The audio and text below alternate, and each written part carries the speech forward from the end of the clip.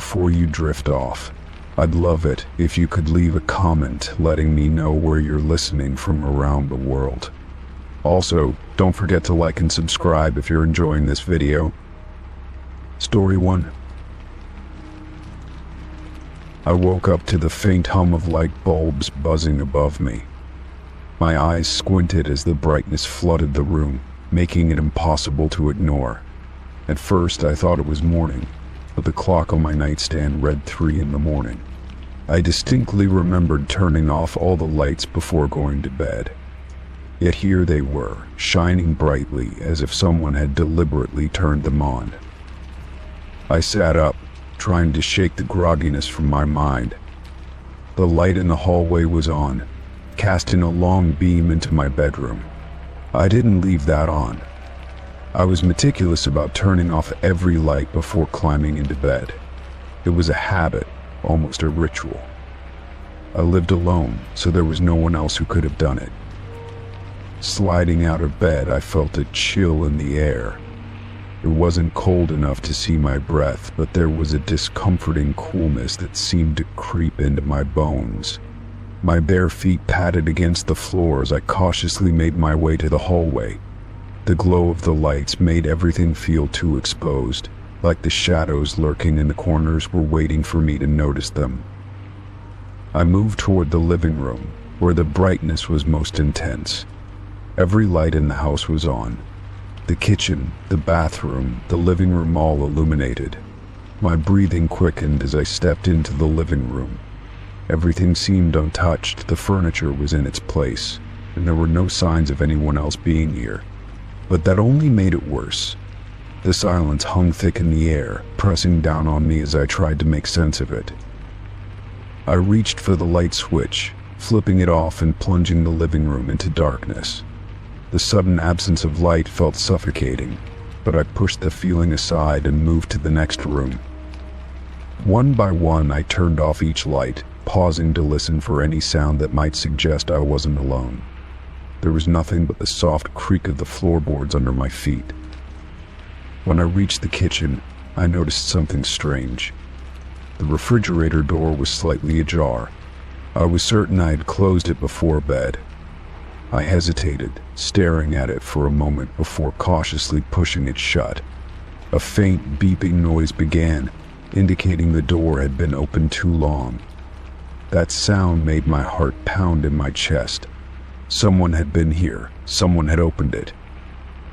I checked the locks on the doors and windows. They were all secure, as they had been when I went to bed. I couldn't explain it. The lights, the refrigerator, it didn't make sense. I wanted to believe there was a logical explanation, but my gut told me otherwise. Something about this felt off, wrong in a way I couldn't ignore. I decided to check the house one more time, room by room, just to be sure. My bedroom was empty, the bathroom too. The closets were closed and there was no sign of forced entry anywhere. Still, I couldn't shake the feeling that someone had been here, that I was being watched. I returned to the living room, sitting on the couch with my phone clutched tightly in my hand. The minutes dragged on as I sat there, staring at the walls, listening for any sound that might betray an intruder. The house was eerily quiet, the kind of silence that amplifies every creak and groan of the structure. I checked my phone, debating whether to call someone, anyone, but I wasn't sure what to say. What could I tell them? That the lights had turned on by themselves, that I felt like I wasn't alone. Eventually, exhaustion won out, and I decided to try and sleep. I turned off the last light and made my way back to bed, leaving the door to my room slightly open so I could hear anything unusual. As I lay there, staring at the ceiling, I couldn't shake the feeling that something was wrong. I kept glancing at the doorway, half expecting to see a shadow move across it. When I finally drifted off, it was a restless sleep. I woke up several times throughout the night, each time convinced I had heard something, a faint creak. A muffled thud. When I listened closely, there was nothing. Morning came slowly, the soft light of dawn creeping through the curtains, bringing with it a fragile sense of relief. In the daylight, everything seemed normal again. The lights were off, the refrigerator was closed, and the house was just as it had been the day before. But I couldn't forget what had happened. It lingered in the back of my mind, a quiet unease that refused to go away. For the next few nights, I made sure to double-check everything before bed. I locked the doors and windows, turned off all the lights, and even set up a makeshift barricade in front of the back door. But nothing else happened. The lights stayed off and the house remained quiet. Even though nothing else occurred, I never felt truly at ease. Every night as I turned off the lights and climbed into bed, I couldn't help but wonder if it would happen again. If I would wake up to find the lights blazing and the shadows in the corners just a little darker than they should be. And each time I closed my eyes, I braced myself for the possibility that I wasn't alone after all. Story 2. I was heading to bed when something caught my eye as I walked past the front door. The latch didn't sit quite right, and the faint glint of the lock seemed out of place in the dim light of the hallway. I paused, staring at it for a moment, wondering if my exhaustion was making me see things. But the longer I looked, the clearer it became. Something was wrong. The lock was scratched, the edges jagged, as if someone had tried to force it open. I felt a chill run down my spine. I hadn't touched the door all day, and I lived alone. No one had come by, no deliveries, nothing. I reached out hesitantly, my fingers brushing against the cold metal of the lock. The scratches weren't minor, they were deep and deliberate. It wasn't just wear and tear, it was recent, and it was intentional. My stomach twisted as the thought hit me. Someone had tried to get in. I stepped back, my mind racing as I scanned the door for more signs. The handle had faint smudges on it, like someone had gripped it tightly. There was a faint dent near the bottom, as if something heavy had been pressed against it. I crouched down and noticed tiny wood splinters scattered near the frame, the telltale signs of someone trying to pry it open. My heart began to pound as I tried to piece together what had happened. Whoever it was, they had been close right here, at my front door. I checked the deadbolt, testing it carefully. It still worked, but it felt loose, like it had been jostled violently. I stood there for a moment, staring at the door, my thoughts spiraling. Why would someone try to break in? Was it just a random attempt, or had they been watching me? The idea made my skin crawl. I turned and glanced at the small entryway behind me, half expecting to see someone lurking in the shadows, but it was empty. I grabbed my phone and checked the time. It was past midnight, well into the hours when no one should be wandering around the neighborhood. I opened my security app, my hands trembling slightly, and pulled up the footage from the front door camera. The screen loaded slowly, the seconds stretching unbearably long. When the video finally appeared, I pressed play and held my breath. The first few hours of footage showed nothing but the quiet street and the faint glow of my porch light. Then, at around 2 in the morning, the motion sensor activated. A figure appeared at the edge of the frame.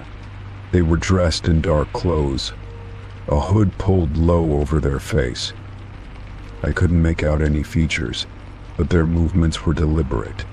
They stepped onto my porch, glancing around as if to make sure no one was watching. My stomach turned as I watched them reach for the door. The figure fiddled with the lock for several minutes, using what looked like a small tool. They moved quickly but with purpose, as if they had done this before. I watched, frozen, as they tried to force the door open. At one point, they pressed their shoulder against it, testing its strength. I could hear the faint creak of the door on the video, and I felt a surge of relief that it had held firm. After what felt like an eternity, the figure seemed to give up. They stepped back, looking around one last time before disappearing into the darkness. I replayed the footage twice, my heart sinking deeper each time. They had been so close right there, just a thin door separating us. I couldn't shake the thought that if the lock had been weaker or the door less sturdy, they might have gotten in. I locked the door again, double-checking every latch and bolt. Then I went through the house, checking every window and back door to make sure nothing else had been tampered with. Everything else seemed untouched, but the unease lingered. I couldn't shake the feeling that someone had been watching, waiting for the right moment. I sat down on the couch, my mind racing. Should I call the police? They hadn't actually broken in, and nothing had been stolen, but it felt like more than just a random attempt. It felt personal, though I couldn't explain why. The scratches on the lock, the methodical way they had worked it, didn't seem like the actions of someone just trying their luck. The house felt different now, heavier somehow, as if the air itself carried the weight of what had almost happened. I stayed up for hours, unable to sleep, my eyes darting to the front door every time I heard the faintest sound. I replayed the footage in my mind, trying to memorize every detail of the figure. Who were they? What had they wanted? By the time dawn broke, I had decided to replace the lock and install an additional camera. I needed to feel secure again, even if it was just an illusion. But as the day wore on, the unease never fully left me. Every creak of the house, every shadow outside the window, felt like a reminder of how vulnerable I was.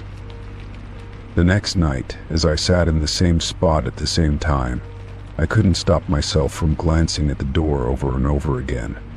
It was still locked, still sturdy, but the memory of those scratches burned in my mind.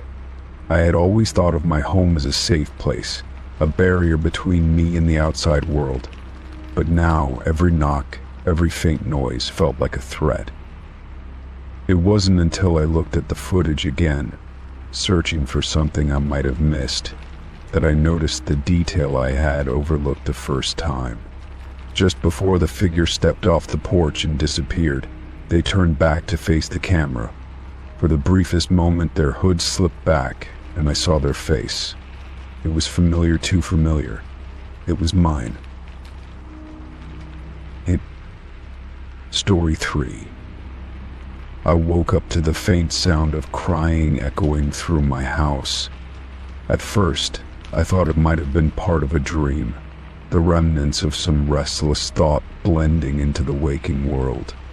But as I lay there, unmoving, the sound continued. It was soft and distant, like someone was weeping in the next room, their sorrow muffled but unmistakable.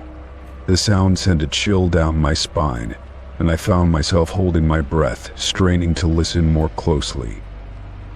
The crying was steady, its tone filled with pain, and yet it felt unnatural.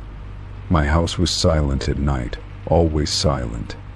I lived alone, and there should not have been anyone else there. I sat up slowly, the weight of unease pressing against my chest as I glanced around my dark bedroom. The sound was coming from the direction of the living room, though I could not understand how that was possible. I hesitated, unsure if I should investigate or simply stay put and let the sound fade. Maybe I was imagining it.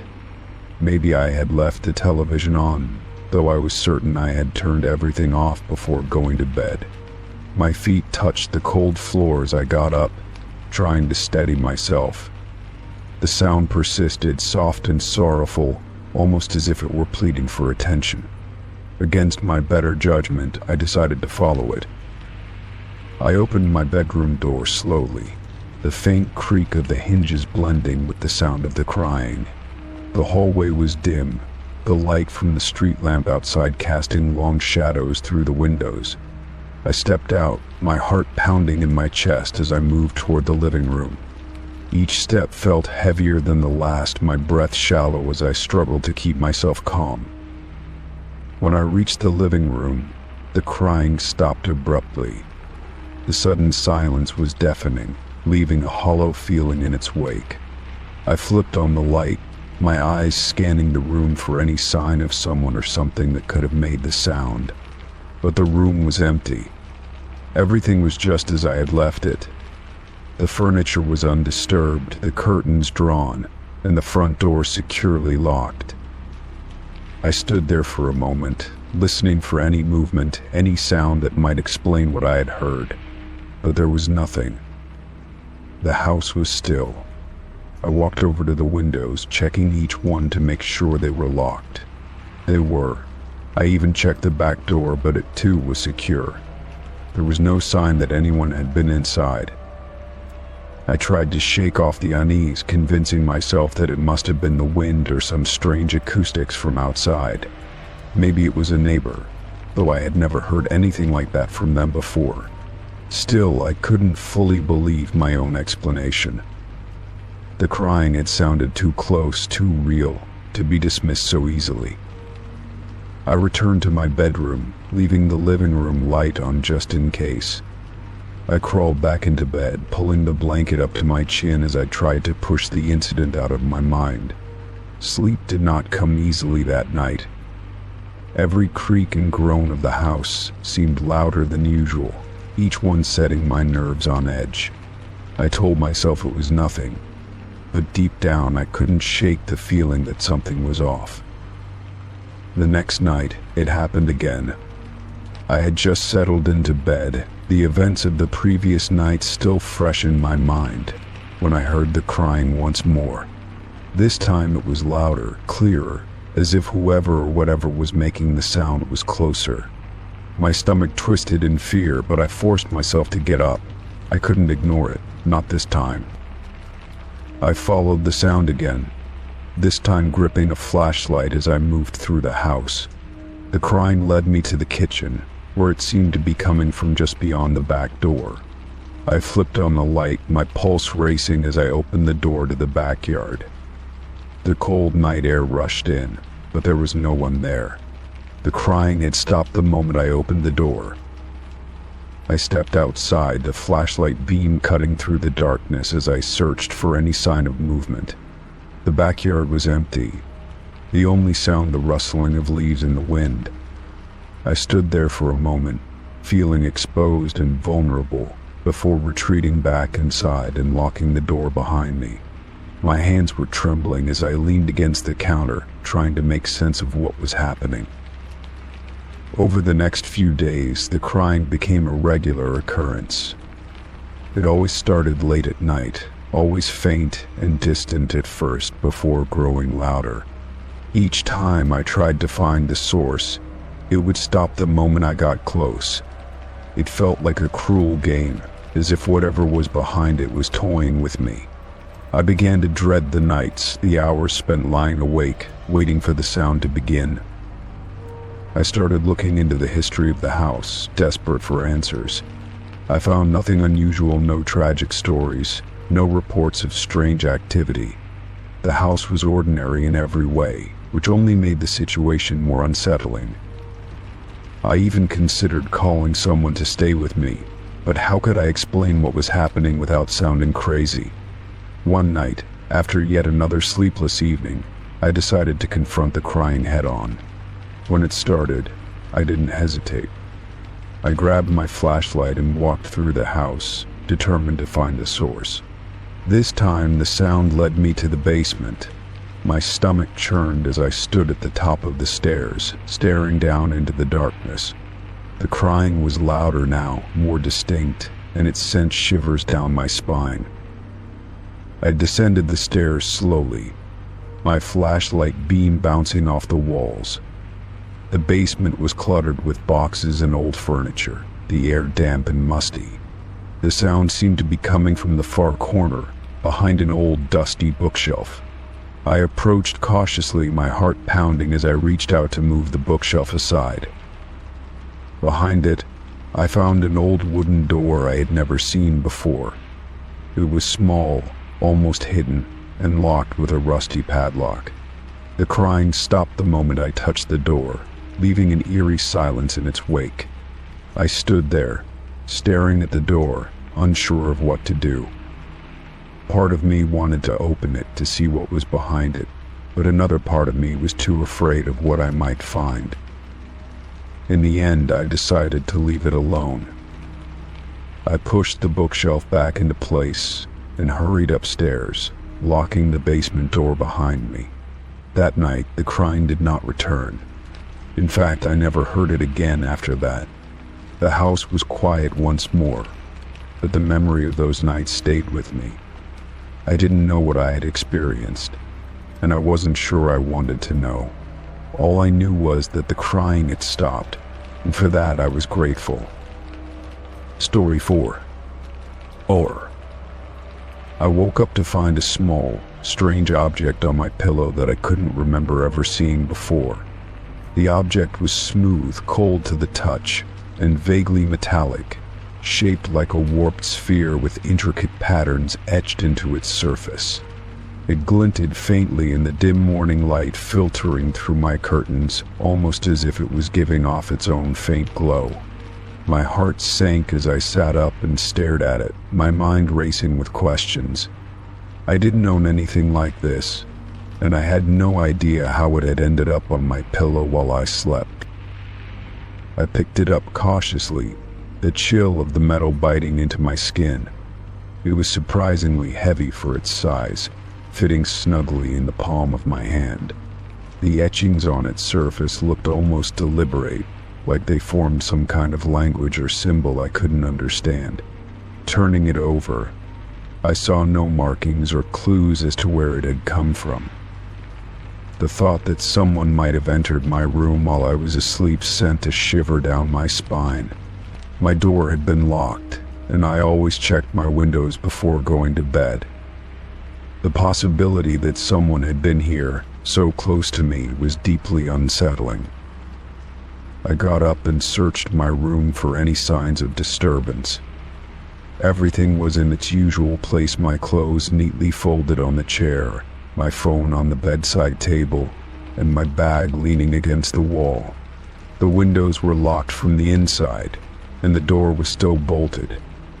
There was no sign that anyone had been in my room at all, yet the object in my hand told a different story. It didn't belong to me, and it couldn't have simply appeared out of nowhere. I thought about tossing it into the trash and forgetting about it, but something about the object made it impossible to ignore. It felt like it was important, like it was meant for me, though I couldn't explain why. I decided to take it with me into the kitchen while I made my morning coffee, setting it down on the counter where I could keep an eye on it. The etchings seemed even more intricate in the brighter light, almost as if they were shifting when I wasn't looking. I felt a strange mix of curiosity and dread every time I glanced at it. Throughout the day, the object remained on my mind, no matter how hard I tried to focus on other things. I searched online, trying to find something similar, but nothing even remotely close came up. It didn't match any known artifacts or designs, and the symbols on it didn't resemble any language I could find. The mystery of it consumed me, and I couldn't shake the feeling that its presence was more than just a coincidence. That night, as I got ready for bed, I placed the object on my desk, far away from my pillow. I wanted to keep an eye on it, but I didn't want it anywhere near me while I slept. Despite my unease, exhaustion eventually overtook me, and I drifted off into a restless sleep. I woke up abruptly in the middle of the night. The room bathed in darkness, except for the faint glow of the object on my desk. My heart pounded in my chest as I stared at it, my mind struggling to comprehend what I was seeing. It wasn't just glowing faintly, it was pulsating, the light growing brighter and dimmer in a slow, rhythmic pattern, almost like it was breathing. I sat frozen in bed, unable to look away. Then I heard it. A soft, almost imperceptible humming sound that seemed to emanate from the object itself. It was low and steady, a vibration that I could feel in my chest more than I could hear with my ears. The sound sent chills down my spine, and I wanted nothing more than to get rid of the thing, to throw it out the window and be done with it. But I couldn't move. It was as if the object had some kind of hold over me, keeping me rooted to the spot. Suddenly the light and sound stopped. The room fell silent, and the object went dark, returning to its cold, metallic state. I sat there for what felt like an eternity, my mind racing with fear and confusion. Finally, I forced myself out of bed and grabbed the object, determined to get it out of my house. I wrapped it in a towel and placed it in a shoebox, taping the lid shut before stashing it in the back of my closet. The next morning, I woke up to find the shoebox sitting on my bedside table, the tape unbroken and the towel neatly folded next to it. My stomach dropped as I stared at it, the reality of the situation sinking in. Whatever this thing was, it wasn't something I could simply get rid of. It had come back to me, and I had no idea how or why. I spent the next few days avoiding the object as much as possible, but its presence loomed over me like a shadow. Strange things began to happen around the house, lights flickering, electronics malfunctioning, and doors creaking open on their own. I felt like I was being watched, though I could never catch anyone there. The object remained on my desk, its silent presence both unnerving and strangely comforting. Eventually, I decided to confront it. I sat down at my desk and picked it up, the cool metal familiar now against my skin. I stared at the etchings, willing them to make sense, to reveal their secrets. The humming started again, soft and steady, and this time I didn't flinch. I let it wash over me, closing my eyes and focusing on the sound. In that moment, something changed. The object grew warm in my hand, and a flood of images filled my mind, places I had never been, faces I didn't recognize, and symbols that seemed to shift and rearrange themselves into patterns I could almost understand. It was overwhelming, but also strangely peaceful, like the object was trying to communicate with me, to show me something important. When the images faded, I was left with a sense of calm I hadn't felt in days. The object no longer felt threatening, but instead like a part of me, something I was meant to find. I didn't know what it was or where it had come from, but I knew one thing for sure: I wasn't afraid anymore. Whatever this thing was, it had chosen me for a reason, and I was determined to find out why. Story 5. I found the letter in the usual pile of mail, nestled between a few bills and flyers. At first glance, it didn't seem out of place, but as I sifted through the stack, it caught my attention. It was addressed to me, but the handwriting on the envelope was unfamiliar. It was elegant, almost old-fashioned, with sweeping loops and deliberate strokes. My name and address were written perfectly, with no mistakes, but I was certain I didn't know anyone who wrote like this. Curiosity got the better of me. I stood at the kitchen counter, staring at the envelope for a moment before sliding a finger under the seal. The paper inside was thick and slightly yellowed, as if it had been sitting somewhere for a long time. I unfolded it carefully, and my stomach turned as I read the words written in the same elegant handwriting. I have something that belongs to you. That was all it said. No greeting, no signature, no explanation. The message was short and cryptic, but the more I stared at it, the heavier the air around me seemed to grow. My mind raced with questions. Who could have sent this? What did they mean? And most importantly, how did they know where I lived? I checked the envelope again, searching for a return address, but there was nothing. Not a stamp, not even a postmark. It was as if the letter had been placed directly in my mailbox by hand. My thoughts jumped to my neighbors, wondering if one of them might have seen something, but I quickly dismissed the idea. I didn't know most of them well enough to even ask. I carried the letter to the living room and set it on the coffee table, trying to shake the feeling that it wasn't just a harmless prank. My instincts told me it was something more, something deliberate. I paced back and forth, replaying the events of the day in my head. Nothing unusual had happened, no strange visitors, no unfamiliar cars parked outside. just the same quiet routine I followed every day. The letter stayed on the coffee table for the rest of the evening, but I couldn't stop glancing at it. Its presence felt oppressive, like it was watching me, waiting for a reaction. By the time night fell, I had convinced myself that it was nothing, just some kind of mistake or a joke. But as I got ready for bed, I couldn't shake the uneasy feeling that had settled in the pit of my stomach. I locked all the doors and windows, double-checking each one before heading upstairs. I even closed the blinds, something I usually didn't bother with. As I climbed into bed, I told myself there was nothing to worry about. I would wake up in the morning, and everything would be fine. The letter would still be there, sitting on the coffee table, and I could figure out what to do with it then. But sleep didn't come easily. I tossed and turned, my mind replaying the words on the paper over and over again. I have something that belongs to you. It didn't make sense. What could this person possibly have? And why go through the trouble of sending such a cryptic message? Somewhere in the early hours of the morning, I finally drifted off, but my sleep was restless. I dreamt of the letter, of shadows moving through my house, of faint whispers I couldn't quite make out. When I woke up, my chest felt heavy, and the unease from the night before hadn't gone away. I forced myself to get up and head downstairs, expecting to find everything as I had left it. But the moment I entered the living room, I froze.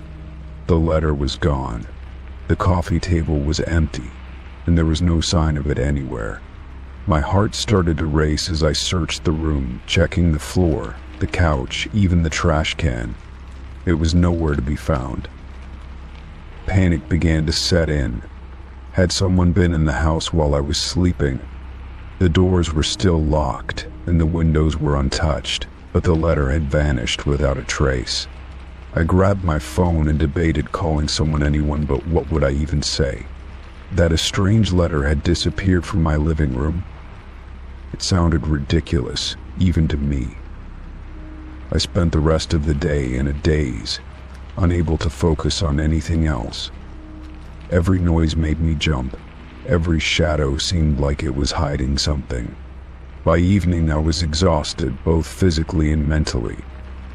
I told myself it was over, that the letter didn't mean anything, and that I needed to move on. But as I was getting ready for bed, I noticed something strange. My bedside table drawer was slightly open.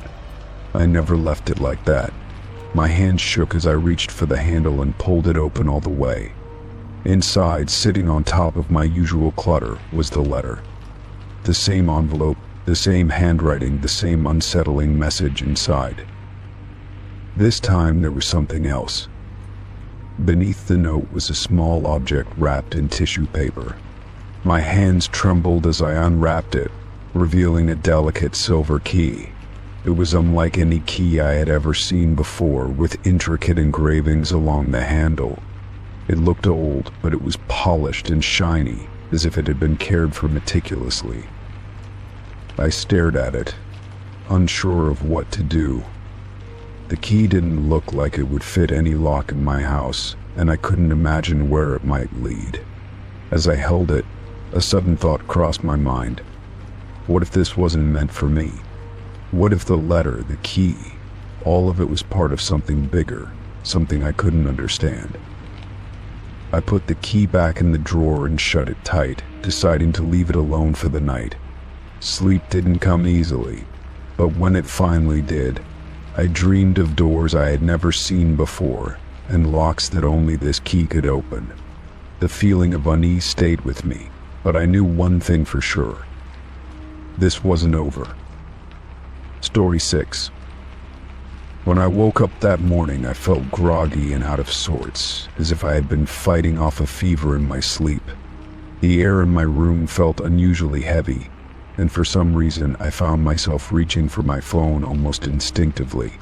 The screen lit up, displaying a single notification, a voicemail from my own number. My chest tightened as I stared at it, unsure of what to think. How could that even happen?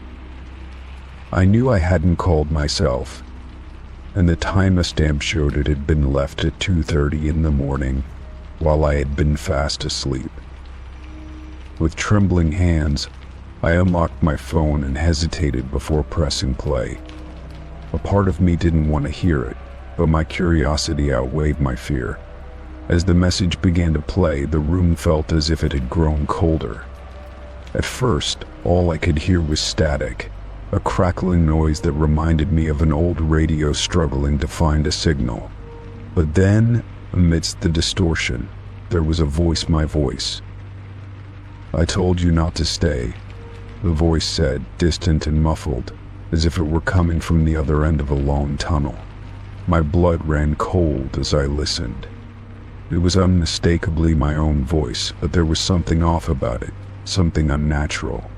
The tone was sharp and almost commanding, a version of myself I didn't recognize. The message was short, lasting only a few seconds before ending abruptly with more static. I played it again, hoping I had misheard, but the words were the same. "I told you not to stay." I sat on the edge of my bed, trying to make sense of it. I racked my brain, searching for an explanation. Had someone hacked my phone? Was it some kind of elaborate prank? But no one else had access to my phone or my number. And why would anyone go to such lengths to mimic my voice?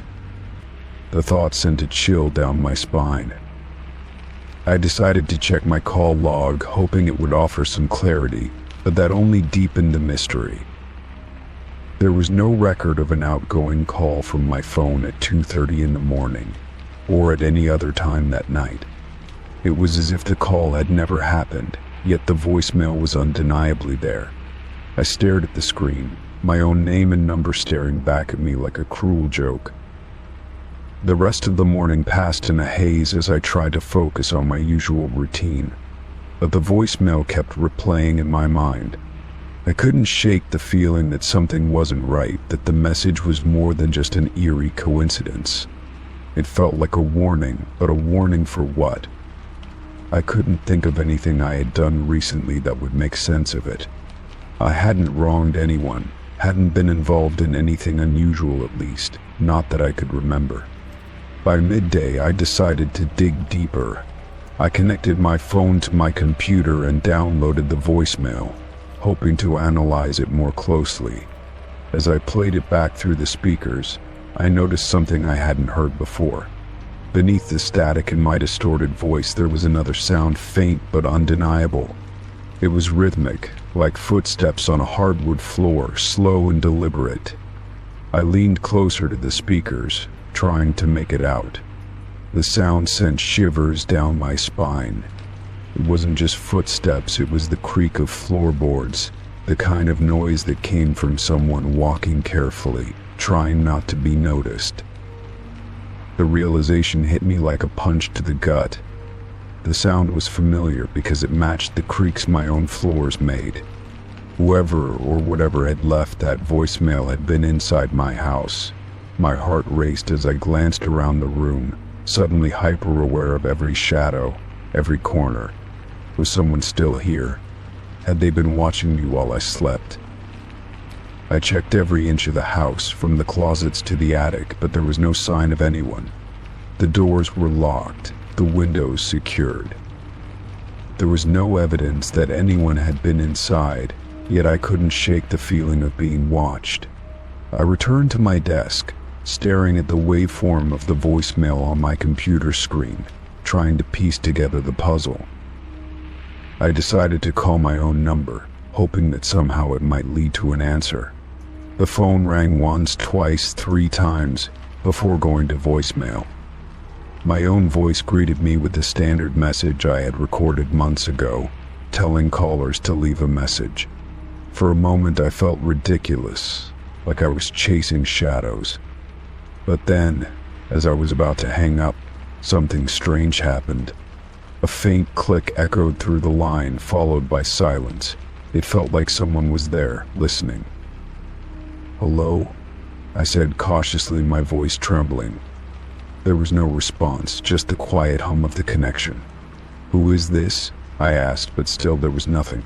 I hung up, my hands shaking, and stared at the phone. The call hadn't given me any answers, only more questions. As the day turned to evening, I couldn't bring myself to ignore the unease that had settled over me. I double-checked the locks on all the doors and windows, making sure everything was secure. I turned on every light in the house, hoping it would chase away the shadows that seemed to creep closer with each passing hour. But no matter what I did, I couldn't shake the feeling that I wasn't alone. That night, I lay in bed, unable to sleep. Every creak of the house, every whisper of the wind outside set my nerves on edge. I kept my phone close, its screen glowing faintly in the dark. I told myself that the voicemail didn't mean anything, that it was just some strange glitch or prank. But deep down, I knew that wasn't true. The voice had been mine and the warning had been clear. In the early hours of the morning, just as I was beginning to drift off, my phone buzzed with a new notification. I sat up, my heart pounding, and looked at the screen. Another voicemail. This time the timestamp showed 3:15 in the morning. My hands shook as I pressed play, dreading what I might hear. The message was even shorter than the first. My voice, calm and steady, said just one word: soon. The static cut off abruptly, leaving me in silence. I sat there frozen, the phone still clutched in my hand. Whatever was happening, it wasn't over, and for the first time in my life, I felt truly afraid of what might come next. Story 7. When I rolled out of bed, the faint glow of light seeping through the hallway caught my attention immediately. I stopped, staring at the soft glow spilling out of the kitchen and onto the darkened floor. I was certain I had turned off all the lights before going to bed. It was a ritual of mine. A final check of every room to ensure the doors were locked, the windows were closed, and every light was switched off. But now, that faint glow felt intrusive, wrong, as though it did not belong. I moved toward the kitchen cautiously, my bare feet making almost no sound on the wooden floor. The light grew brighter as I approached, illuminating the edges of the counters and the corners of the walls. My heart thudded heavily in my chest, each beat resonating louder in the otherwise silent house. I tried to reason with myself. Perhaps I had been more tired than I thought. Perhaps I had simply forgotten, though I knew that was unlikely. I never forgot. When I reached the doorway, I stopped short. The kitchen light was on, as expected, but the scene felt off in a way I couldn't immediately place. Everything was in its usual place, no signs of disturbance, no open drawers or misplaced items. Yet the air felt heavier, charged with something unseen but palpable. It was almost as if the kitchen itself was holding its breath, waiting. I reached for the light switch, determined to turn it off and go back to bed. As my fingers hovered over it, I noticed something small and out of place on the counter, a single glass, half full of water. My hand froze midair. I had not left that glass there. I was sure of it. I hadn't even used a glass that evening. My throat tightened as I tried to recall every detail from earlier in the night. I had cleaned the kitchen before bed.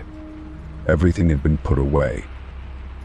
I walked over to the counter and picked up the glass. It was still cold, as though it had just been poured moments ago. My mind raced with questions. Had I somehow done this in my sleep? But how could that explain the light? I had never sleepwalked before. I set the glass down, my hand trembling slightly as I released it. I turned my attention back to the light switch, flicking it off quickly, as though doing so would bring a sense of normalcy back to the night. But as the room plunged into darkness, the unease remained, settling deep into my chest like a weight. I made my way back to bed, trying to convince myself that there had to be a logical explanation. Maybe I had forgotten, just this once. Maybe the glass of water had been there all along and I simply hadn't noticed it. But as I lay in the dark, staring at the ceiling, the doubts lingered. Sleep came reluctantly, and even then, it was fitful, punctuated by dreams I couldn't quite remember.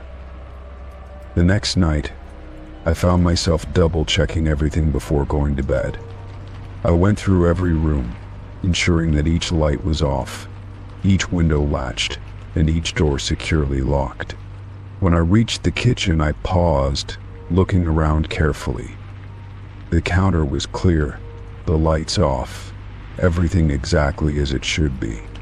I lingered for a moment, the memory of the previous night fresh in my mind, before finally heading to bed. I woke again in the early hours, my heart sinking as soon as I opened my eyes. The light was on again. The same soft glow illuminated the hallway, taunting me. I sat up slowly, my pulse quickening. This time I knew for certain I hadn't left it on. I had checked and rechecked. My legs felt heavy as I swung them out of bed, my feet hitting the cool floor. The house was silent, save for the faint hum of the refrigerator coming from the kitchen. When I reached the doorway, I immediately noticed something different.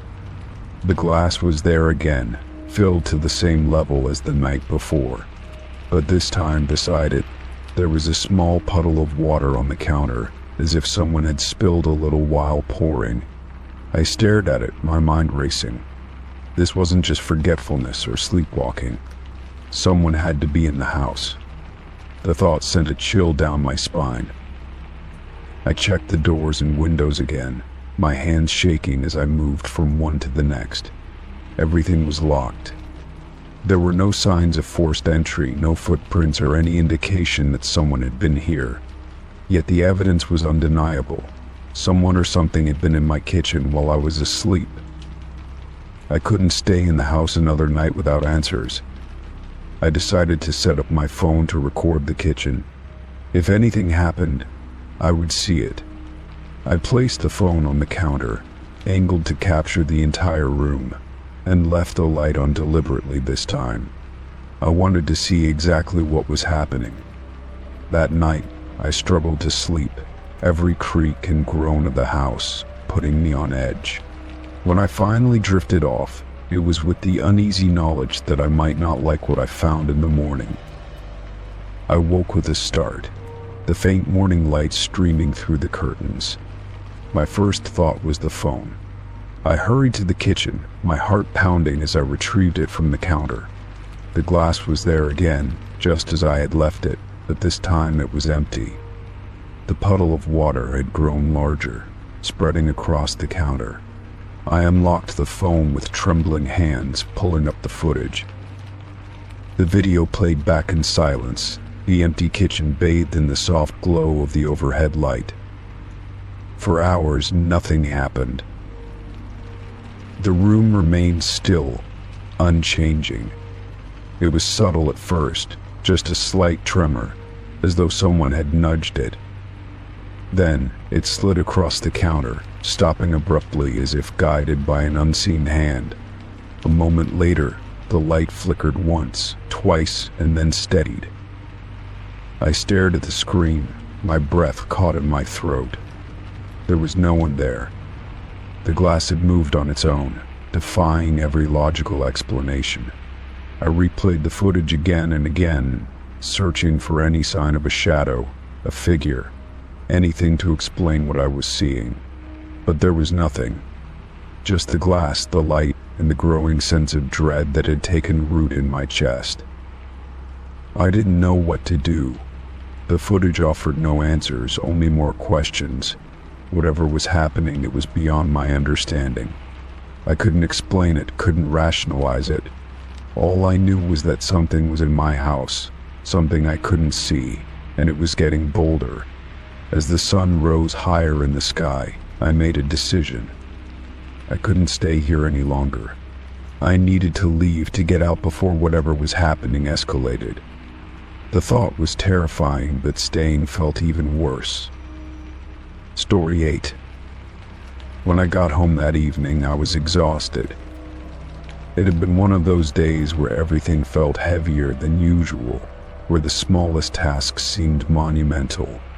I set my bag down and kicked off my shoes, eager to collapse onto the couch and unwind for a bit.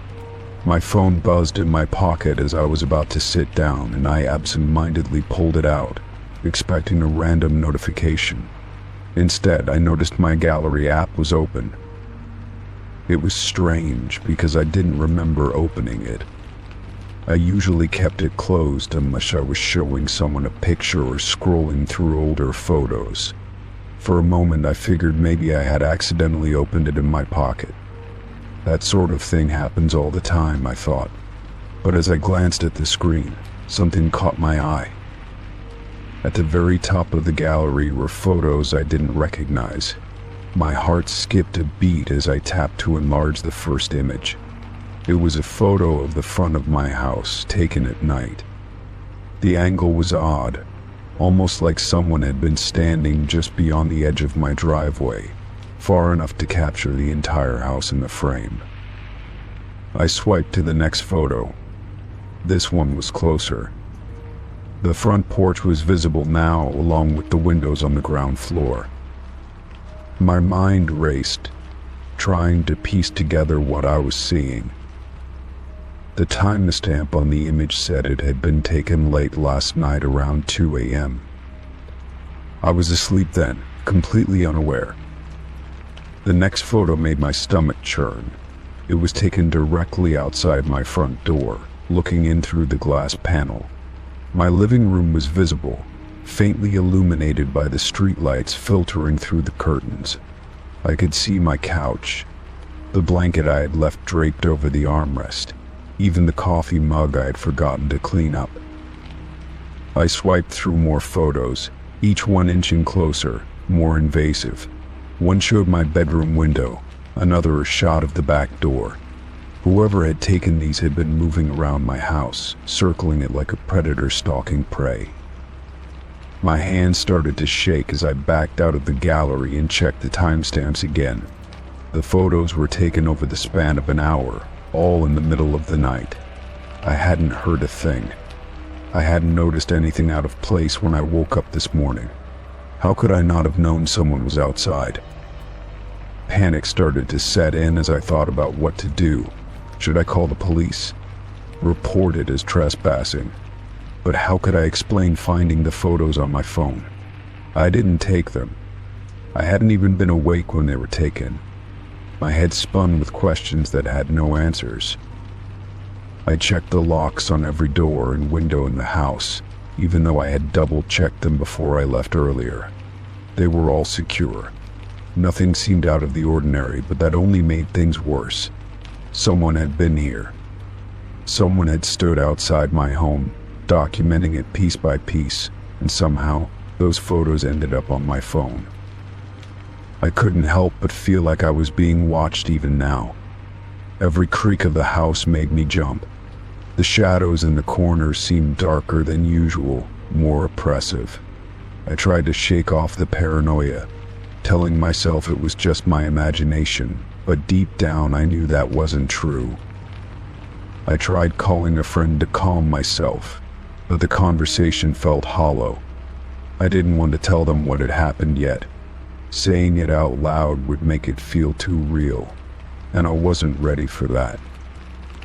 After hanging up, I sat on the couch staring at the screen of my phone, hoping it wouldn't buzz again. It didn't, not that night. I barely slept though. Every sound outside felt like a threat. Every flash of light from passing cars made me jump. I sat in bed staring at the ceiling, waiting for the first signs of dawn to chase away the suffocating darkness. The next morning, I decided to check the photos again. I needed to understand, to figure out how they ended up on my phone. As I scrolled through the gallery, I noticed something new. The last photo in the series, the one I hadn't noticed the night before, made my heart sink. It was a picture of me, taken through the bedroom window. I was asleep in bed, completely unaware. The photo was clear, too clear. Whoever had taken it had been standing directly outside my window, close enough to see the rise and fall of my chest as I slept. The thought made me feel sick. I checked the locks again, even though I had just done it the night before. Everything was still secure, but it didn't matter. The photos were proof that someone had been here, someone who knew how to move around without being noticed.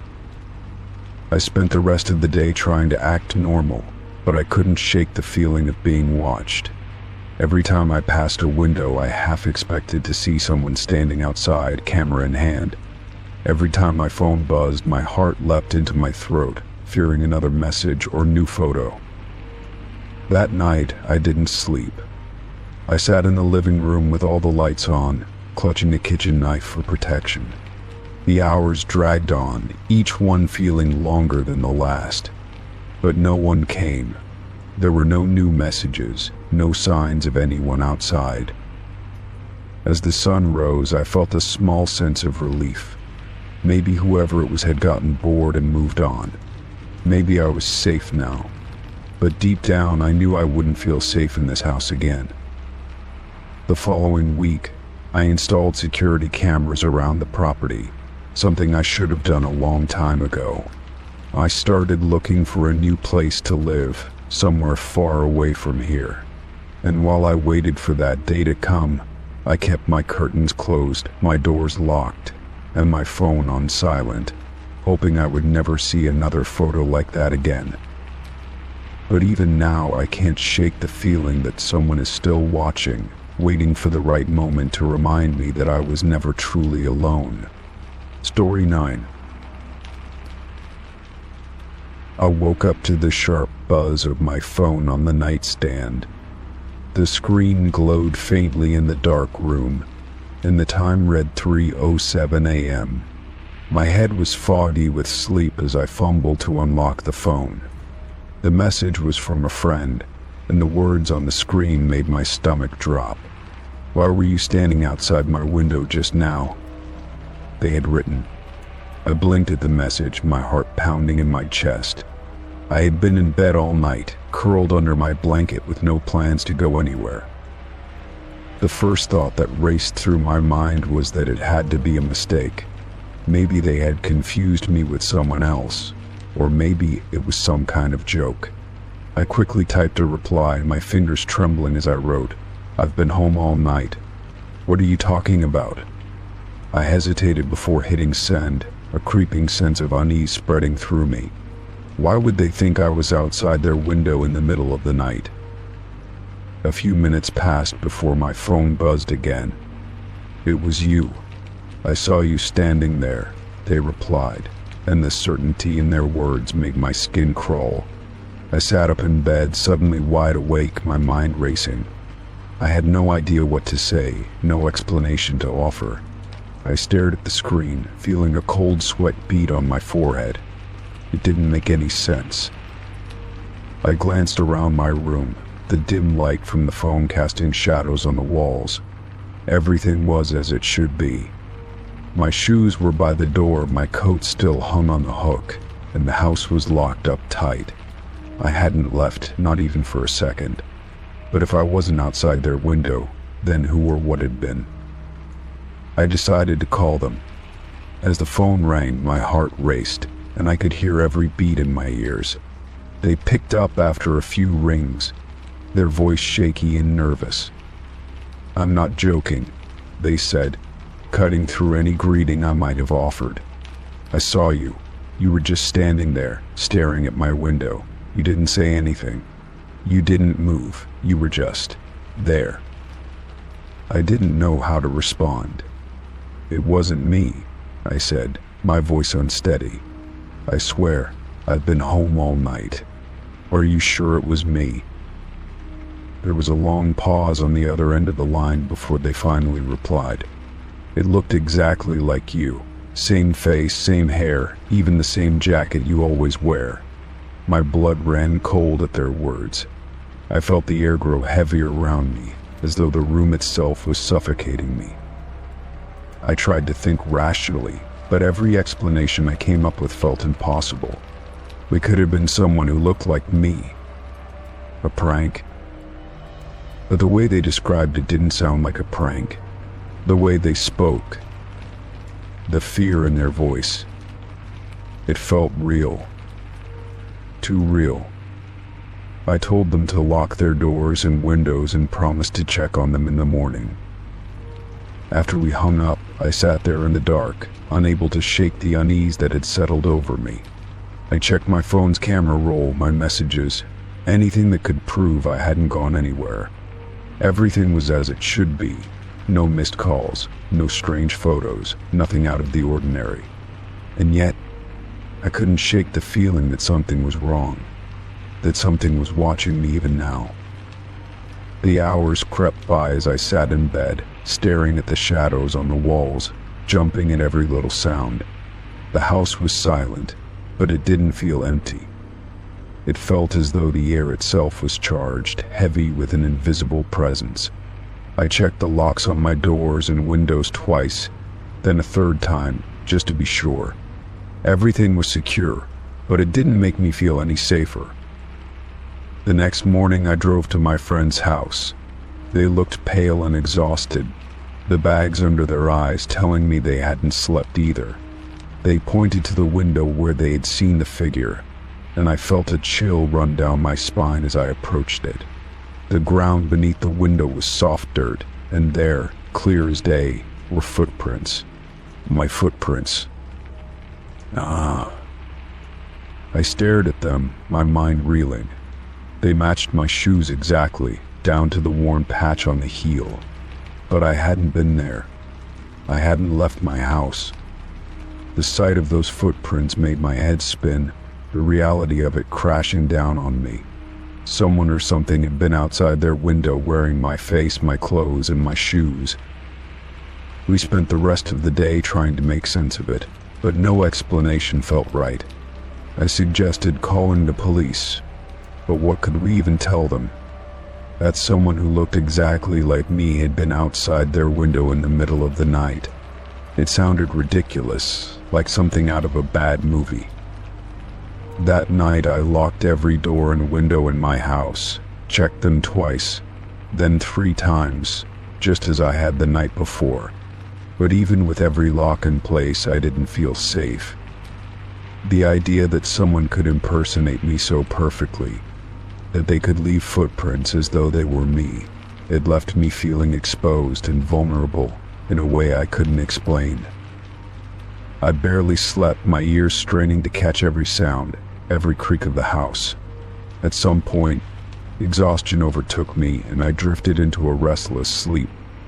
But when I woke up the next morning, my stomach dropped. On the porch outside my front door, there was a single footprint in the dirt. My footprint. And next to it, scrawled in the dirt with a finger, were the words, "See you soon." Story 10. The chill of the evening crept into the room as I reached into the pocket of my coat, searching for the crumpled receipt I thought I had left there. Instead, my fingers closed around something cold and metallic. I pulled it out, expecting perhaps loose change, but what I held in my hand stopped me in my tracks, a small set of keys, entirely unfamiliar to me. I turned them over, examining them closely. There were 3 keys on the ring, one large, likely for a door, and 2 smaller ones, possibly for padlocks or cabinets. None of them looked familiar, and I couldn't recall ever seeing them before. The weight of them felt strange in my hand, like they didn't belong to me. My thoughts raced as I tried to figure out how they had ended up in my coat pocket. I hadn't been anywhere that day, aside from my own home. I had spent the entire morning catching up on work, and the afternoon passed in a haze of organizing and cleaning. The coat itself had been hanging on the rack by the door, untouched since the last time I wore it. I hadn't even left the house. The realization made the presence of the keys all the more unsettling. Placing the keys on the table, I tried to think logically. Maybe I had forgotten where they came from. It was possible that they had been in the coat pocket for a long time, and I was only just now noticing them. But as I replayed the past few days in my mind, I couldn't think of a single moment when I would have acquired them. I picked them up again, feeling their cold surface against my skin. The keys didn't have any markings or tags that might indicate what they were for. One of the smaller keys had a slightly worn edge, as though it had been used frequently, while the other two looked relatively new. It was an odd combination, and the more I thought about it, the less sense it made. I carried the keys into the living room, where I sat down and stared at them under the soft glow of the lamp. My mind began to entertain possibilities, each one more troubling than the last. Could someone have slipped the keys into my pocket without me noticing? But how? No one had been in the house, and I hadn't gone anywhere. A sudden thought struck me, and I quickly checked the locks on all my doors and windows. Everything was secure, just as I had left it. The realization should have been comforting, but it only added to my unease. If no one had entered the house, and I hadn't gone out, then how had these keys ended up in my pocket? I returned to the table, the keys still clutched tightly in my hand. I considered calling someone, perhaps a friend, to talk it through, but I hesitated. How would I even begin to explain this? It sounded ridiculous, like something out of a bad mystery novel. The more I thought about it, the more I realized that no one would take me seriously. The keys sat on the table, their presence a silent challenge. They were a puzzle I couldn't solve, an answerless question that demanded my attention. I decided to search the house, hoping to find anything that might explain their origin. Room by room, I combed through my belongings, checking drawers, cabinets, and any other place where keys might be kept. But there was nothing out of the ordinary. Every key I found was accounted for, each one fitting into its rightful lock. The mysterious set of keys remained an anomaly, their purpose and origin unknown. As the night wore on, my frustration grew. I couldn't shake the feeling that the keys were significant, that they were meant to unlock something important. But what? And why me? The questions swirled in my mind, keeping me awake long after I'd given up on searching the house. The next morning, I woke to find the keys exactly where I'd left them, their metallic surface catching the morning light. I stared at them, a sinking feeling settling in my chest. I couldn't ignore them, but I also didn't know what to do with them. They felt like a riddle, one I wasn't sure I wanted to solve. I decided to take the keys with me, slipping them into my pocket as I left the house. Maybe they belonged to a neighbor, or perhaps someone had lost them nearby. I planned to ask around, hoping that someone might recognize them. But as I walked through the neighborhood, stopping to talk to a few people, no one claimed the keys or even recognized them. By the time I returned home, I felt more confused than ever. The keys seemed to have no owner, no purpose, and no explanation. They were just there, an inexplicable presence in my life. That evening, as I sat at the table with the keys in front of me, I noticed something I hadn't seen before. On the edge of one of the smaller keys, there was a faint engraving, almost invisible unless the light hit it just right. I leaned in closer, squinting to make out the tiny letters. They formed a single word, one that sent a chill down my spine. Home. My heart began to race as I stared at the word, the implications sinking in. This wasn't just a random set of keys. Someone had left them for me, someone who knew where I lived. The realization was both terrifying and confusing. Why would someone do this? And what were the keys meant to unlock? I decided to test them, starting with the doors and locks in my own house.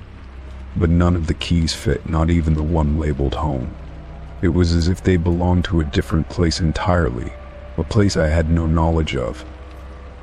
As the hours passed, I couldn't shake the feeling that the keys were a message, a clue to something I hadn't yet uncovered. I didn't know where they would lead, but I knew I couldn't ignore them. For now, the keys remain on my desk, a mystery I have yet to solve. But deep down, I know that this isn't the end of the story. The keys are a beginning, a doorway to something I can't yet see. And though I don't know what lies ahead, I can't help but feel that I'm being drawn into something far bigger than myself. Story 11. The night was still, too still, as I lay in bed. The moonlight filtered in through the gaps in the curtains, casting faint shadows on the walls. The room felt suffocating in its silence. Then, I heard it.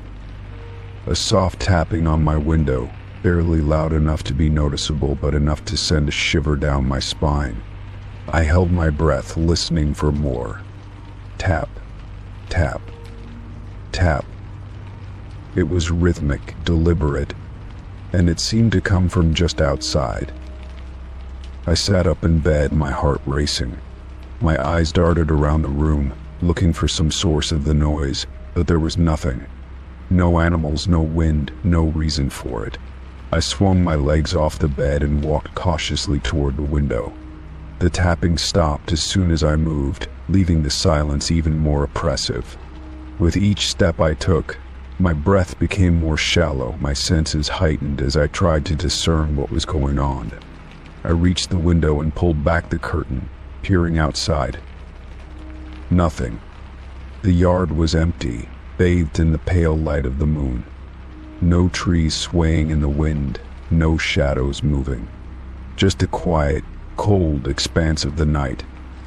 I looked around carefully, checking every corner, every inch of the window frame, but there was nothing unusual. No footprints in the grass, no signs of movement. I stood there for a moment, unsure of what to make of it. My eyes scanned the yard again, just to be sure. Still nothing. I closed the curtain and backed away slowly, feeling my pulse pounding in my ears. The tapping had stopped, but the unsettling feeling remained.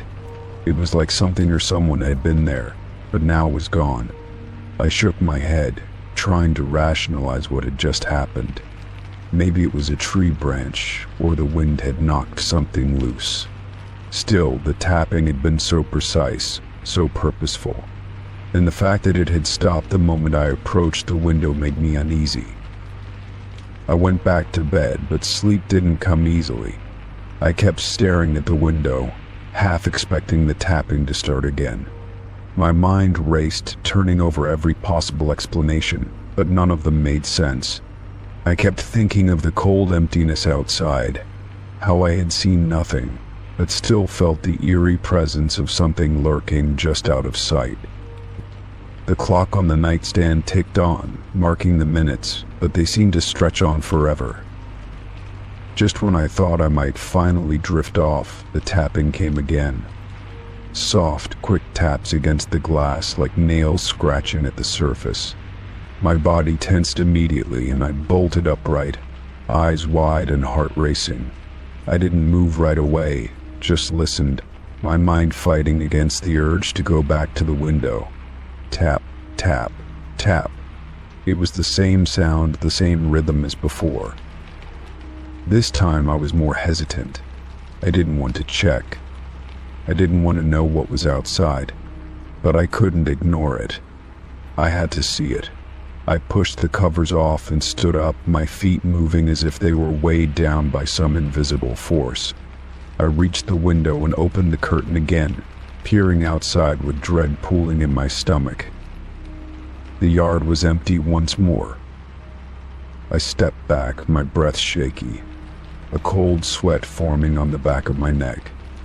I felt as if something was wrong, like I had missed something important. But there was no one there, no movement. The tapping had stopped, and the yard looked peaceful again, bathed in moonlight. But I couldn't shake the feeling that something or someone had been out there, just beyond my sight. I stayed by the window, staring out into the night for what felt like an eternity. My mind was swirling with questions. Why had it stopped? Why had it come at all? Was I just imagining things? I didn't know, but I had the undeniable feeling that I wasn't alone, that something was waiting for me in the dark, hidden just outside of my view. Eventually, I backed away from the window, pulling the curtain shut and retreating to my bed. I pulled the covers over my head, trying to block out the thoughts racing through my mind. I kept my eyes closed, but the image of the dark yard and the sound of the tapping echoed in my mind. The quiet, rhythmic tapping that had stopped every time I went to check. The next morning, I checked the window again, but there was no evidence of anything unusual. No marks on the glass, no footprints in the yard. The world outside seemed just as it always had, ordinary, calm. Yet the unease lingered in my chest, a tight knot that wouldn't loosen. I tried to convince myself it had been nothing, just the wind or a trick of my imagination, but deep down, I knew something wasn't right. That night, as I prepared for bed, I made sure to lock the windows and check every door. I turned off all the lights and settled under the covers, trying to shake the sense of dread that seemed to hang in the air. I told myself that I was being paranoid, that there was no reason to fear the tapping. But as I closed my eyes, I couldn't ignore the nagging thought that it would come again. That tapping would start once more, and I wouldn't be able to escape the feeling that I wasn't alone. The next few nights passed in an uneasy silence, with no tapping, no strange sounds. I tried to relax, to enjoy the peace, but the fear still gnawed at me. I couldn't help but wonder if it was only a matter of time before the tapping came back. And when it did, would I be able to face it? Would I find out what was out there, just beyond the window, or would it remain an unsettling mystery that I could never fully understand? Story 12. I woke up with a jolt, my body stiff from the sudden shift in my dreams. The room was dim, lit only by the soft glow of morning creeping through the blinds. I tried to stretch, but something felt off. I looked down at my bed, my heart skipping a beat as I saw the sheets twisted and tangled beside me. The side where I usually sleep was neat, as always, but the other side, it looked like someone had been lying there. The sheets were pushed down, the pillow indented, as if someone had recently gotten up. I sat up, my mind racing. I live alone. There was no one else in my apartment, no visitors, no reason for the bed to be disturbed. I felt a cold shiver run down my spine. Had I sleepwalked? But that didn't explain the indentation in the pillow, or how the sheets had been disturbed so clearly. I reached over, touching the fabric. It was still warm. Not hot, but warm enough that it sent a chill through me. I tried to think rationally, convincing myself that I must have moved around in my sleep. But a nagging voice in the back of my head wouldn't let me settle on that explanation. I stood up and walked around the bed, inspecting the scene. The rest of the room seemed normal, nothing out of place. My clothes were folded neatly on the chair by the window, and my bag was sitting by the door as it always was when I got home. I checked the windows and doors locked, just as they had been the night before.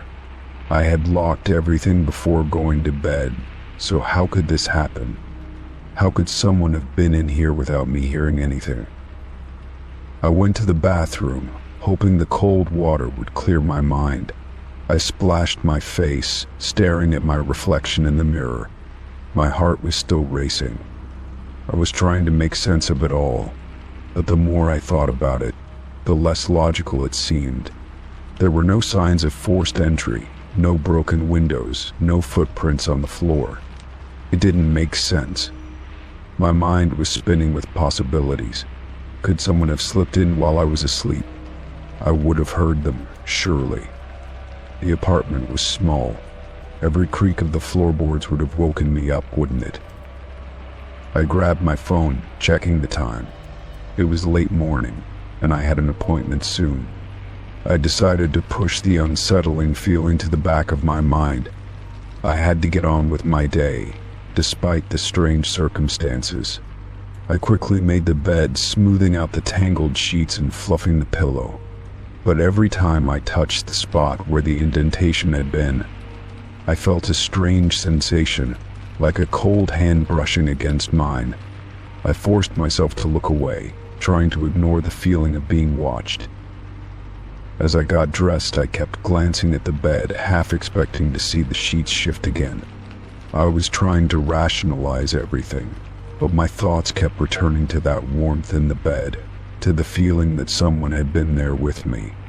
The strange thing was, I didn't feel scared, not at first.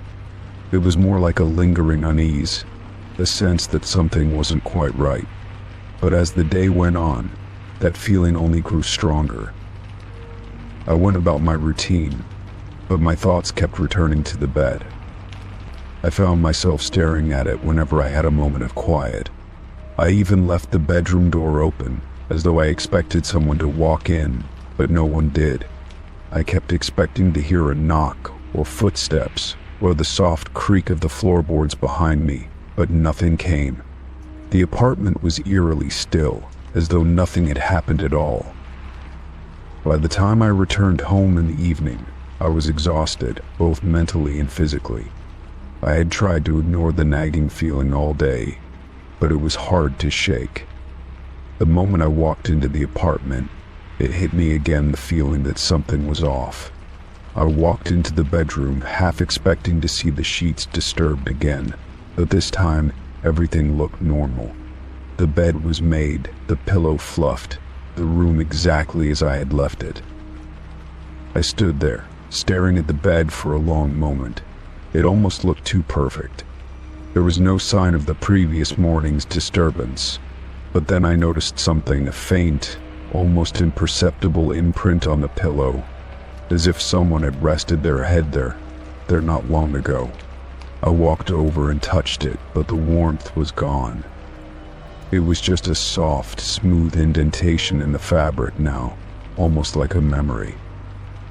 I felt a cold shiver run down my spine again. I hadn't imagined it. Someone had been here. The bed had been disturbed, someone had slept next to me. But who? And why couldn't I remember it? I checked the windows again and the doors. They were all locked, as they should have been. I hadn't heard any sounds during the day, nothing to indicate that someone had been in the apartment while I was gone. I paced around, my mind racing. Could I have done something in my sleep? Could I have let someone in without realizing it? No, that didn't make sense. I knew I hadn't. I sat down on the bed, running my hands over the sheets, trying to calm my thoughts. It was hard to shake the feeling of being watched, of someone being so close to me, yet just out of sight. I felt my heart begin to race again, and I stood up, pacing back and forth, trying to make sense of everything. And then I heard it, faint at first, but unmistakable, a soft creak from the hallway outside my bedroom. I froze, my breath caught in my throat. There was no mistaking it. Someone was there. I held my breath, waiting for the sound to repeat, but it didn't come. The silence stretched, long and unnerving. I slowly moved to the door, my hand gripping the handle. My heart was pounding now, my body tense with anticipation. I opened the door just a crack, peering into the dim hallway. The air was thick with tension, and the stillness felt suffocating. There was no one there. The hallway was empty. I stepped out, my footsteps echoing in the silence, and walked to the living room. The apartment was as still as ever, the silence pressing in on me. I checked the locks again, though I knew they were secure. Everything seemed normal. But in the pit of my stomach, the feeling of unease grew stronger. I couldn't explain it. I couldn't shake the thought that someone had been here, lying beside me in bed. But there was no sign of forced entry, no evidence of anyone else. It was like I was the only one who knew. I went to bed that night with my heart still pounding in my chest, my mind unable to quiet the questions racing through it. The sheets were neatly made, the pillow perfectly fluffed. But as I lay there, staring at the ceiling, I knew that I wasn't alone. I felt it. And no matter how many times I checked the locks, no matter how many doors I closed, the feeling would linger, gnawing at me in the dark. Someone had been here, and they were still close. I just didn't know how or why. Story 13. I came home one evening, tired from a long day at work, and as I walked up the steps to my front door, I noticed something unusual. A small, unopened package was sitting on the doorstep. I didn't recall ordering anything, and there was no sign of anyone having dropped it off. I hesitated for a moment, the oddity of the situation creeping into my thoughts. The package was brown, wrapped in plain paper with no distinguishing marks, and it was addressed to me. What was more unsettling was that there was no return address, just my name and the house number scrawled in black ink. I stood there for a moment, unsure of what to do. My first instinct was to leave it alone, but curiosity got the better of me. I leaned down and picked up the package, the weight of it surprisingly heavy for its small size. It felt solid, compact, as though whatever was inside was carefully packed. My mind raced through a dozen possibilities. Maybe it was a mistake, a delivery meant for someone else, or perhaps an online order I had forgotten about. But the lack of any return address left me uneasy. I stepped inside and locked the door behind me, placing the package on the kitchen counter. I stared at it for a moment, as if expecting it to move or reveal some hidden secret. There was no indication of who had sent it, and the lack of any sort of message only made the whole situation feel more mysterious. I glanced around my house, as if to reassure myself that everything was normal, but I couldn't shake the feeling that something was off. I knew I should probably just open it and get it over with, but something about the package felt wrong. I couldn't explain it, but my instincts told me that there was more to this than met the eye. I thought about calling the authorities, but the idea of involving them over a small package seemed extreme. Besides, there was nothing particularly threatening about it yet. After a few minutes of staring at the package, I finally made the decision to open it. My hand shook slightly as I tore off the brown paper, revealing a plain cardboard box inside. It was small, rectangular, and had no markings whatsoever. I sat down at the table, placed the box in front of me, and slowly opened the flaps. Inside the box was a small, unmarked envelope. My fingers trembled as I pulled it out, the paper smooth and cold against my skin. I opened the envelope carefully, as if whatever was inside might somehow be dangerous. There was a single sheet of paper inside, folded neatly. I unfolded it and read the message written in neat, almost elegant handwriting. "You should have left it alone." My heart skipped a beat. The words felt like a warning, like a threat that had been left just for me. I turned the paper over, hoping to find more, but there was nothing else. Just that one cryptic sentence. My mind raced with questions, but no answers came. Who would send something like this? And why? I glanced around my kitchen, suddenly feeling paranoid, like someone was watching me from the shadows. But there was nothing. Just the quiet hum of the refrigerator and the ticking of the clock. I stood up, pacing the kitchen, trying to process what had just happened. I couldn't make sense of it. Who would know about me? Who would leave such an ominous note at my doorstep? I tried to calm myself, thinking that it was probably some sick joke, or maybe even a prank from someone I knew. But the more I thought about it, the more I realized how little sense that made. I couldn't think of anyone who would go to such lengths to play a prank on me. I carefully put the note back in the envelope and placed it in the box. Then, I took the box and the package outside, placing them in the trash bin far away from my house. I didn't want to keep anything that might somehow be tied to whatever was happening. I didn't even want to think about it anymore. For the rest of the night, I tried to distract myself, but the feeling of unease lingered. I kept hearing small noises in the house, scratching, creaking that I couldn't explain. Every time I looked out the window, I half expected to see someone standing there, watching me. But when I checked, the street was empty. The night passed uneventfully, but I couldn't shake the feeling that something wasn't right. The next day, I went about my routine, trying to push the memory of the package to the back of my mind, but the unease never fully left me. I couldn't stop thinking about the message. Who had sent it? What did it mean? And why did it feel so personal? As I went through the day, I kept my phone close, checking it obsessively for any new messages or calls. Nothing. No one had contacted me since the package, and I hadn't heard anything unusual. A week passed, and life seemed to return to normal.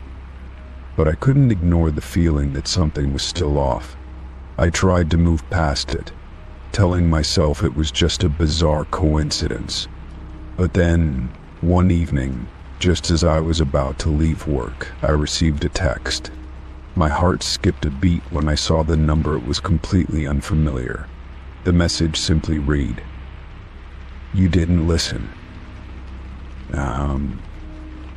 The words were so similar to the note in the package, and the same unease from that night flooded back into me. Who was this? And why were they doing this? The message was unsettling, but I told myself it could be anyone. Maybe it was just a wrong number or a scam. But then, as I looked at the message again, something caught my eye. The number wasn't a typical phone number. It had an area code that I didn't recognize, one that seemed distant, unfamiliar. I sat in my car for a while, the phone in my hand, staring at the screen. My thoughts were spinning. The connection between the package and this text was too strong to ignore. Whoever was behind this knew more than they should. They knew where I lived, they knew my name, and now they were taunting me with these cryptic messages. I couldn't help but feel like I was being drawn into something far bigger than I could understand. But I wasn't going to let it control me. I was determined to find out who was behind this. The next step was clear. I needed to take action, to confront whatever this was head on. I called the number back, hoping to hear someone on the other end. But when the call connected, all I heard was static, followed by a faint, distorted voice. It was a voice I didn't recognize, but the words it spoke sent a chill down my spine. "You should have left it alone." The line went dead. Story 14. I found my front door slightly ajar, but I'm certain I locked it before going to bed. The cool night air rushed in, sending a chill down my spine as I stood frozen in the doorway. My mind raced, replaying the moments before I went to bed.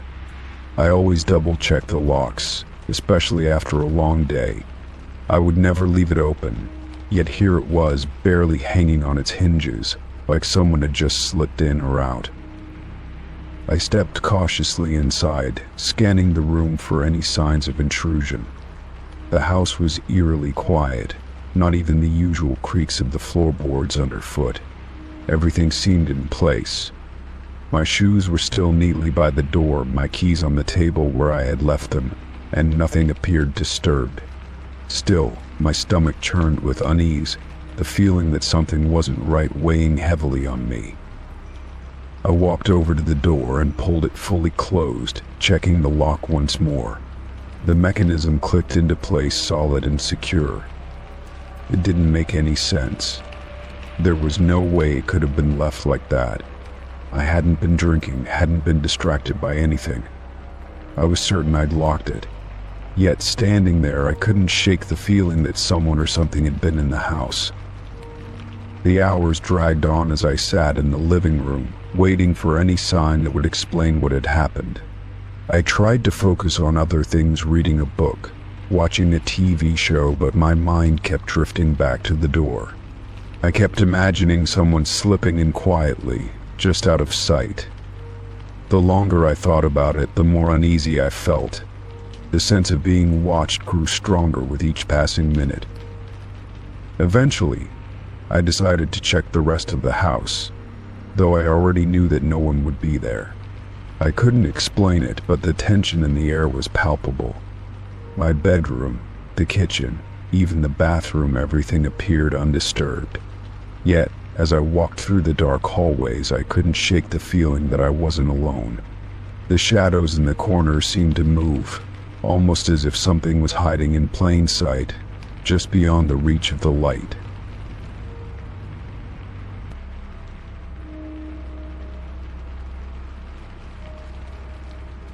I ended up back in the living room, my eyes scanning the room once again.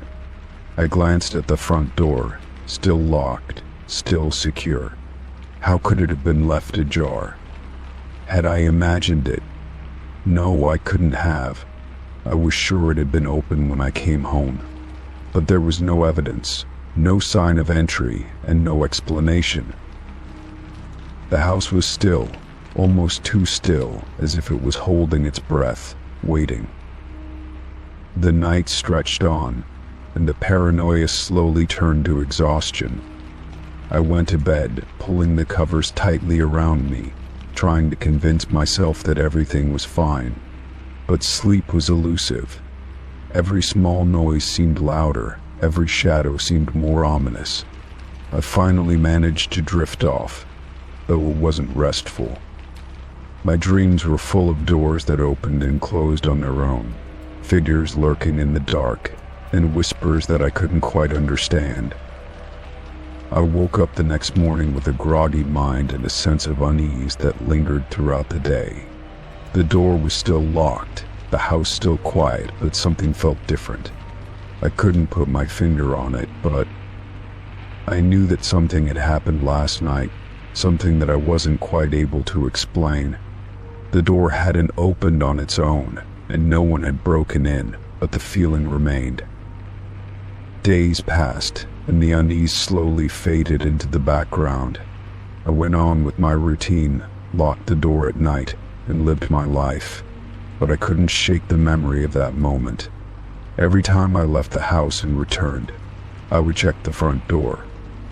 It was always locked, always secure.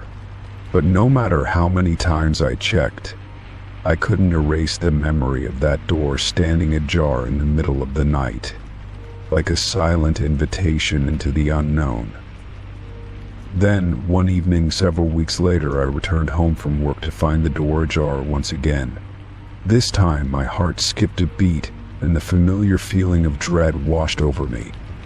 I stood there for a moment, frozen, unable to move. Was it a mistake again? Had I forgotten to lock it? Or had something or someone returned? The possibilities rushed through my mind, each one more terrifying than the last. With a deep breath, I stepped inside, my senses on high alert. The house was still, just like before. No sounds, no disturbances. I checked the lock. It was secure. I checked every room, but everything appeared untouched. Still, I couldn't ignore the nagging feeling that something had changed. There was a faint smell in the air, something unfamiliar, like the faint scent of something floral mixed with the sharpness of metal. I didn't know what to do. My instincts screamed at me to leave, to call someone, to get help, but I didn't know what help I needed.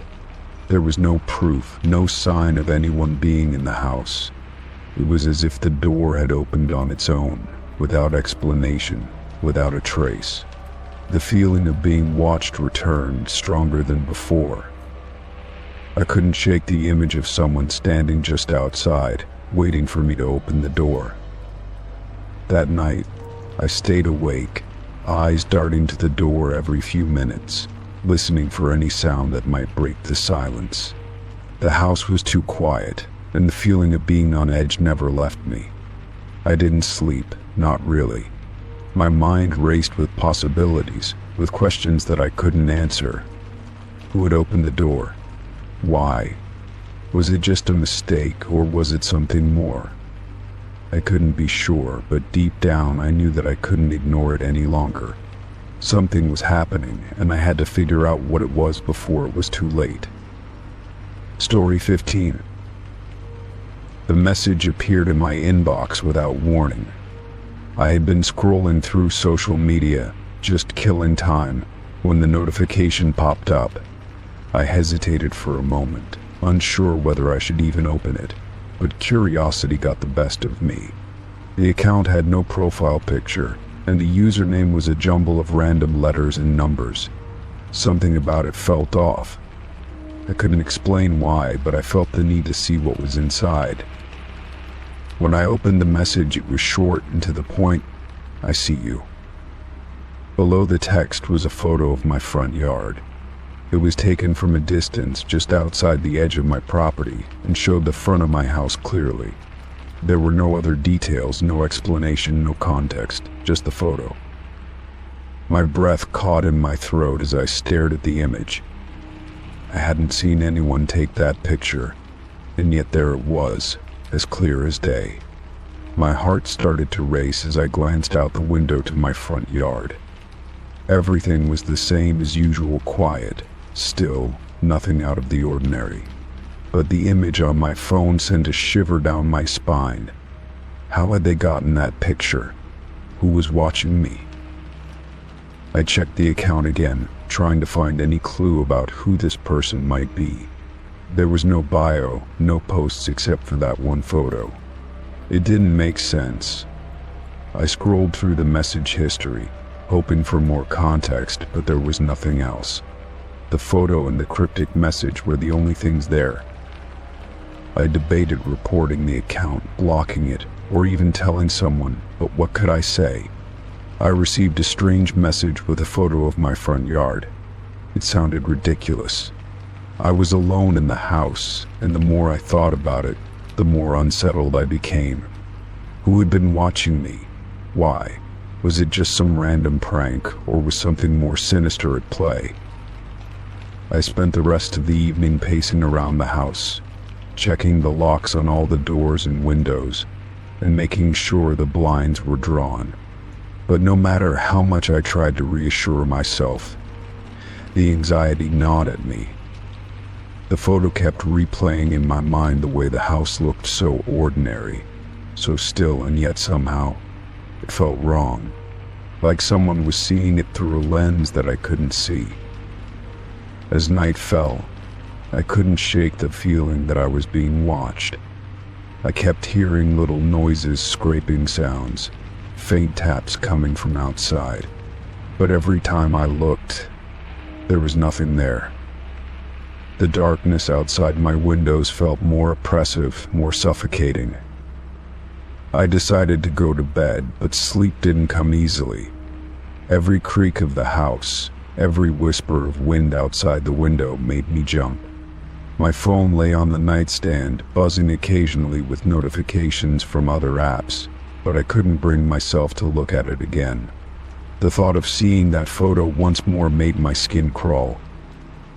I must have eventually drifted off, but when I woke up, the first thing I did was grab my phone. I checked the message, hoping that maybe it was a dream, or perhaps it had all been a mistake. But when I opened the app, the account was gone. The message was still there, but the profile had vanished. The account no longer existed. A sense of relief washed over me, mixed with confusion. Had it all been some kind of weird glitch? Or had the person behind the account erased their presence after sending the message? It didn't make sense, but at least I didn't have to worry about them anymore. Or so I thought. The next morning I went outside to check my front yard, half expecting to find something strange or out of place. But nothing had changed. The yard looked exactly the same as it always did. Still, the unease lingered. Days passed, and the strange social media message faded from my mind, replaced by the usual distractions of everyday life. But then, a week later, something happened. I was outside, getting the mail, when I noticed something in the corner of my yard. It was a small, carefully folded piece of paper, tucked just under the edge of the hedge. I hesitated for a moment before walking over to it. My heart skipped a beat as I unfolded it. The note was short, handwritten in a neat, looping script. "I'm still watching." There was no signature, no other explanation. Just those words, written out in black ink. I looked around, my pulse quickening. No one was in sight. It was as if the note had appeared out of thin air. Who had left it there?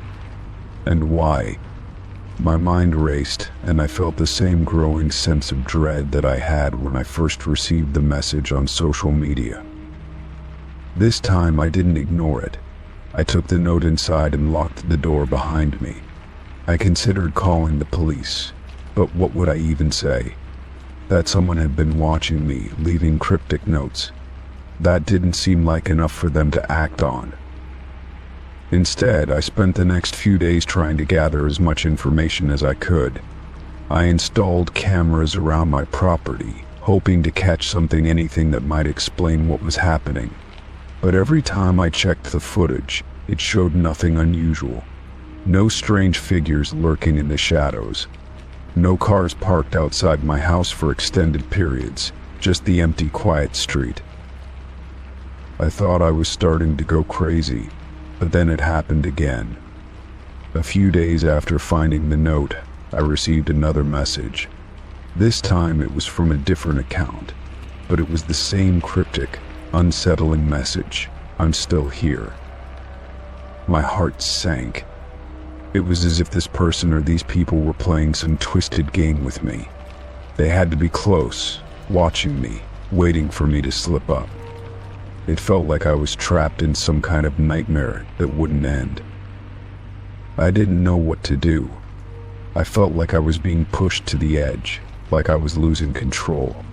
The feeling of being watched never left, and every noise, every shadow made my heart race.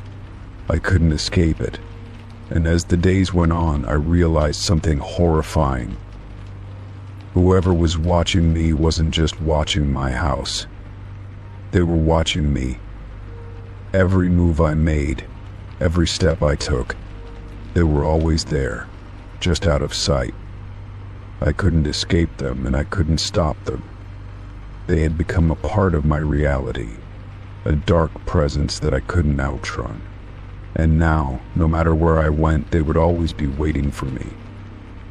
Story 16. I couldn't believe what I was seeing when I checked my doorbell camera. The timestamp showed that the figure had been standing in front of my door for hours, unmoving. At first, I thought it was a glitch, some kind of optical illusion or distortion, but the figure was so clear, so solid. It was as if they were waiting for something, their posture unnervingly still. I stared at the footage, trying to make out any details, but the figure remained blurry, a shadow in the night. I zoomed in on the image, hoping to catch some distinguishing feature, but all I saw was the vague shape of a person. They weren't wearing anything that stood out, no bright clothing or obvious signs of who they might be. The figure stood just outside my door, barely visible under the dim light from the porch. Every minute felt like an eternity as I continued to watch, unable to look away. What did they want? And why hadn't they moved? My phone buzzed in my hand, interrupting my thoughts. A new notification. It was a message from my home security app. It was an alert about the doorbell camera, but it was the same footage I had already seen. The app was telling me something I already knew, but a strange feeling stirred in me. Something didn't feel right about this situation, and the longer I stared at the screen, the more it seemed like the figure was aware of me. The figure never moved, yet it felt like they were staring right at me through the lens of the camera. I couldn't explain it, but I felt like their gaze was piercing through the screen, making me feel exposed and vulnerable.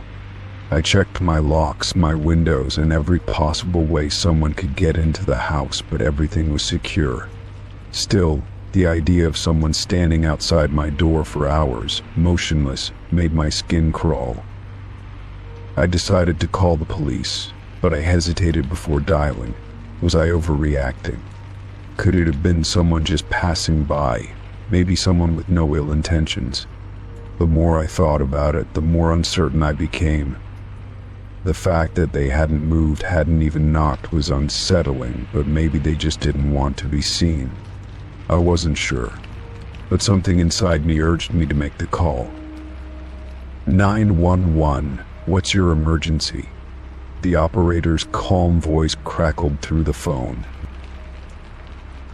I'm not sure, I said, my voice shaky.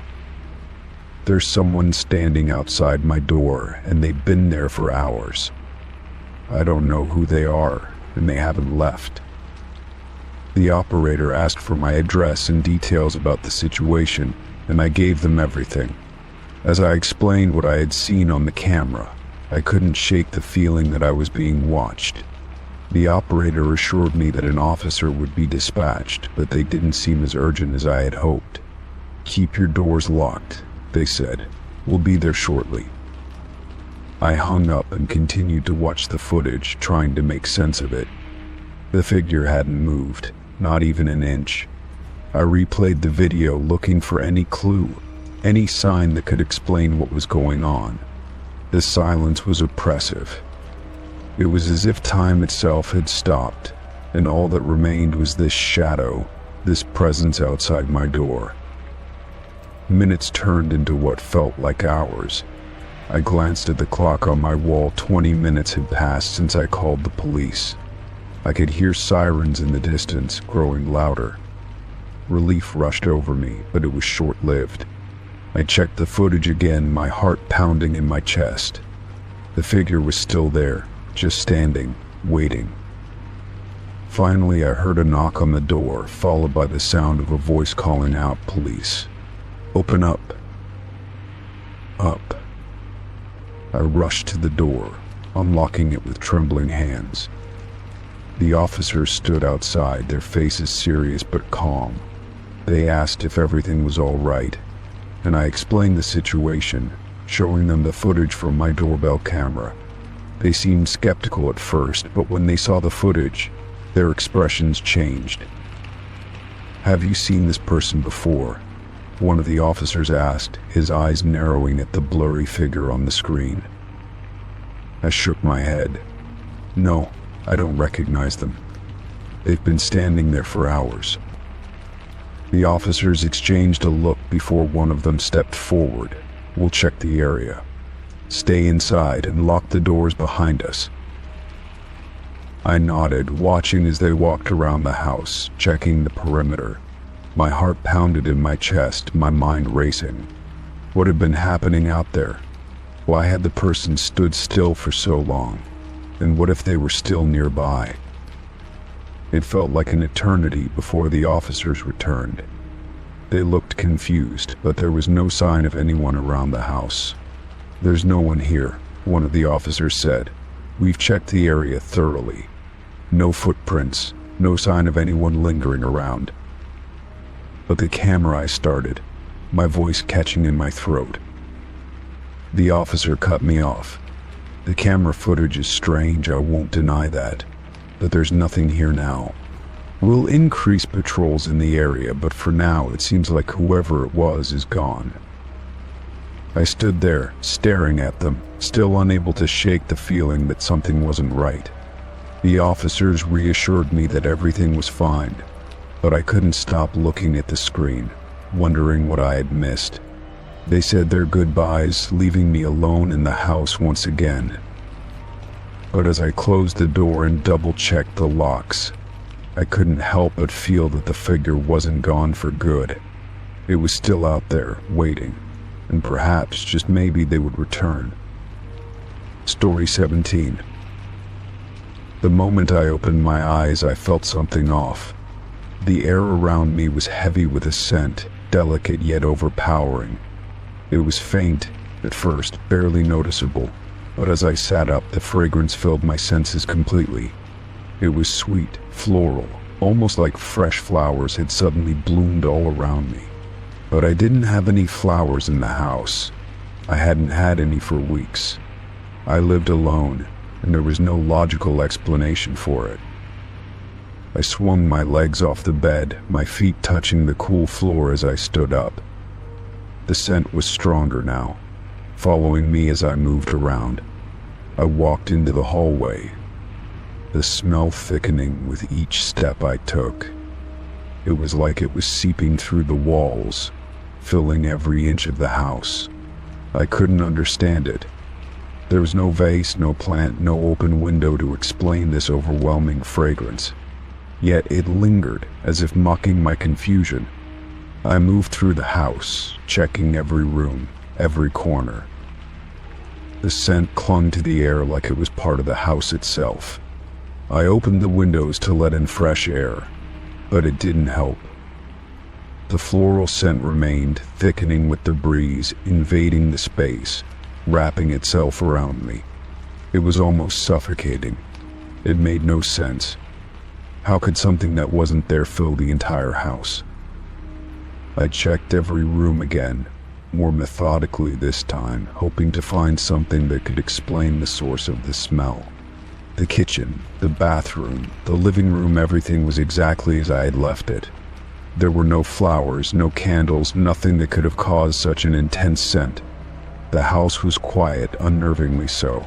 I kept walking from one room to the next, my steps growing more frantic. Then, as I reached the stairs to the basement, I paused. The scent was coming from there. The moment my foot touched the first step, the floral aroma became sharper, as if it were pulling me in. My heart raced in my chest. I hesitated. The basement wasn't a place I liked to visit often, but I couldn't ignore what was happening. It was too strange, too unsettling. I had to know what was causing it.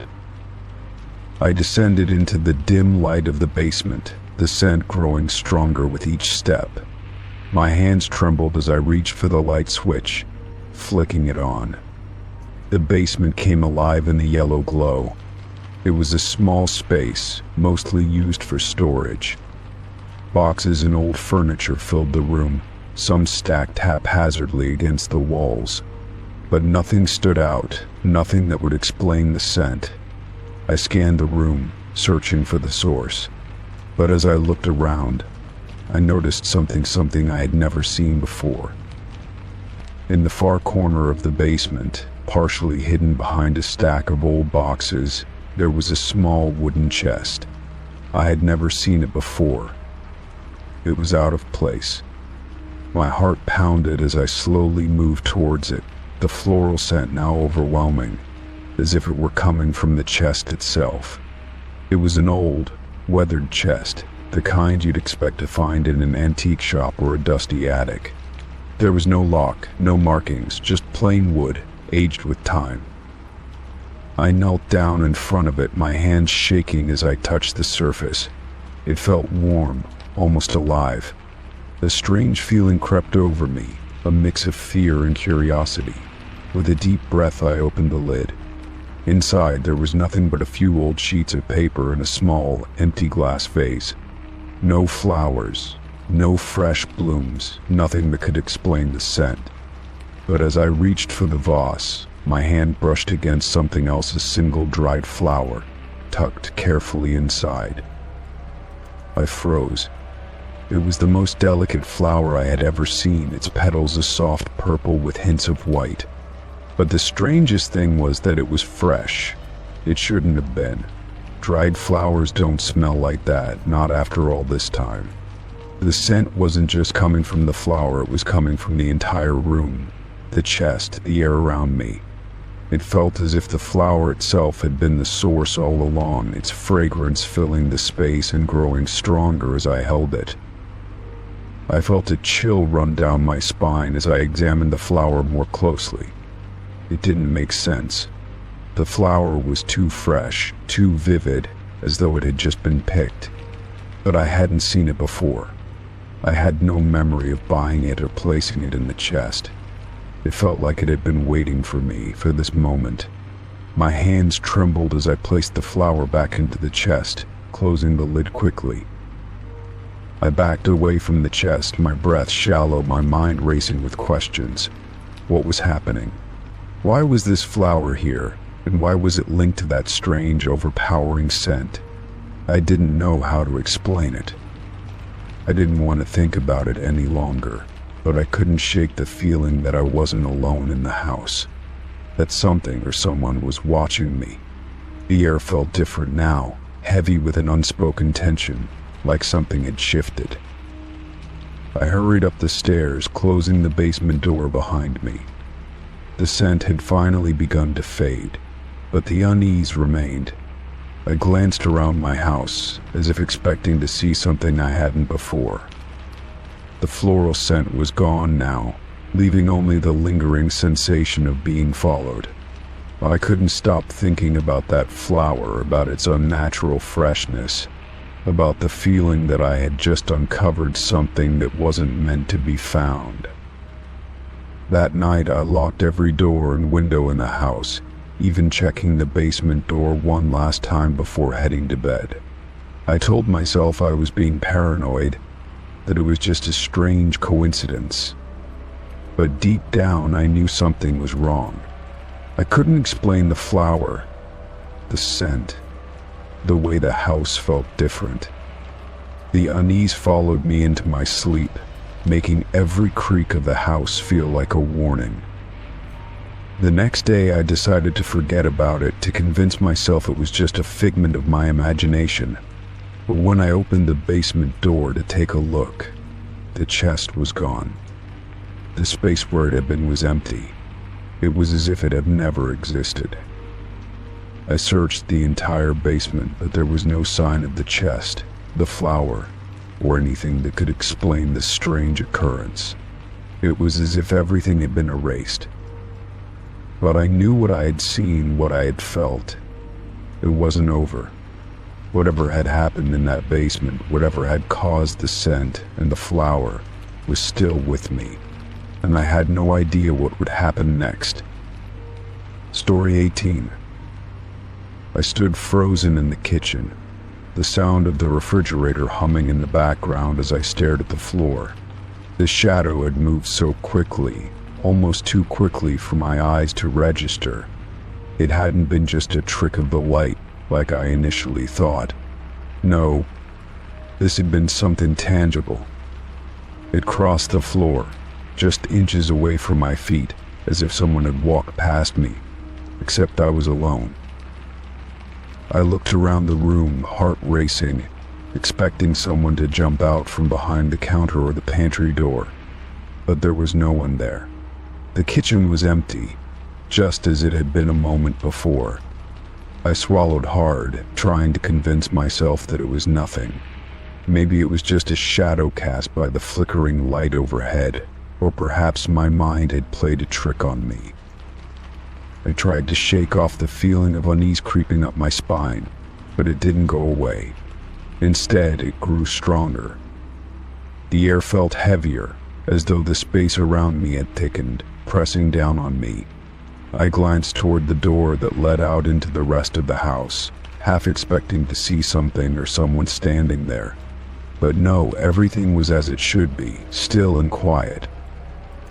I moved cautiously to the spot where I had seen the shadow. The floor was smooth, the light casting no strange angles or odd reflections. There was no sign of any movement, nothing out of the ordinary. Maybe I had imagined it. After all, I was tired, and my mind had been racing with 1,000 thoughts. But then, as I stood there, I felt the unmistakable sensation that I was being watched. It wasn't something I could explain, but the hairs on the back of my neck stood up, and my heart began to thud in my chest. It was as if someone was standing just out of my sight, lurking at the edges of my vision. I turned quickly, half expecting to see someone behind me, but again, no one was there. I exhaled sharply, trying to calm my racing thoughts. It wasn't anything, I told myself. It was just a shadow, just my mind playing tricks. But as I reached for the light switch, I saw it again. The shadow moved across the floor in the corner of my eye, just like before. I snapped my head to look at it, but there was nothing, just the empty kitchen. My breath caught in my throat. This time I couldn't deny it. Something was wrong. I backed away slowly, my heart hammering in my chest as I reached for my phone. My fingers trembled as I unlocked the screen. but there was no one I could call. I couldn't explain this, not without sounding insane. And even if I did call someone, what would they say? They'd probably think I was imagining things or overreacting. I couldn't stay in the kitchen any longer. I hurried out of the room, my footsteps echoing through the house as I moved toward the living room. I glanced nervously over my shoulder, half expecting to see the shadow trailing behind me, but there was nothing. The house was still, too still, and the silence pressed down on me, making my skin crawl. I sat on the couch, clutching my phone tightly in my hand, staring at the front door. It was locked, as it always was. I had double-checked it before going into the kitchen. Still, a nagging feeling lingered in the back of my mind, a feeling I couldn't shake. Something was off. I couldn't put my finger on it, but it was there, gnawing at me. The evening stretched on, and the house remained eerily quiet. The only sounds were the occasional creaks of the floorboards, the hum of the refrigerator, and the soft ticking of the clock on the wall. I couldn't focus on anything. My thoughts kept drifting back to the shadow, to the feeling of being watched. At one point I must have dozed off, because I suddenly jolted awake, heart pounding in my chest. The house was still, too still. I looked around, but everything seemed normal. Nothing was out of place. But the feeling was still there, like someone was standing just out of my reach, watching. I decided I couldn't stay in the house alone anymore. The shadow, the feeling of being watched, it was too much. I needed to leave. I grabbed my things and stepped outside into the cool night air, taking a deep breath as I walked to my car. As I drove away, I glanced back at the house through the rearview mirror. It was still standing there, dark and quiet, just like it always had been. But the nagging feeling wouldn't go away. Something had changed, something was different. And I couldn't shake the thought that whatever it was still there, waiting for me to return. Story 19. I opened my eyes to the soft glow of my phone screen. The sudden ping of a notification pulling me from a restless sleep. My hand reached out instinctively, the weight of the phone cold against my skin. The subject line of the email caught my attention immediately. I know you're alone. My heart skipped a beat, and for a moment, I didn't move. I couldn't move. A sinking feeling spread through me, and I stared at the message, unsure if I should even open it. It was 2:30 a.m. I had been awake for hours, too tangled in thoughts to fall asleep properly. My phone was the only thing keeping me company in the dead silence of the night, and now, this an email from an unknown sender, a chilling message I couldn't ignore. I hesitated, my thumb hovering over the screen, but my curiosity won out. I opened it. The body of the email was short and to the point, the words cold and matter-of-fact. I know you're alone. I'm watching. I felt my breath catch in my throat, my chest tightening as the words settled into my mind. The message didn't make any sense. Who would send something like that? Why? I looked around the dark room, the silence swallowing me whole. The air felt different, charged in a way that made me shiver despite the heat of the night. There was no way I could just ignore it. I needed to know more, to find out who was behind this, but I couldn't figure out where to start. I quickly checked the sender's address, but it was a jumble of random letters and numbers, nothing familiar. I wondered if it was some kind of prank or spam email, but the message felt too personal, too specific to brush off. The fact that they knew I was alone, that they were watching, sent a ripple of panic through me. I wasn't sure what to do. Should I report it? Should I respond? My phone buzzed again, the sudden sound making me flinch. A new notification popped up, another email from the same unknown sender. My fingers shook as I opened it. This time the message was different. You can't escape me. I'll be waiting. I closed the email quickly, my heart pounding now. The room around me felt smaller, the air suffocating. I turned to check the locks on my door, even though I knew they were secure. Every window in my apartment was locked. I hadn't heard anything, seen anything unusual, yet the unease grew heavier by the second. It felt like someone was just waiting for me to make a mistake, to slip up. I checked the email again. The sender's address was still nonsensical, a string of random characters. The fear began to fester. How could they know I was alone? How could they be watching me? My mind raced through possibilities, but none of them made sense. This wasn't a random message. Someone knew something about me, and that thought sent a wave of dread over me. I felt the need to do something, to make sure I wasn't just imagining it. I checked my phone settings, tried to look for any signs of a hacker or a breach, but everything seemed normal. No new apps, no strange activity. The only thing out of place was this email, the one that had been sent with the chilling words, "I'm watching." I turned off my phone. It was a reflex, a way to feel like I had some control over the situation. Maybe if I just blocked everything out, the fear would fade. But as I lay back in bed, trying to convince myself to sleep, my mind couldn't shake the message. What if someone really was watching me? What if they knew more than they were letting on? I drifted in and out of uneasy sleep, every creak of the floorboards, every rustle of the air making me jump. But when the morning light finally filtered through the curtains, I convinced myself that it was just a prank, a cruel joke played by someone who had too much time on their hands. I was being paranoid, I told myself. Nothing was wrong. That was, until the next morning, when I found another email waiting for me. The subject line read, "I see you." I froze, staring at the words. There was a photo attached to the email.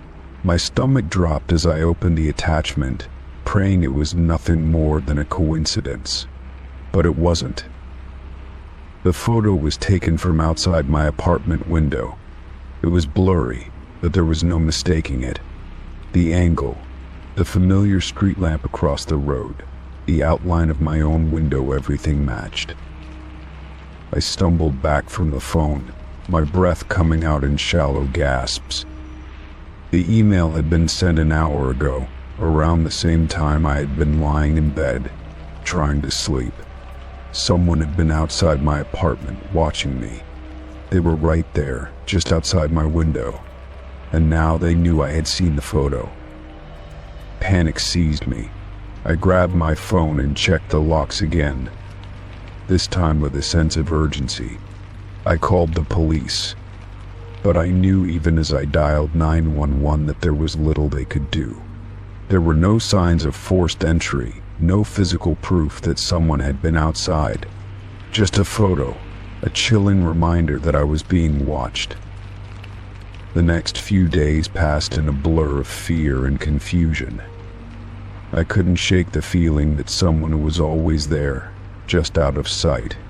I started locking all the windows, pulling the blinds shut, even during the day. I couldn't leave my apartment without feeling like eyes were on me, tracking my every move. I avoided checking my email, but the fear lingered, gnawing at me every time my phone buzzed. Then, one evening, a final message arrived.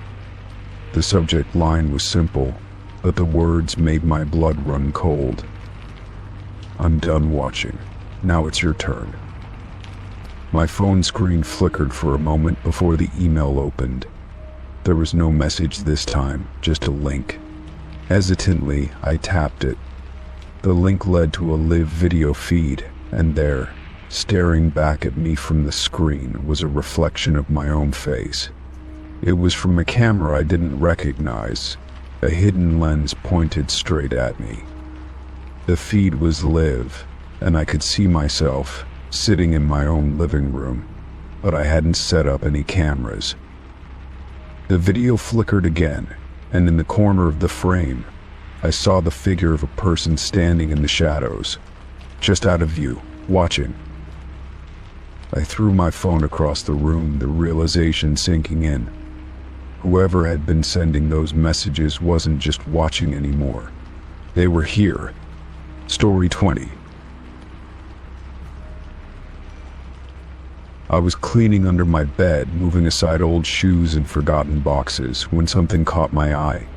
A small, dusty journal lay wedged between the bed frame and the floor, its cover worn and edges frayed as if it had been there for years. It looked out of place, especially since I had no memory of ever owning it. My heart began to race as I reached down and pulled it out, brushing off the dust to reveal its worn leather cover. As I opened the journal, I saw that the pages were filled with neat, handwritten entries, the ink still dark and legible despite the age of the book. The writing seemed oddly familiar, though I couldn't place it. I flipped through the pages quickly, reading fragments of sentences, and I couldn't shake the feeling that the words were meant for me, even though I had no recollection of writing them. The first few entries described mundane daily events, nothing too unusual, but as I continued reading, the tone shifted. The later pages grew more personal, the entries more urgent and intense. The handwriting seemed to change, becoming more erratic, as if the writer was growing desperate. They described feelings of being watched, of someone always lurking just outside the line of sight, and of waking up in places they didn't remember being. The last few entries were disturbingly specific. They described a person who looked like me, only different, someone with my face but with eyes that seemed hollow, empty. The description was unsettling, and the more I read, the more uneasy I felt. I tried to dismiss the growing anxiety in my chest. It had to be some kind of coincidence. Maybe I had forgotten writing this journal, or perhaps it had been left behind by someone else, someone who had lived here before me. But the more I thought about it, the more I realized how unlikely that seemed. The handwriting felt too familiar, the words too personal. I had never seen the journal before, but something in my gut told me that I had to know more. I continued reading, each entry more disturbing than the last. One described the writer standing in a dark room, staring at a mirror, and seeing something standing behind them, though no one was there when they turned around. Another entry spoke of a time when the writer was sure they heard someone whispering their name in the middle of the night, a voice that wasn't quite human. As I read, the hairs on the back of my neck stood on end. The final entry was dated the day before I had found the journal. It was short, and it made my blood run cold. I know you're reading this now. I don't trust what you see. It's not really you. I sat there in stunned silence, the journal heavy in my hands. The words seemed to echo in my mind, and a feeling of dread washed over me. What did it mean? Who had written this? And why was it under my bed? The journal had clearly been there for some time, yet I had never noticed it before today. I couldn't understand how something so personal could have been hidden away without me ever seeing it. My mind raced with questions and possibilities. Could someone have left it for me on purpose, to send a message? Or was it mine, something I had hidden away and forgotten? The more I thought about it, the less sense it made. I was sure I hadn't written the entries, yet there was no denying the connection between the words and the unease I felt. I couldn't bring myself to put the journal down. I needed to know more, to understand why it felt like the writer was speaking directly to me. The more I read, the more certain I became that something wasn't right, that the journal was trying to tell me something I wasn't ready to hear. I closed my eyes for a moment, trying to clear my thoughts. When I opened them again, I was startled to find that the room had grown darker, the air colder, I glanced at the clock, but only a few minutes had passed since I had last checked. The journal seemed to pulse in my hands, as though it was alive, as though it was trying to communicate something that I wasn't yet able to understand. I closed the journal, my heart pounding in my chest. I didn't know what to do with it. Should I keep it, or should I throw it away? Part of me felt like I had no choice but to hold on to it, to figure out what it meant. But the other part of me wanted to run, to leave the journal behind and never look back. As the night wore on, I kept the journal beside me on the table, its presence a constant reminder that I had uncovered something I wasn't sure I was ready for. The more I thought about it, the more I realized that there were questions I couldn't answer, things that I wasn't sure I wanted to know. But as I sat there, staring at the journal, I knew that I couldn't just walk away. I finally decided to search the house, checking every nook and cranny for any clue that might explain the journal's sudden appearance. But no matter where I looked, I found nothing. No hidden compartments, no forgotten notes, just the same familiar surroundings I had always known. After hours of searching, I returned to the journal, the words still haunting me. I couldn't shake the feeling that there was something more to it, something I hadn't yet discovered. I opened it once more, hoping to find an answer, but all I saw were the same cryptic entries, each one more unsettling than the last. As I read the last entry again, I couldn't help but feel that the message was more than just a warning.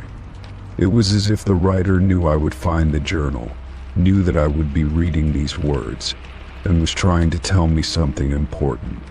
But what? What was I supposed to do with this information? I had no answers, only questions, and the more I thought about it, the more I realized that I had unknowingly opened a door to something far bigger than I had ever anticipated. The journal was just the beginning, and whatever lay ahead, I wasn't sure I was ready to face it. Story 21. I sat on my couch, scrolling through my phone, mindlessly flipping through pictures I had taken over the past few weeks.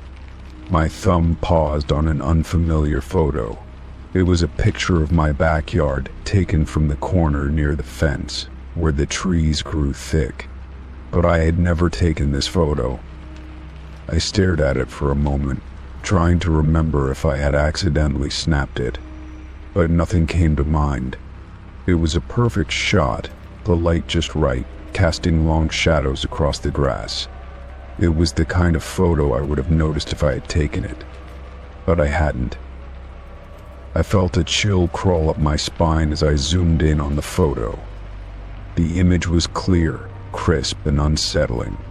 There was nothing out of the ordinary in the backyard itself.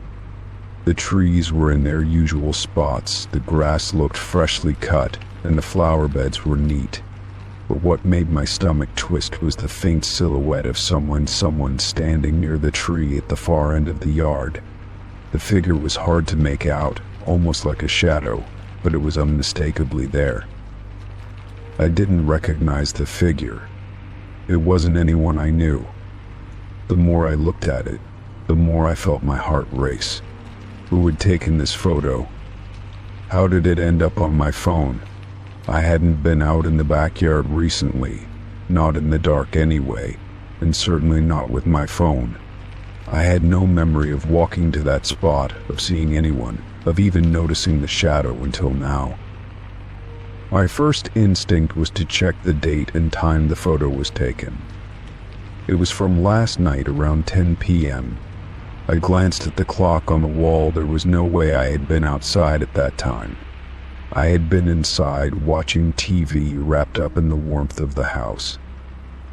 I hadn't heard anything unusual, but that figure, that shadow, was right there in the photo. I felt my pulse quicken as I checked the rest of my phone. I scrolled through my gallery, looking for anything else out of place. There was nothing, just the usual photos and screenshots. But the image of the backyard stood out, as if it didn't belong. I checked my messages, my calls, trying to find any sign of what was going on. Nothing.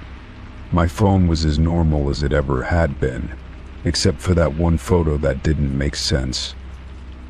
I stood up and walked to the window, peering outside into the backyard. It was dark now, the kind of dark that seemed to hold secrets. I could see the outline of the trees, the faint movement of the branches in the wind, but there was no figure standing near the tree like in the photo. Everything looked ordinary, calm.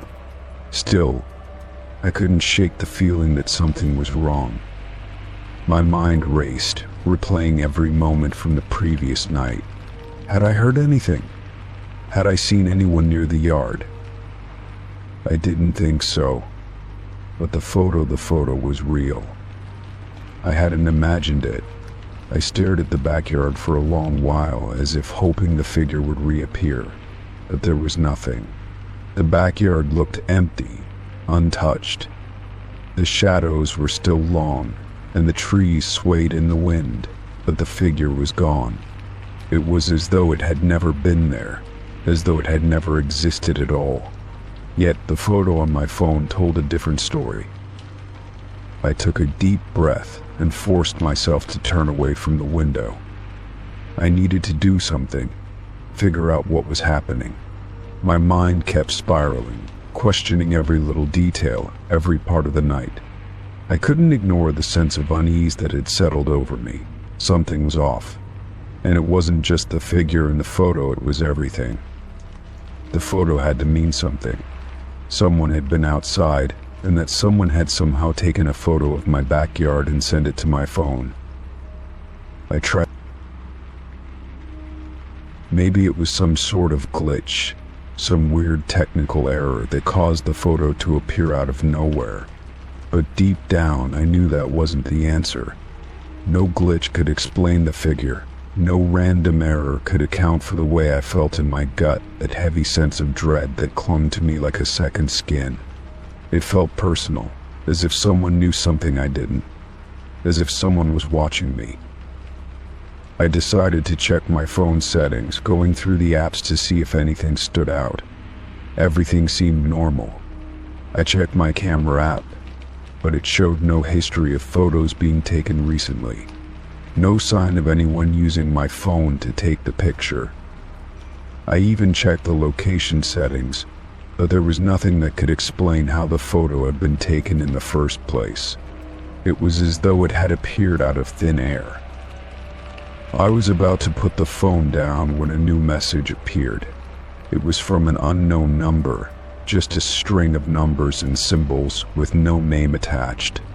My heart skipped a beat as I opened it. The message read, "I see you." I felt the breath catch in my throat. The hair on the back of my neck stood up, and my hands trembled as I held the phone. The text was simple, chilling in its directness. But what made it worse was the timing. Why was I receiving this now, after finding the photo? It was like the person knew I had discovered the figure, knew I had been looking outside, knew I was unsettled. I thought about calling someone, maybe the police, or a friend, or even a neighbor, but I couldn't bring myself to do it. I didn't know what to say. I didn't know what was going on. All I had was the photo, the strange message, and the feeling of being watched.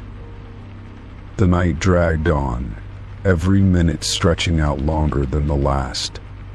I stayed up, phone in hand, unable to shake the sense that I wasn't alone. Every creak of the floor, every gust of wind outside made my heart race. I kept checking the window, the yard, expecting to see that shadow again, but it never came. The night passed and still no more messages, no more photos. The next morning, everything seemed normal again. The photo was still there on my phone, and the message had disappeared, leaving no trace. It was as though the night had never happened, as if I had imagined it all. But I knew I hadn't. I couldn't explain it, but I couldn't deny it either. The fear lingered, though. The unease never fully went away.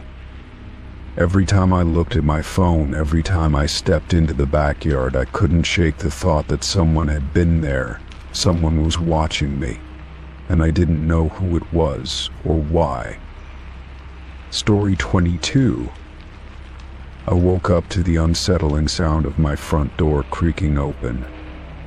The noise sliced through the quiet of the early morning, pulling me from my deep sleep.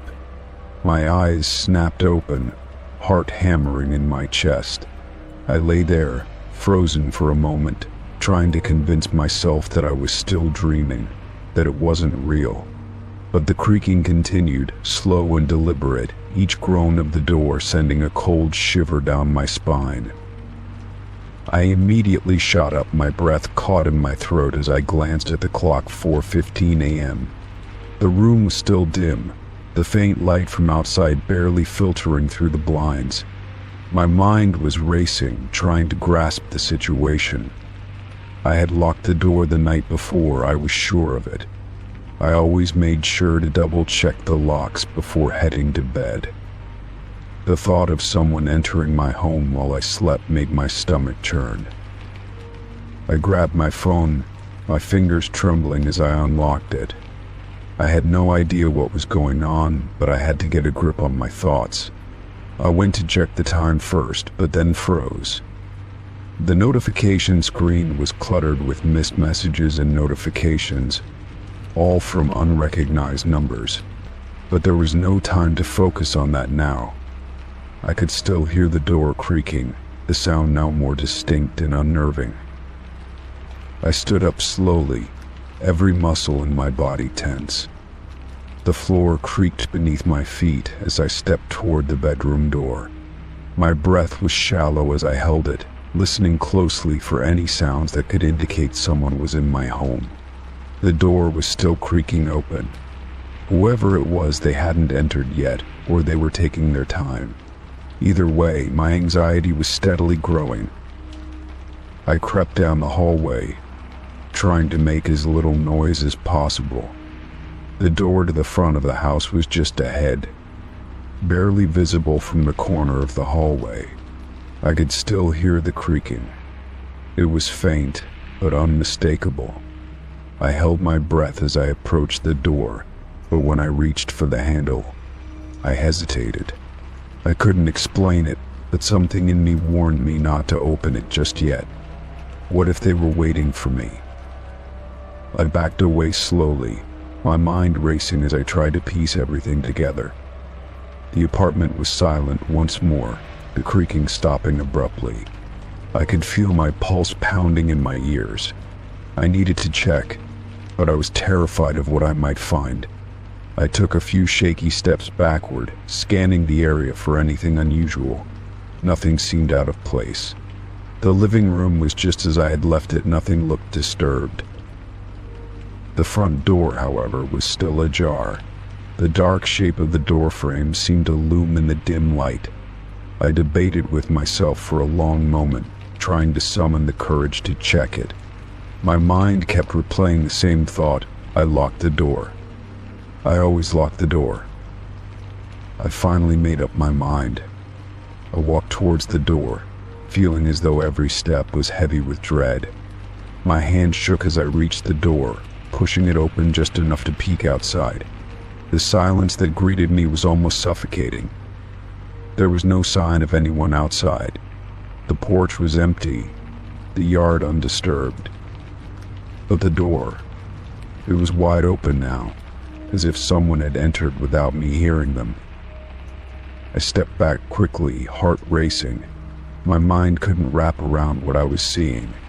There was no way anyone could have gotten in without me noticing, without waking me up. The door wasn't damaged in any way. The lock was intact, the bolt in place, but somehow it had opened.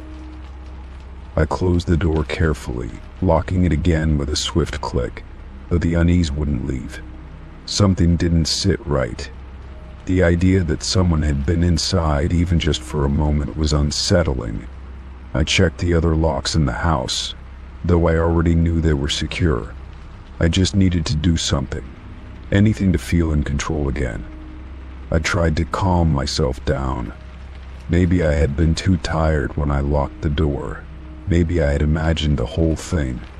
But the sound of the door opening, the way it had creaked in the silence of the night, it didn't feel like a figment of my imagination. It felt too real. I went back to my bedroom, but the feeling of being watched didn't leave. I glanced around, checking for any signs of someone's presence, but everything seemed just as it should be.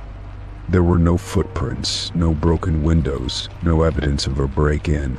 Still, my anxiety wasn't letting up. My mind kept circling back to the sound of the door, the way it had opened without explanation. I sat on the bed, staring at the door for what felt like an eternity, my thoughts running wild. Had I locked it? Was I sure? The questions bounced in my head, but they were followed by others, questions I couldn't answer. What if someone had been watching me? What if they were still outside, waiting? I decided to try and sleep again, hoping that the morning would bring clarity.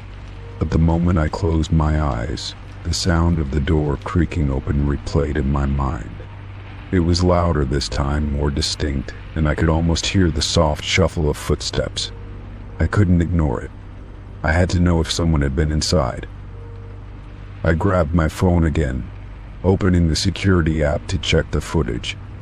My heart was pounding as I scrolled through the time-stamped recordings. I watched the hours go by, seeing nothing unusual, just the quiet stillness of my apartment. Then I reached the time around the creaking. The video showed me sleeping soundly in my bed, the light from the street outside filtering in through the blinds. But when I fast-forwarded a bit more, I saw it there. In the dark frame of the front door was the door slowly swinging open. My stomach turned. The door had definitely been closed the night before. The footage showed it opening on its own, just like I had heard, and yet there was no one there. No person, no movement, just the door swinging open as if someone had been standing there waiting for it to creak open. I stared at the screen in disbelief. I couldn't process what I was seeing. It didn't make sense. No one had been inside, and yet the footage was clear as day. The door had opened by itself, without explanation, and I had no idea how or why. I felt a cold sweat break out across my back. It was then that I realized something. I wasn't just scared, I was confused. Nothing was adding up. I couldn't keep running on adrenaline, trying to make sense of something that didn't have a logical explanation. But the feeling of something not being right lingered in the air, heavy and oppressive. I locked the door again, checked every window, and turned on every light in the house.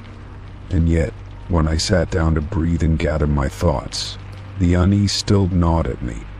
Something had happened, something I couldn't explain, and no matter how much I checked the locks or reassured myself, it wouldn't go away. The door had opened on its own, and I couldn't shake the feeling that I wasn't truly alone. Story 23. I walked into my house after a long day, ready to relax, but as soon as I stepped inside, I felt something was off.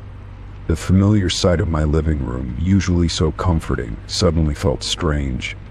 My eyes darted around the room, and it didn't take long for me to realize why. My personal belongings were all out of place. The bookshelf was slightly ajar, with books scattered across the floor, and my favorite chair, which I always left near the window, was now pushed to the other side of the room. The lamp on the coffee table was turned on, but I never left it on. I stood frozen in the doorway, my mind racing. Had I left the house in a hurry this morning and forgotten how I'd arranged everything? No. I was sure I hadn't. I always took my time in the mornings, ensuring everything was just so. Yet here it was proof that something had changed while I was gone. The feeling of unease crept up my spine, my skin prickling. I took a few hesitant steps forward, glancing at the hallway, and that's when I noticed something else. The door to my bedroom, which I always left slightly cracked, was now fully open.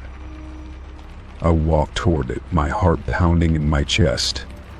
My mind kept telling me to stay calm, that there must be a logical explanation, but the knot in my stomach tightened with every step. I pushed the door open and froze in the doorway. My bed, which I had made just this morning, was now unmade. The pillows were thrown carelessly to one side, and the sheets were crumpled, as if someone had been lying there. I felt a wave of dread wash over me. Who had been in my house? I took a deep breath and tried to shake off the rising panic. There had to be a reasonable explanation. Maybe someone had been in here while I was at work, an intruder, perhaps. But the thought of someone having been in my home without me knowing felt like a violation I couldn't quite wrap my mind around. I had always locked up properly. Had I forgotten? I couldn't be sure. But the thought that someone had rifled through my things, moved them, and left no trace except for the disarray gnawed at me. I stepped back into the living room and looked around again.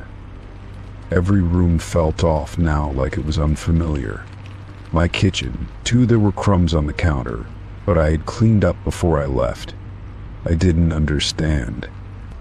This wasn't the way I had left things.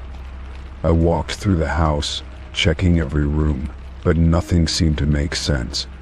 Each item was placed differently from how I had left it, and it was all so deliberate.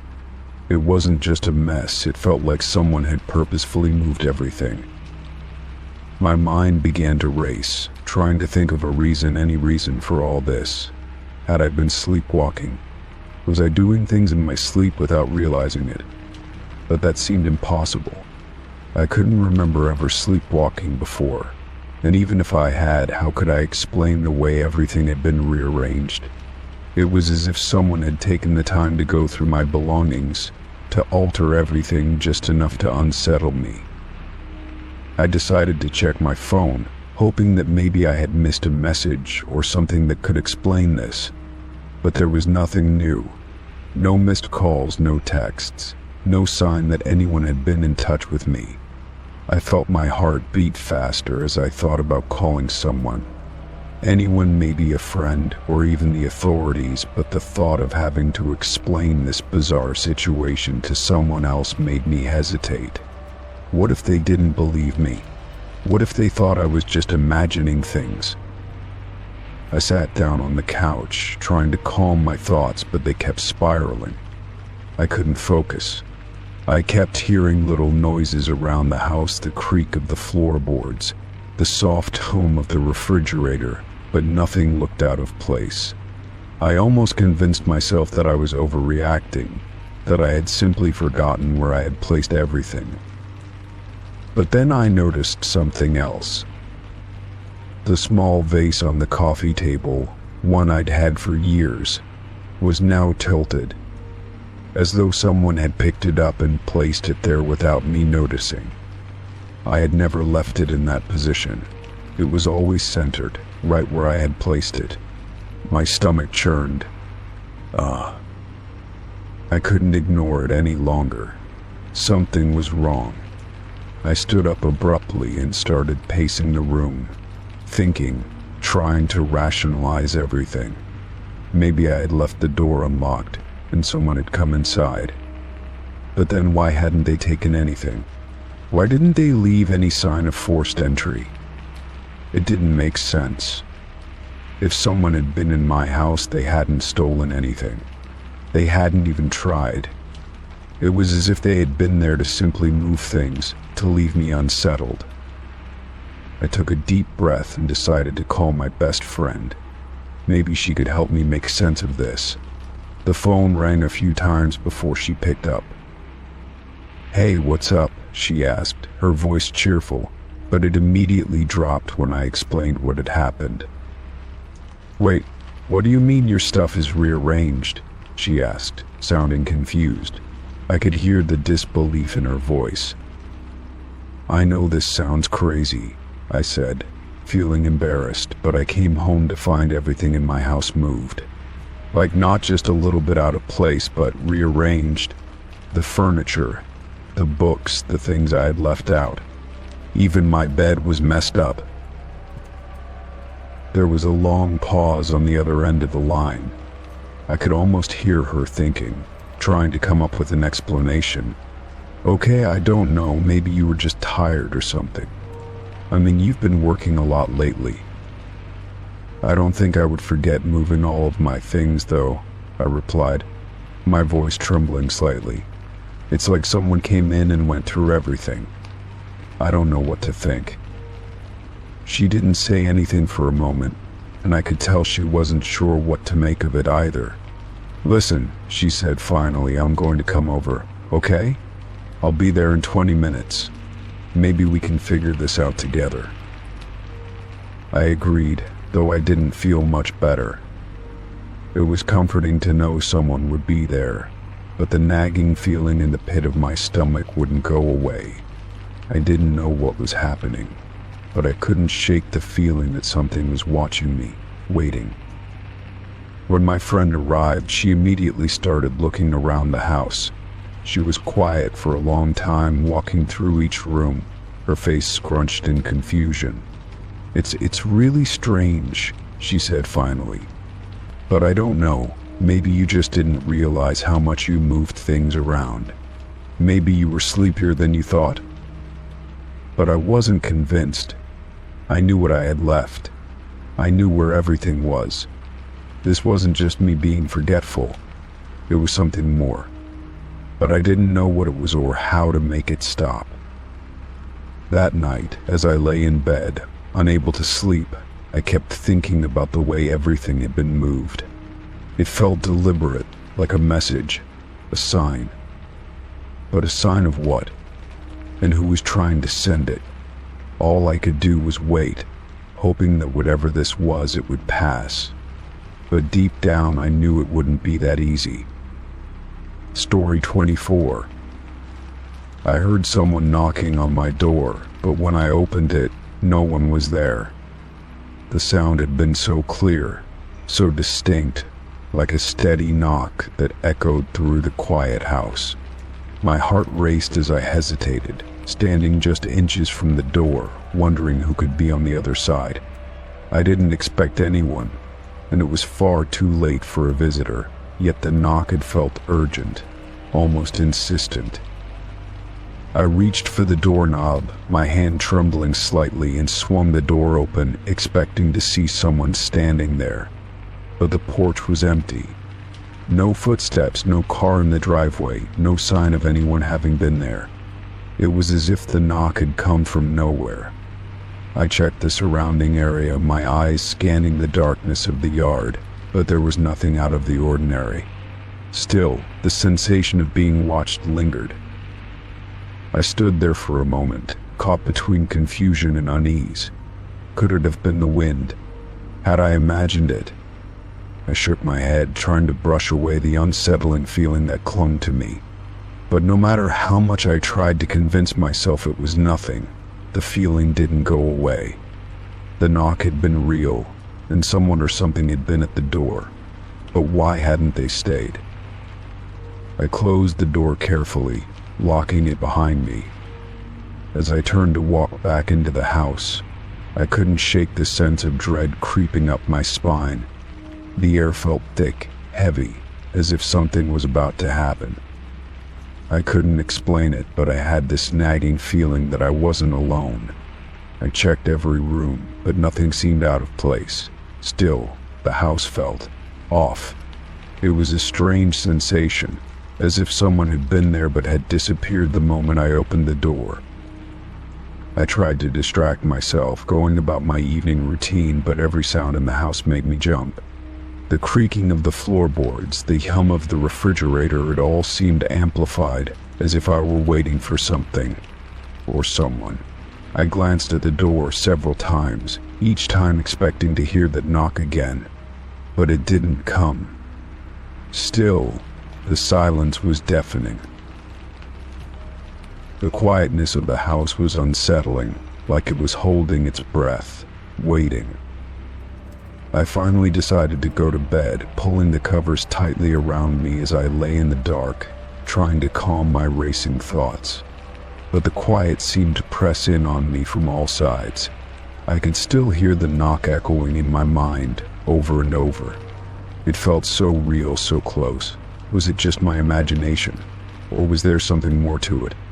I tossed and turned, unable to shake the feeling that something was wrong, that someone was out there. Hours passed, and I eventually fell into a restless sleep, but even in my dreams I couldn't escape the knock. It was there, always at the edge of my awareness, growing louder and more urgent. I woke up several times during the night, heart pounding, only to find the house still and quiet. Each time I glanced at the door, expecting it to open, but it remained locked, untouched. The next morning I tried to shake off the feeling. Maybe it was nothing more than a figment of my imagination. I was tired, stressed, and had been dealing with a lot. Perhaps I had simply imagined the knock. But deep down, I knew that wasn't the case. Something about it had felt too real, too deliberate. I couldn't explain it, but I couldn't ignore it either. I decided to check the doorbell camera footage, hoping it would provide some answers. When I pulled up the video, I watched in disbelief as the camera showed nothing, no person, no movement, just the empty porch. But I had heard the knock. I had felt it. The footage didn't lie, but it didn't make sense. I couldn't reconcile the two. How could I hear the knock but see nothing? I spent the rest of the day trying to focus on other things, trying to shake the uneasy feeling that had settled into my bones. But no matter what I did, my mind kept drifting back to that moment. The knock had been so clear. I wasn't imagining it. I wasn't crazy.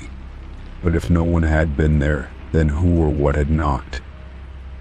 That night, I double-checked the locks, checked the windows, and made sure everything was secure before going to bed. Still, as I lay there in the dark, the house felt too quiet, too still. The shadows in the corners seemed darker, more menacing, and I couldn't shake the feeling that I was being watched. The knock still echoed in my mind, and I couldn't forget it, no matter how hard I tried. I woke up in the middle of the night, heart racing, the sound of knocking faint but unmistakable. It was coming from the door again. I sat up in bed, frozen, not knowing what to do. My mind raced with possibilities. Was it a prank? Was someone playing games? Or was it something else, something I couldn't understand? I lay there in the dark, listening as the knocking continued, slow and steady, each knock sending a ripple of fear through me.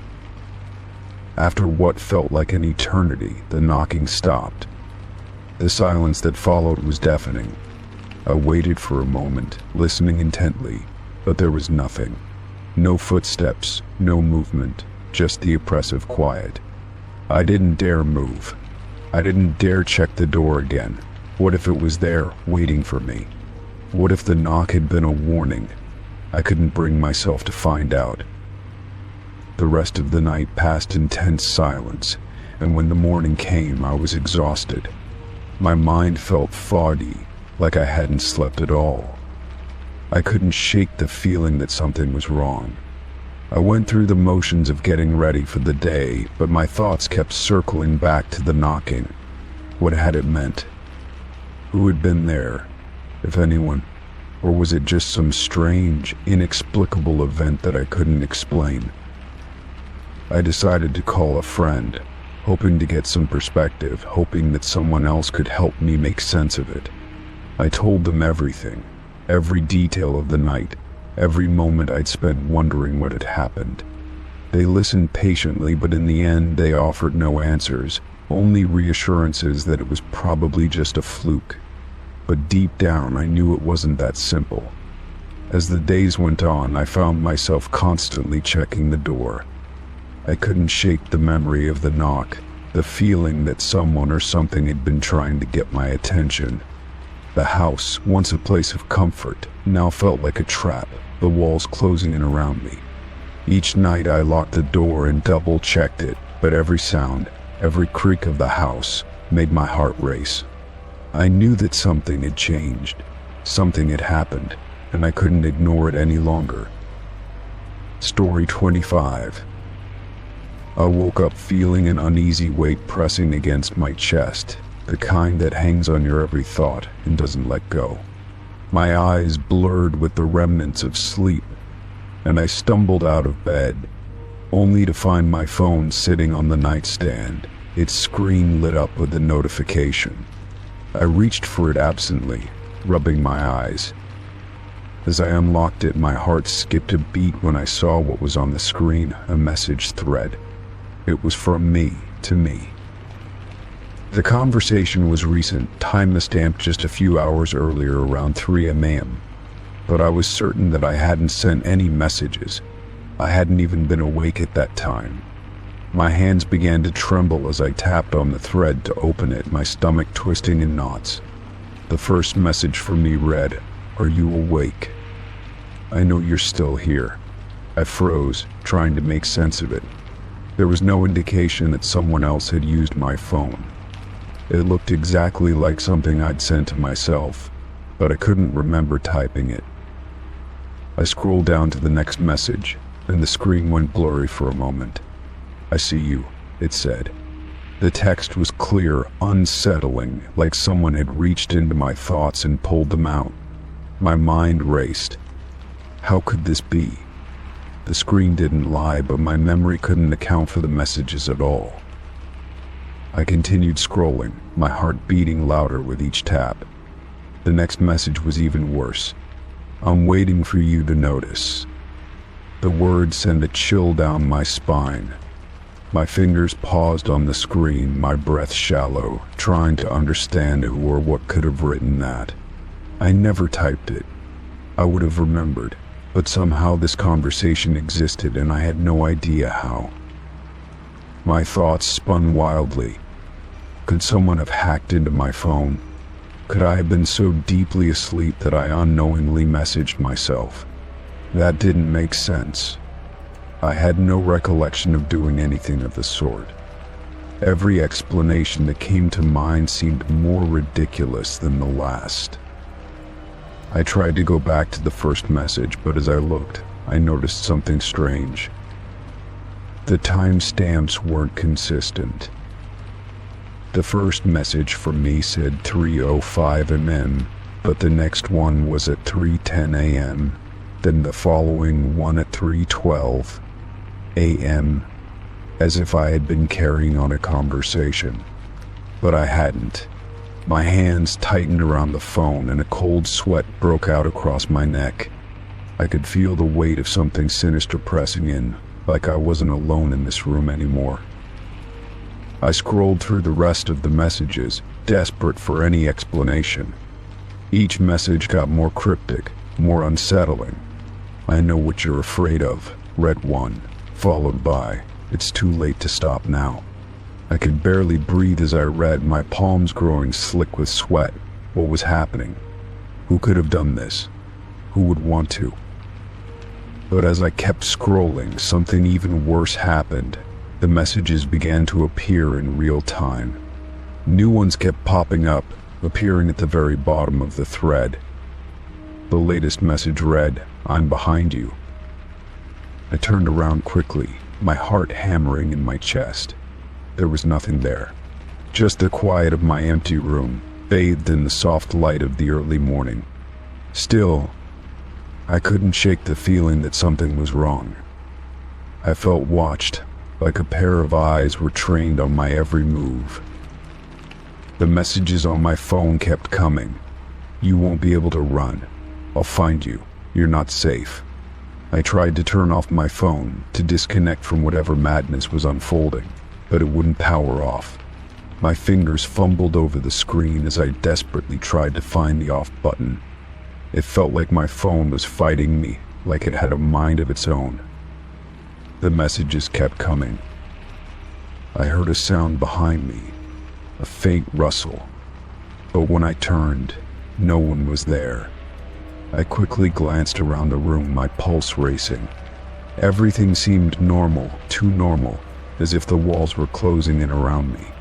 The silence was thick, oppressive, like the world was holding its breath. The phone in my hand buzzed again, and a new message appeared. "Don't look behind you." I froze. My breath caught in my throat. Something in my gut told me not to turn around, but my body moved against my will. Slowly, I twisted my head, my eyes darting around the room. The corners were empty. Nothing was there. But I couldn't shake the sense that something was lurking just out of sight, a feeling that I was no longer alone. The next message blinked onto the screen. "You've already seen me." I wanted to scream, to throw the phone across the room, but my hands wouldn't obey. I couldn't stop reading the messages, the words taking on a life of their own. "I've been here all along. I'm never leaving." Panic surged in me as I realized something. I wasn't just talking to myself. The messages were real, too real. There was someone or something on the other end, playing a sick game. The more I tried to stop it, the more it grew.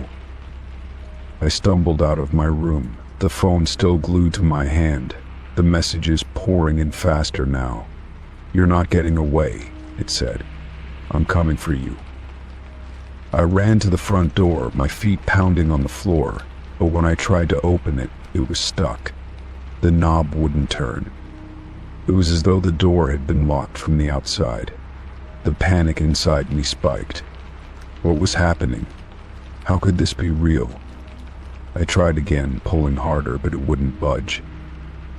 "Why are you trying to leave?" The message appeared again, right before my eyes. "You can't escape."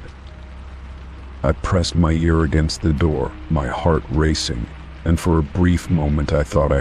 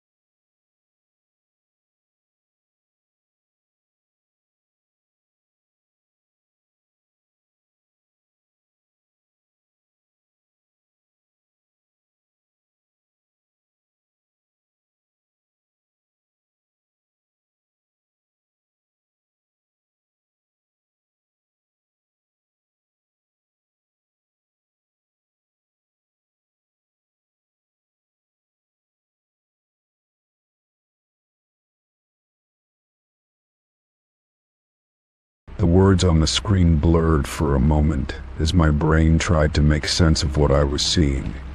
A chill ran down my spine, and I instinctively looked around the room, scanning every corner, every shadow, as if the sender might suddenly reveal themselves.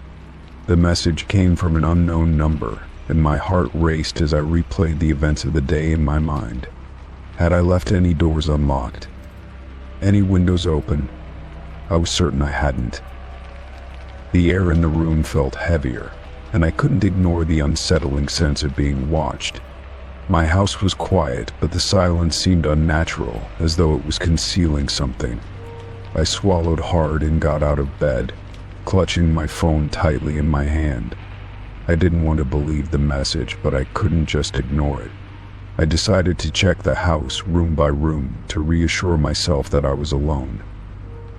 Starting with my bedroom, I checked the closet first, throwing the door open and scanning the small, cramped space. It was empty, as I expected, but that didn't ease my nerves. I moved to the bathroom next, flicking on the light and stepping inside. The mirror reflected my pale, frightened face, but there was nothing else out of the ordinary. I pulled back the shower curtain, holding my breath, but the tub was empty. I moved cautiously down the hallway, flipping on every light as I went. My living room was the same as I had left it, the couch and coffee table undisturbed. The kitchen was quiet, the counters free of any signs of intrusion. Yet, I couldn't shake the feeling that something was off. The house felt different, like it was holding its breath, waiting for something to happen. I double-checked the locks on all the doors and windows, confirming they were secure. Nothing appeared tampered with, and there were no signs of forced entry. I even checked the back door, the one I always made sure to lock before bed. It was still locked, just as I had left it. I tried to convince myself that the message was some kind of prank, maybe a wrong number, but the uneasy feeling in my gut told me otherwise. I returned to my phone, staring at the message again, as if the words might change or reveal some clue. My fingers hovered over the screen, debating whether to reply or block the number. After a moment of hesitation, I decided to respond. I typed, "Who is this?" and hit send, my hand shaking slightly. The seconds felt like hours as I waited for a reply, my heart pounding with every passing moment.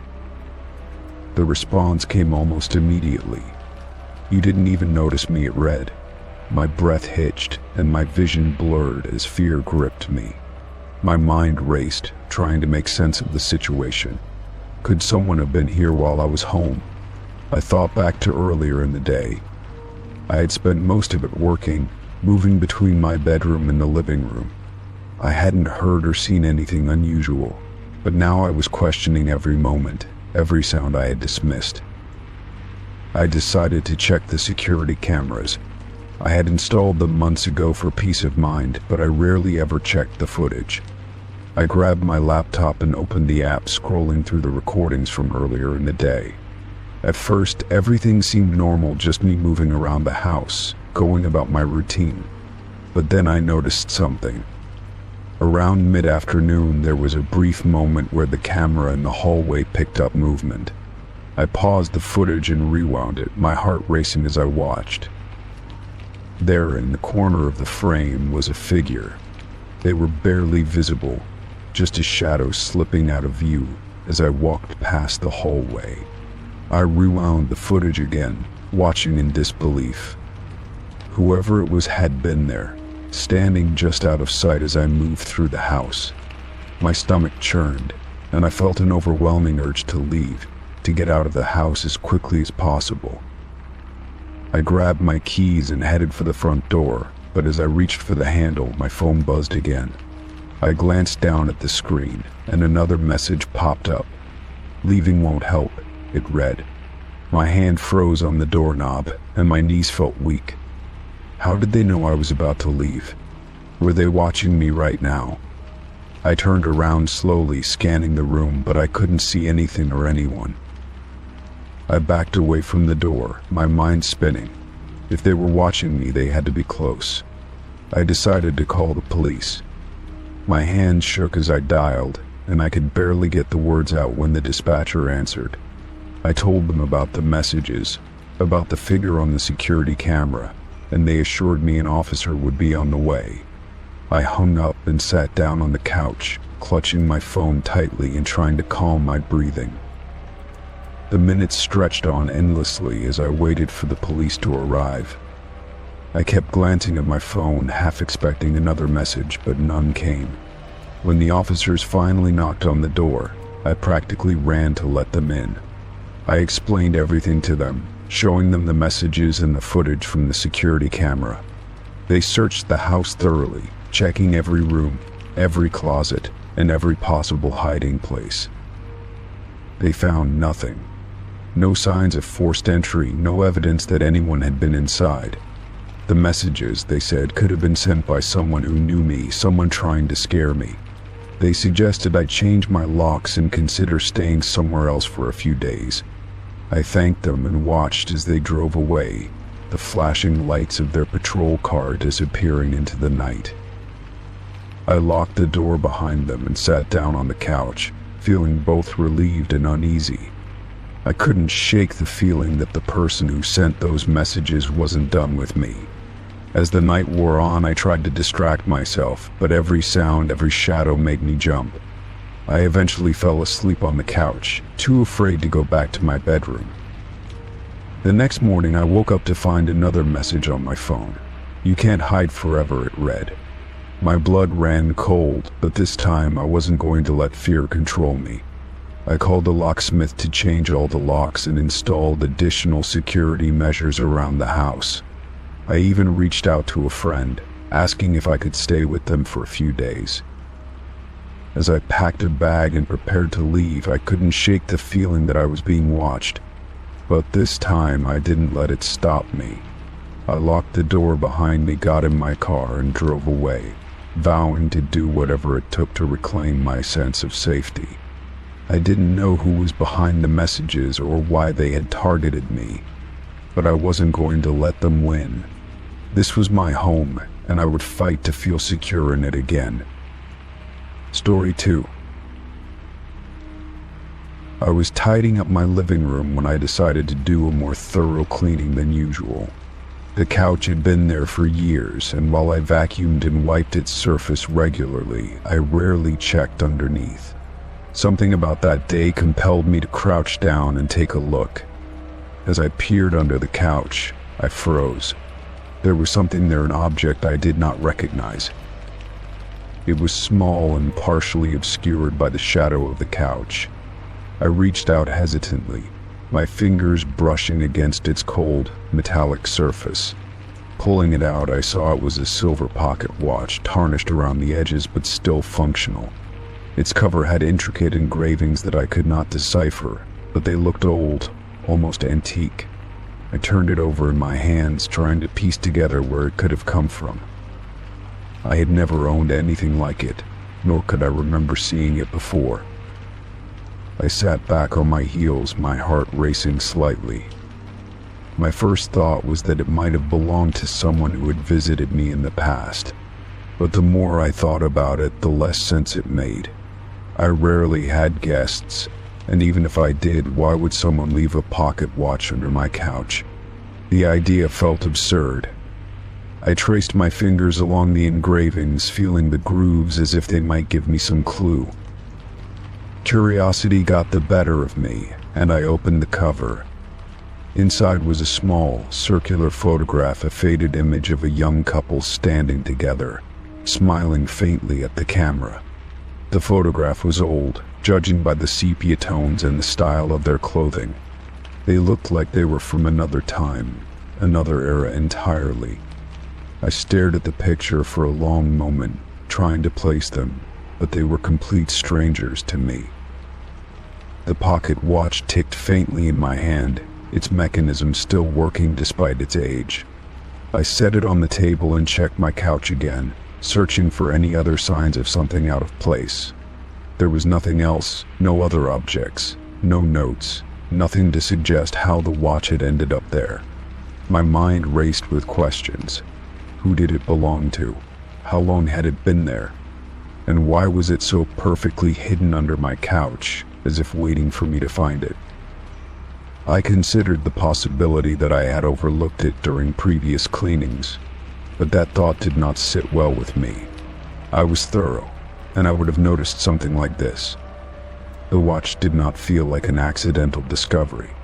It felt deliberate, like it had been placed there intentionally for me to find.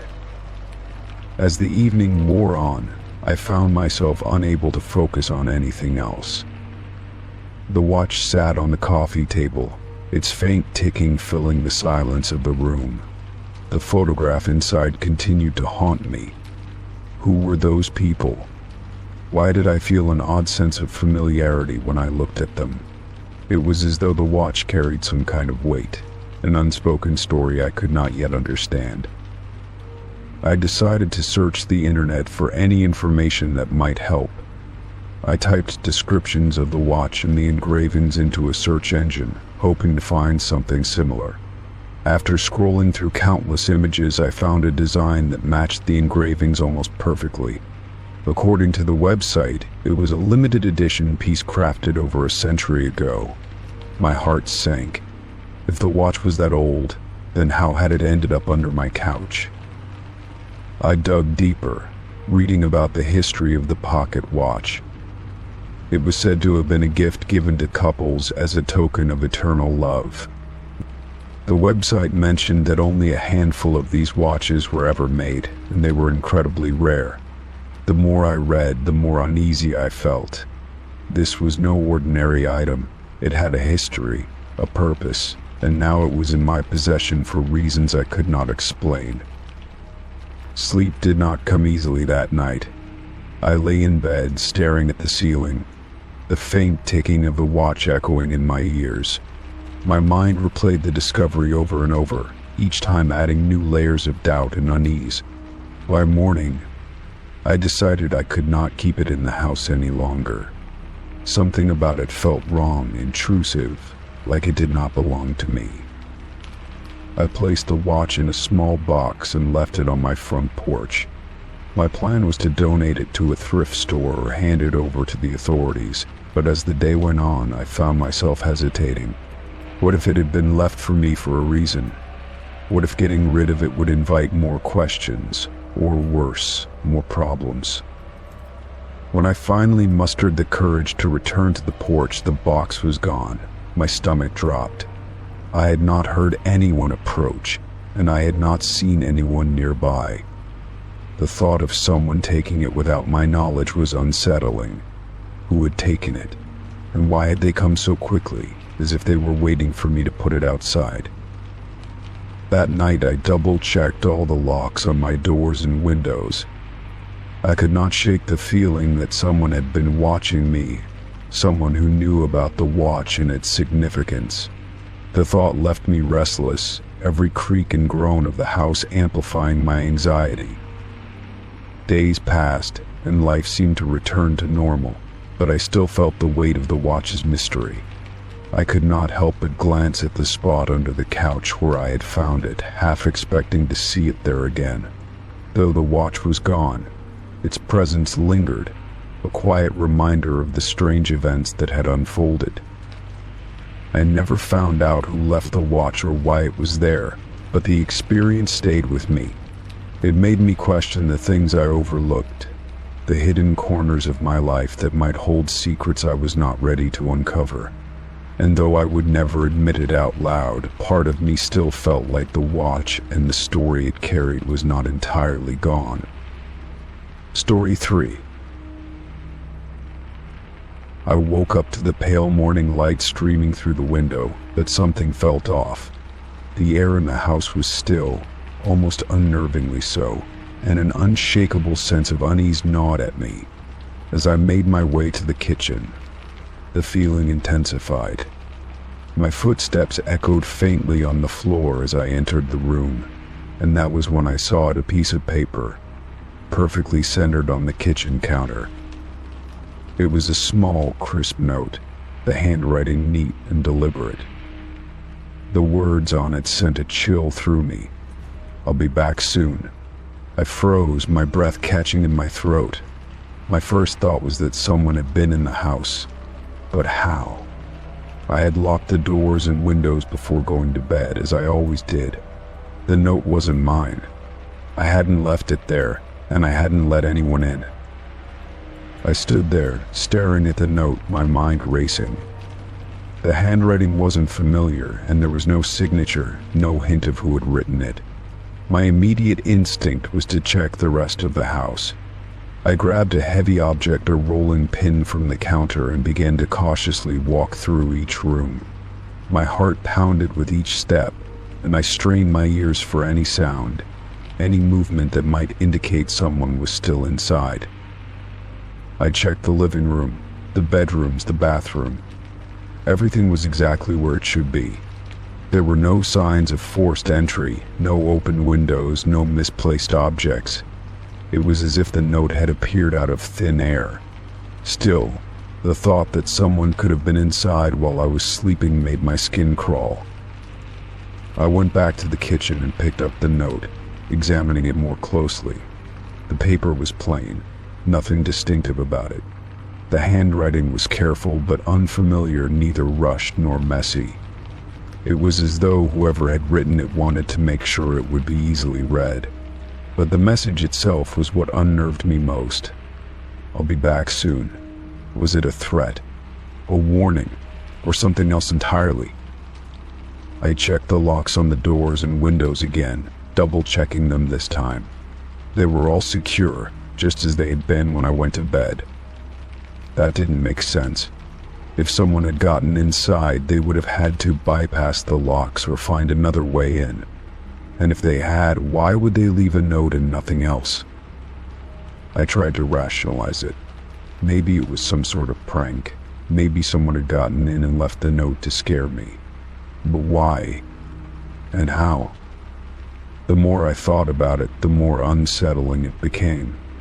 I couldn't ignore the possibility that whoever had left the note might come back, just as they had promised.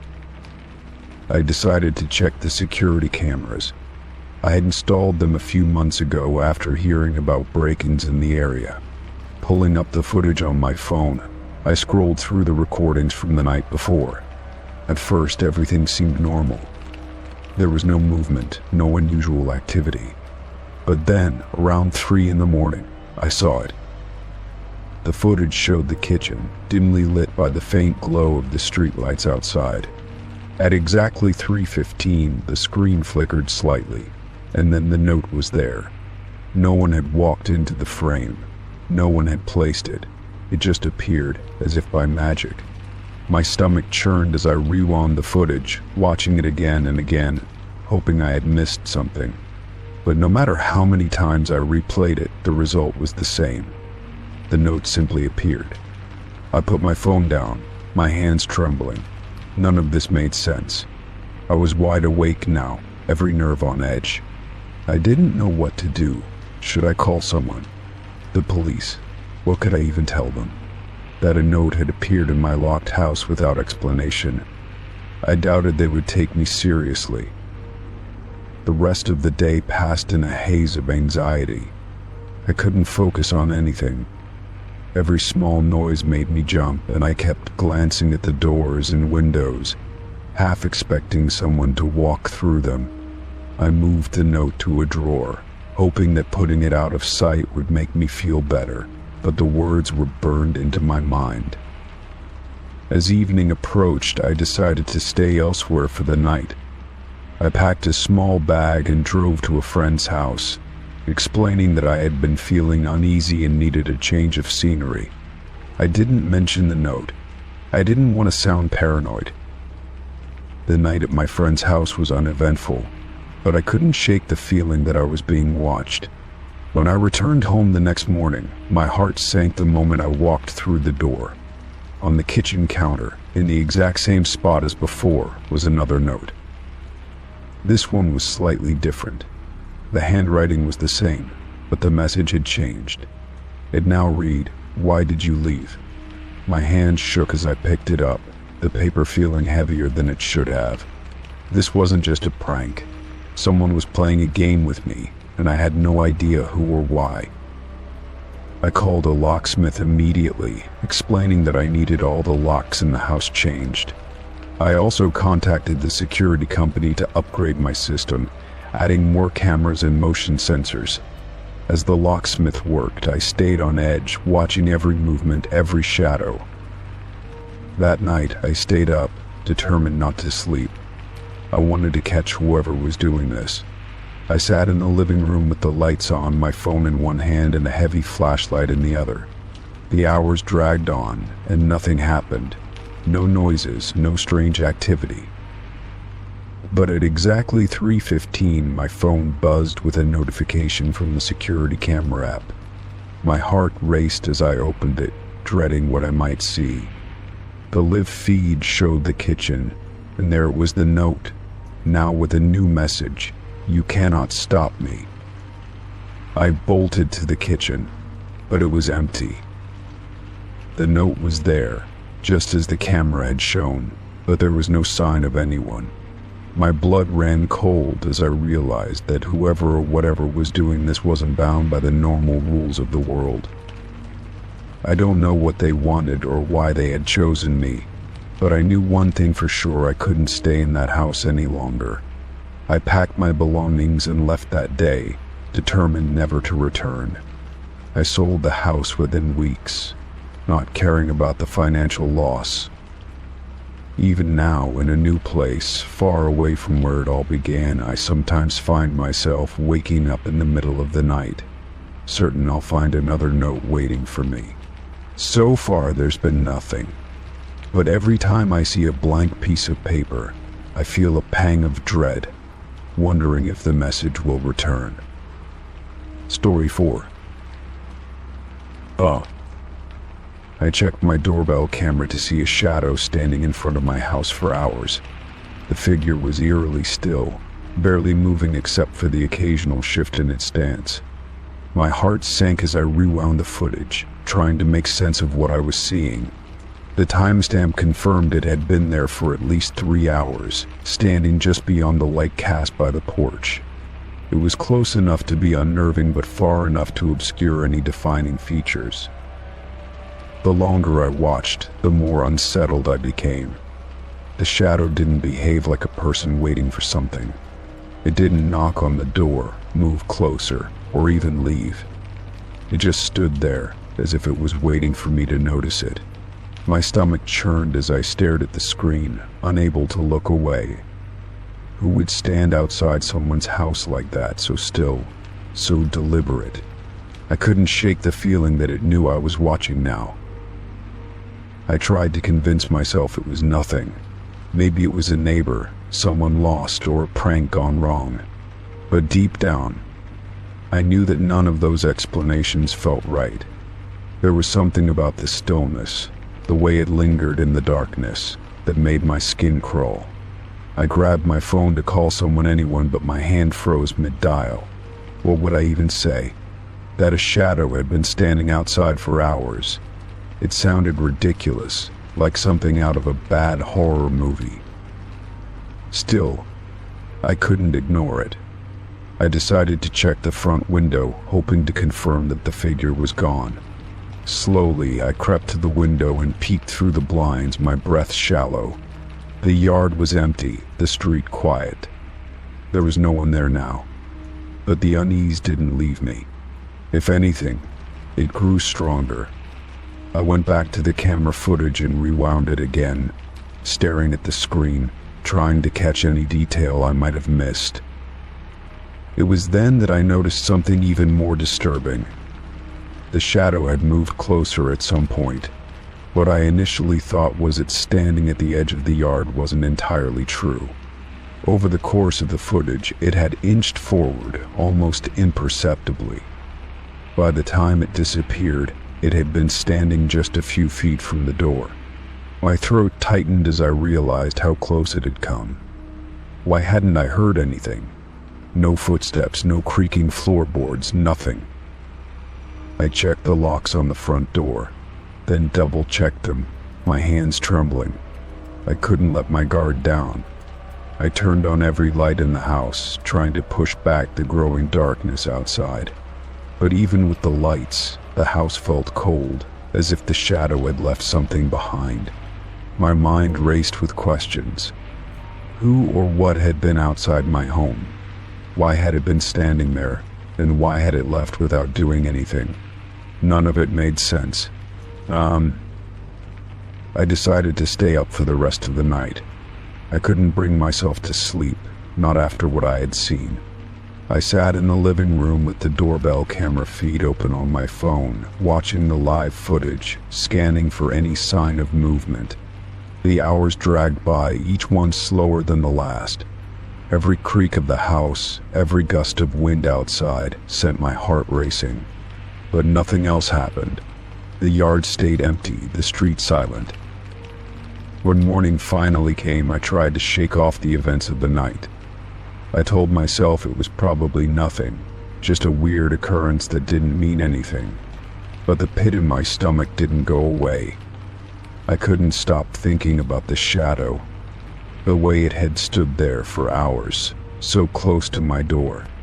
I decided to share the footage with someone else, hoping they could help make sense of it. I sent the video to a friend, explaining what had happened.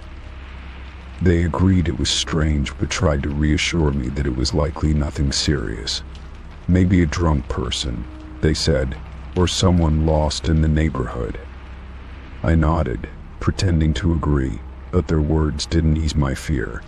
Deep down, I knew this wasn't just a random incident. It felt deliberate, targeted, as if the shadow had been there for a reason. That evening, I hesitated before turning off the lights. I checked the locks again, my eyes darting to the doorbell camera feed every few minutes. The house was silent, the night stretching on endlessly. My nerves were on edge, every small sound amplified in the stillness. I told myself it would be fine, that nothing would happen. But as the hours ticked by, I couldn't shake the feeling that the shadow was still out there, watching, waiting. Days passed, and nothing unusual happened. I started to feel a bit more at ease, though the memory of that night lingered in the back of my mind. I tried to go about my routine, focusing on work and other tasks, but I couldn't shake the feeling of being watched. I found myself glancing at the doorbell camera more often, checking the footage even when there was no reason to. It had become a habit, a way to reassure myself that everything was normal. One evening, as I sat in the living room, I decided to review the footage from the past few nights. I wasn't expecting to find anything, it was more out of curiosity than anything else. But as I scrolled through the recordings, my heart stopped. There, in the corner of the screen, was the shadow. It had returned. This time, it didn't linger at the edge of the yard. It stood directly in front of the camera, as if it wanted me to see it. The shadow didn't move, didn't make a sound. It was just there, its presence filling the screen with an oppressive darkness. I stared at the footage, my blood running cold. The timestamp showed it had been there for hours again, just standing, watching. My breath caught in my throat as I realized something even more chilling. This time the shadow had been closer. It wasn't just outside the door, it was on the porch, inches away from the camera. I didn't know what to do. My mind raced, trying to come up with a plan, but nothing felt right. Calling someone seemed pointless. What could I say that wouldn't make me sound crazy? I decided to stay inside, keep the doors locked, and wait for morning. As the night dragged on, I sat in the living room, clutching my phone, my eyes glued to the doorbell feed. The shadow never moved, never left. It stayed there, a silent reminder that it could come closer if it wanted to. When the first rays of sunlight broke through the windows, I checked the camera again. The shadow was gone. I didn't feel relief, though. Its absence felt more ominous than its presence. It had left, but not because it was done. It felt like a warning, a reminder that it could return at any time. I didn't know what it wanted or why it was targeting me, but one thing was clear. This wasn't over. The shadow wasn't gone for good. It was waiting. Story 5. When I pulled into the driveway that evening, the sinking sun cast long shadows across the yard. I was eager to get inside after a long day, but as I approached the front door, I froze. It was open, not just unlocked or slightly ajar, but wide open, the door yawning into the dim interior of my house. My heart dropped into my stomach. I knew I had locked it before leaving. I always double-checked, a habit born of years of cautiousness. I stood there for a moment, my keys clenched tightly in my hand, staring at the open door. The breeze shifted, carrying with it the faint scent of the outdoors and something else, something off. It was faint but unsettling, like the faint trace of something rotting. My mind raced through possibilities. Had I been in such a rush that I forgot to lock it? Had someone broken in? I didn't want to jump to conclusions, but every instinct told me something wasn't right. I took a deep breath and stepped onto the porch, my footsteps heavy on the wooden planks. The door creaked slightly as I pushed it fully open, and I leaned inside cautiously. The house was quiet, eerily so. Everything seemed to be in place at first glance, the furniture undisturbed, the lights still off just as I had left them. But that unsettling smell lingered, faint but noticeable, as if something had been left out too long. I reached for the light switch, flipping it on, and the entryway flooded with light. My eyes darted around, scanning for anything out of place. The silence was oppressive, amplifying the sound of my breathing and the slight creak of the floor as I stepped further inside. My keys, still clutched tightly in my hand, felt like a lifeline, though I knew they were useless for protection. I set my bag down slowly, trying to make as little noise as possible, listening intently for any sign that I wasn't alone. The living room was exactly as I had left it, down to the neatly folded blanket on the couch and the empty coffee mug on the table. I walked through the kitchen, my shoes clicking softly against the tile floor. Nothing seemed out of place here either. The back door was still locked, the windows all closed. But the smell was stronger here, like something had been left out to spoil, though I couldn't see anything unusual. I opened the pantry and the fridge, half expecting to find something rotting, but everything was in order. The smell wasn't coming from the kitchen, and that realization sent a chill down my spine. It was coming from somewhere else, deeper in the house. I hesitated, my hand gripping the edge of the counter as I tried to steady my breathing. Every instinct screamed at me to turn around and leave, to call for help, but I needed to know. I needed to be sure. I moved toward the hallway that led to the bedrooms, each step feeling heavier than the last. The hallway was dark, the only light coming from the faint glow of the streetlights filtering through the windows.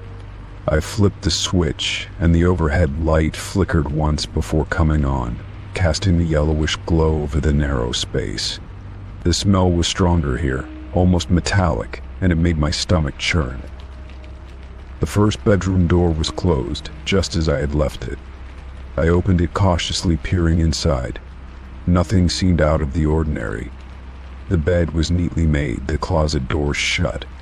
I stepped back into the hallway and moved to the next room, my heart pounding so hard I could hear it in my ears. The door to the second bedroom was slightly ajar, and as I reached for the handle, I hesitated.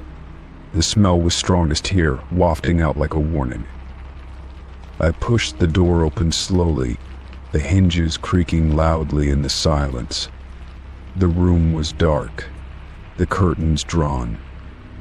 But even in the dim light, I could see that something was wrong. The bed had been disturbed, the covers rumpled and tossed aside as if someone had been lying there recently. On the floor near the foot of the bed was a strange dark stain, irregular in shape and glossy in the faint light. My throat tightened, and I took a step back instinctively. I fumbled for the light switch, my hands trembling, and when the light came on, I froze. The stain was a deep, dark red, seeping into the carpet. It was fresh. My mind raced to comprehend what I was seeing, but no explanation came. I looked around the room, searching for any other signs of intrusion, and that was when I saw a single shoe print, faint but distinct, leading out of the room and down the hallway. My breath caught in my throat as I realized the shoe print was too large to be mine. Whoever had been here wasn't just in the house, they had been in this room, possibly while I was still standing at the front door. I backed out of the room slowly, my eyes fixed on the hallway, and that was when I heard a soft creak coming from the living room, as if someone had just shifted their weight on the floorboards. I froze, my mind screaming at me to move, to run, but my body felt paralyzed. The sound came again, this time closer, and I knew I couldn't stay. I turned and bolted down the hallway, grabbing my phone from the counter as I ran toward the front door. I didn't look back, didn't dare to, as I sprinted out into the night, leaving the door wide open behind me. Once outside, I fumbled with my phone, my hands shaking as I dialed for help. The operator's voice was calm and steady. a stark contrast to the panic in mine as I explained what had happened. They assured me that officers were on their way, and I stood in the driveway, my eyes fixed on the house, waiting. Every shadow, every flicker of movement in the windows made my heart race. When the police arrived, they searched the house thoroughly. They found no one inside, no sign of forced entry, and no explanation for the strange stain on the carpet or the open door. The officers reassured me that they would continue to investigate, but as they left, I couldn't shake the feeling that something was still wrong. The house felt different now, its familiar walls and rooms tainted by an unshakable sense of unease. I locked the door that night, triple checking it before I finally went to bed. But sleep didn't come easily. Every creak of the house, every whisper of the wind outside, kept me wide awake, staring at the ceiling. I couldn't forget the sound of those footsteps or the sight of that stain. Even now, I can't shake the feeling that whoever was in my house that night wasn't just passing through, they were waiting for me to come home. Story 6. I woke to the faint sound of tapping, rhythmic and persistent, coming from my bedroom window. My heart thudded in my chest as I lay frozen under the covers, listening to the sound continue in slow, deliberate beats. It was the kind of sound that didn't belong in the stillness of the night, piercing through the quiet like an unwelcome visitor.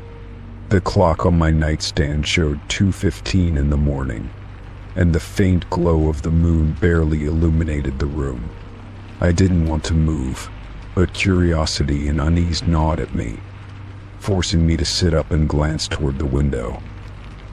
The blinds were drawn, but I could see their faint sway as if something or someone was brushing against them from the outside. My breath caught as the tapping continued, sharp and deliberate, like the person on the other side wanted me to know they were there. I forced myself to move, each step toward the window feeling heavier than the last. My hand trembled as I reached for the blinds, hesitating for a moment. Part of me wanted to turn away, to crawl back into bed and pretend I had imagined it all, but I couldn't ignore the sound. Slowly, I pulled the blinds aside and peered out into the night. The backyard was empty. The pale light of the moon illuminated the grass, the fence, and the row of trees at the edge of the property, but there was no sign of anyone.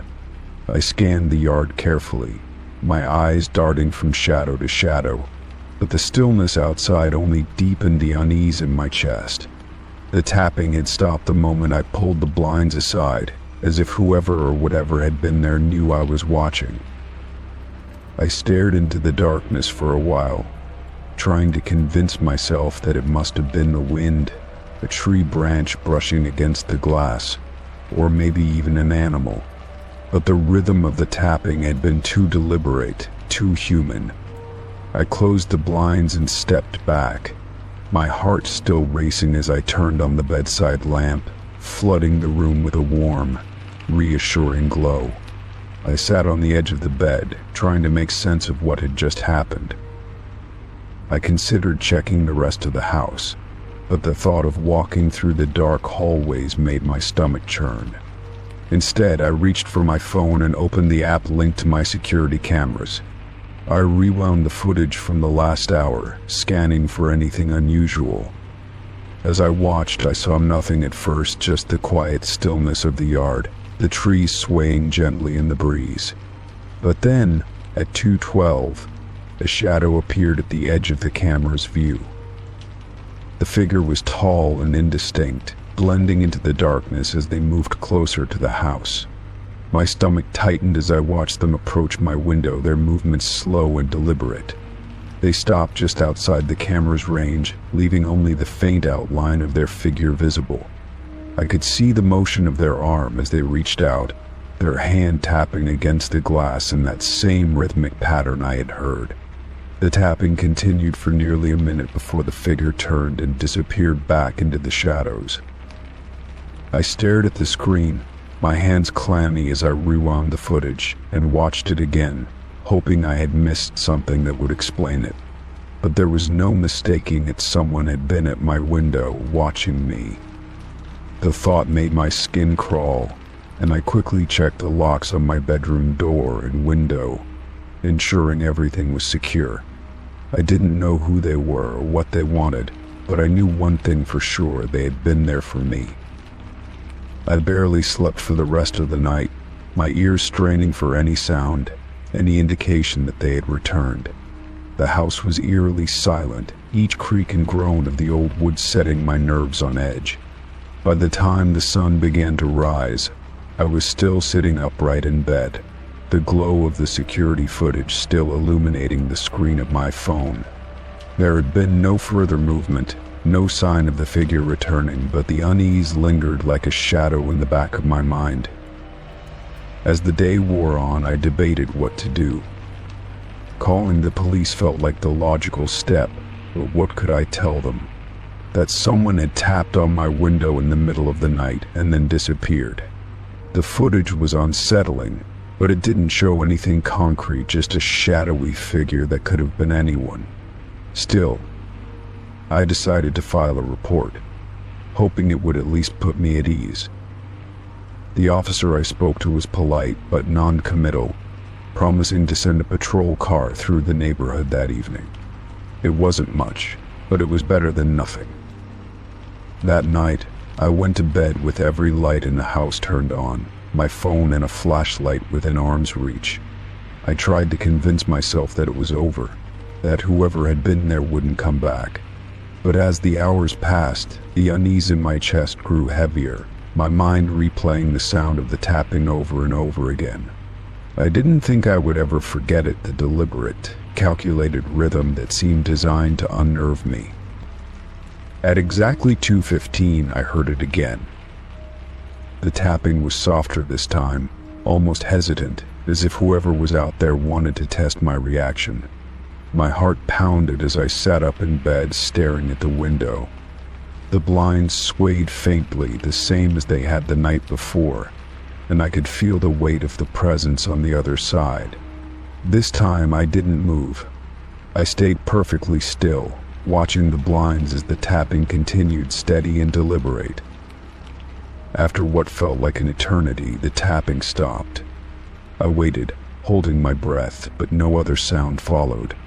Slowly, I reached for my phone and opened the security app, pulling up the live feed from the cameras.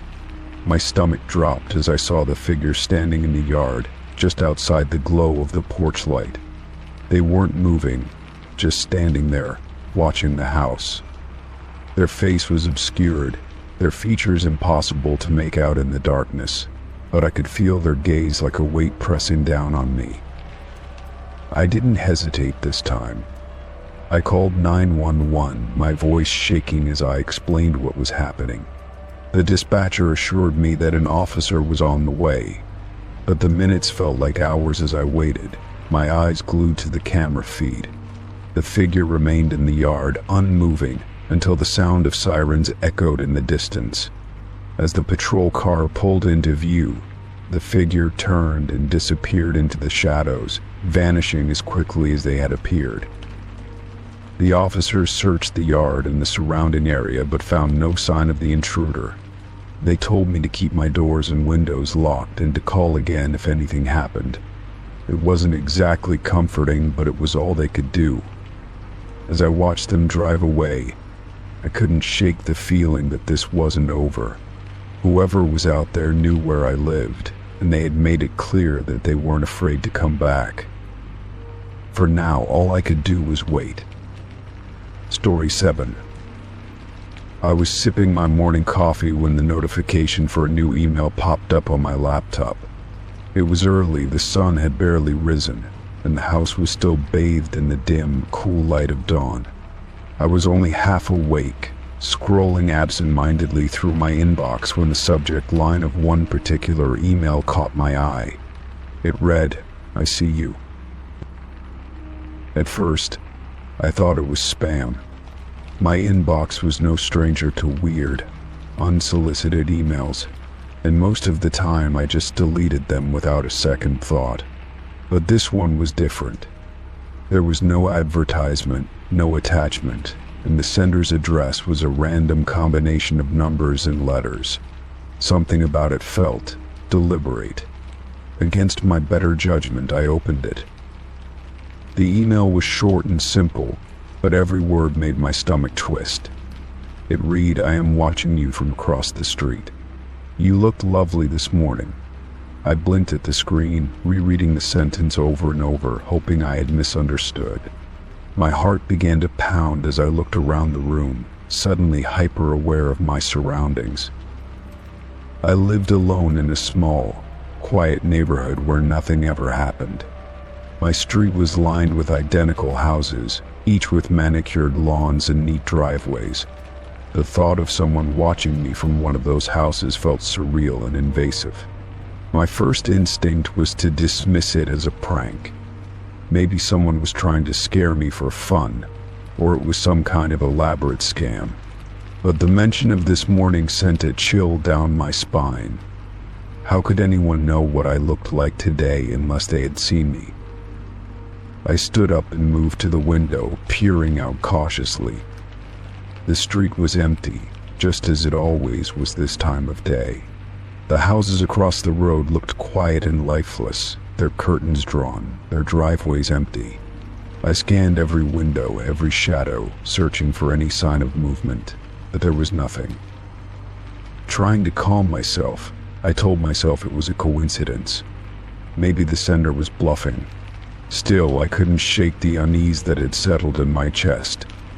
I decided to delete the email and forget about it, but even as I closed my laptop, the words lingered in my mind. The rest of the day passed uneventfully, but I couldn't focus. Every time I glanced out the window, I felt a pair of unseen eyes on me. I started to doubt myself, questioning whether I was being paranoid. By the time the sun set, I had convinced myself that it was all in my head. That is, until I received another email. This one arrived just after 8 in the evening. The subject line simply read, "Nice curtains." My blood ran cold as I opened it. The body of the email was even shorter than the first. "You forgot to close them tonight." My hand trembled as I glanced at the window. The curtains were indeed open, and beyond them, the streetlights cast long, eerie shadows across the empty road. I rushed to close them, my heart pounding in my chest. Whoever this was, they had to be close. They were watching me, and they knew my habits. I locked the door and checked all the windows, making sure everything was secure. My cozy little house, which had always felt so safe, now felt like a prison. I debated whether to call the police, but what could I tell them? That I had received a couple of creepy emails? There was no proof that anything illegal had happened, and I doubted they could trace such a vague email address. Instead, I spent the night glued to my security camera feed, watching every angle of the house, but I didn't see anything unusual. The following morning, I woke up groggy and on edge. My laptop sat on the coffee table where I had left it, and for a moment, I hesitated to open it. But curiosity got the better of me. There was another email waiting for me. This one read, "Did you sleep well?" My stomach churned as I read it. They had to know I stayed up all night. Were they watching me inside the house? I glanced around, scanning the room for any hidden cameras or listening devices, but everything looked normal. Still, I couldn't ignore the growing fear that my privacy had been violated in some way. That day, I decided to stay home and keep my curtains closed. I even avoided turning on the lights, worried that they might give away my position inside the house. But the emails kept coming. Each one was more unsettling than the last. "Why are you hiding?" One read. Another said, "I can see you, even when you can't see me." I tried to reply, demanding to know who they were and what they wanted, but the emails bounced back. The address didn't exist, or at least, not in any way I could trace. It was like they were taunting me, enjoying the fear they were causing. As night fell again, I decided I couldn't take it anymore. I packed a bag and drove to a friend's house, too scared to stay alone. I didn't tell them the full story, just that I had been receiving some strange messages and needed a place to stay for a while. They agreed without hesitation, and for the first time in days I felt a small sense of relief. But even at their house, the emails followed me.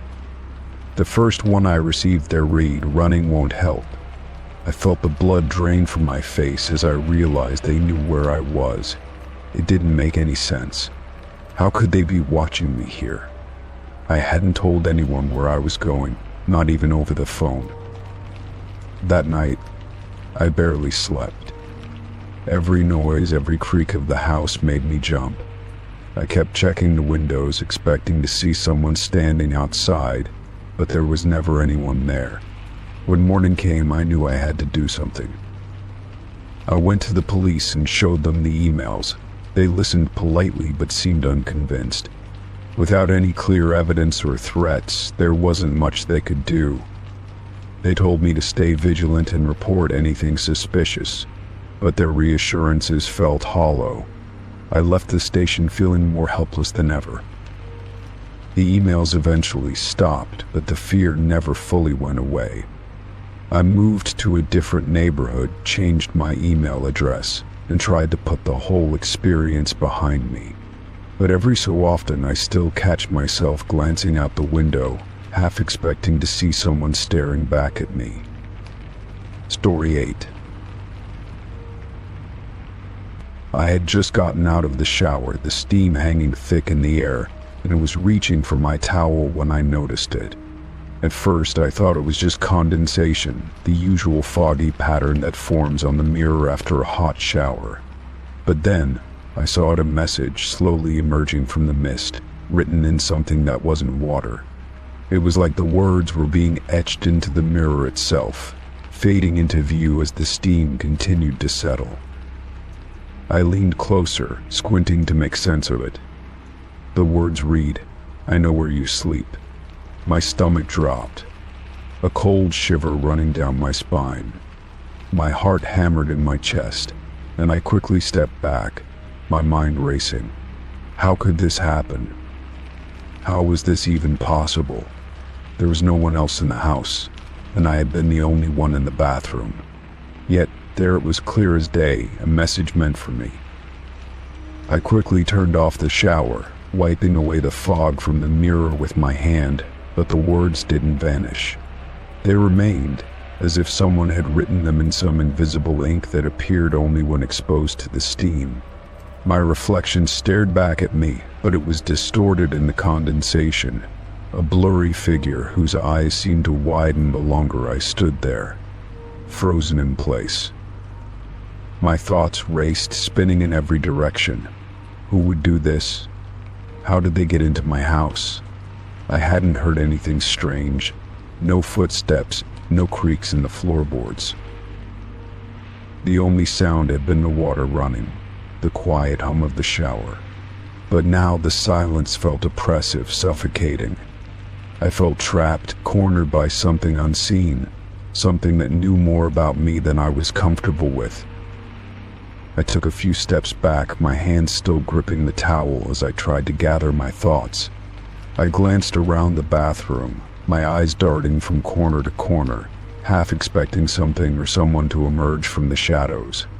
But there was nothing, only the faint echo of my own breathing. My phone was sitting on the counter, and I quickly snatched it up, my fingers trembling as I dialed my best friend's number. It rang several times before she answered, her voice still groggy from sleep. "Hello?" "Hey, it's me. I need to tell you something," I said, my voice shaky. "Something weird is happening." "What's going on?" she asked, concern creeping into her tone. I just got out of the shower, and when I looked at the mirror, there was a message written on it. It says, "I know where you sleep." I could hear my own voice breaking as I said the words aloud. I don't know who would do this, but I'm scared. There was a long silence on the other end. and I could hear her shifting around, probably sitting up in bed. Okay, just stay calm," she said. "Did you check to see if there's anything else? Is the door locked? The windows?" I nodded, even though she couldn't see me. "I've checked everything. I don't know how someone could get in, but the message was there. I saw it. It didn't just disappear when the steam cleared. It's still on the mirror." "Okay, listen," she said, her voice now more urgent. "Don't stay there alone. Can you leave the apartment? Go somewhere else, maybe a friend's house." I hesitated, looking around the bathroom once more. "I don't know. I'm scared. I don't know who to trust anymore." "How did they know about that? How did they know where I sleep?" "You don't have to do this alone," she reassured me. "I'll be there soon, okay? Just hold tight. Don't go anywhere." I ended the call and dropped the phone onto the counter. The words on the mirror still stared back at me, a constant reminder of the feeling of being watched, of not being alone. I couldn't make sense of it. There was no way anyone could have gotten into my house without me hearing or noticing. I lived on the 3rd floor of an apartment building with locked entrances. No one should have been able to get in without me knowing. The silence in the apartment seemed to grow heavier as I stood there, staring at the message. I could feel my pulse racing, the panic rising again. What did it mean? Was someone just messing with me, trying to make me paranoid? Or was this something more? The unsettling thought lingered, what if they really did know where I slept? The idea of someone watching me, someone who knew my every move, was enough to make my skin crawl. I turned away from the mirror, trying to shake off the feeling of unease. I wrapped the towel around me tighter and left the bathroom, heading into the living room. I needed to get some space, clear my head. But the thought of that message, of the words that had appeared on the mirror, kept replaying in my mind. I couldn't shake the feeling that whoever was behind this knew more about me than I realized. Minutes later, there was a knock at the door. I jumped at the sound, my heart racing in my chest. I rushed to the door, hoping it was my friend, though a part of me dreaded finding out who else might be standing on the other side. I opened the door, and there she was, my best friend, standing in the hallway with a worried expression. She stepped inside quickly, scanning the apartment before her eyes landed on me. "Are you okay?" she asked, her voice gentle but filled with concern. I don't know," I replied, my voice trembling. The message on the mirror, it just keeps running through my mind. I don't know who would do this. It feels too real, like someone's been in here. She walked over to the bathroom and took a deep breath before looking at the mirror. The words were still there, as clear as ever. Her face paled as she read them, her fingers brushing lightly against the glass, almost as if she were searching for something. "I don't like this," she said softly, "but we need to get you out of here. Let's go to my place, okay?" I nodded, still in shock, still unable to fully process what was happening. I don't know if I can stay here tonight. I don't know if I'll ever feel safe here again. "We'll figure this out," she said, her tone reassuring. "But you don't have to be here alone." We grabbed my things, and I locked up the apartment behind me. As we left the building, I glanced back toward my door, my eyes lingering on the hallway. The feeling of being watched still hung heavy in the air, and I couldn't shake the thought that someone had been waiting for me to leave. As we drove to her place, I couldn't stop thinking about that message. "I know where you sleep." The words echoed in my mind, a constant reminder that I was never truly alone. The night felt darker, more oppressive, and I wondered if I'd ever feel safe in my own space again. But for now, I was with my friend, and as long as I was with her, I didn't feel so alone. Story 9. And 9.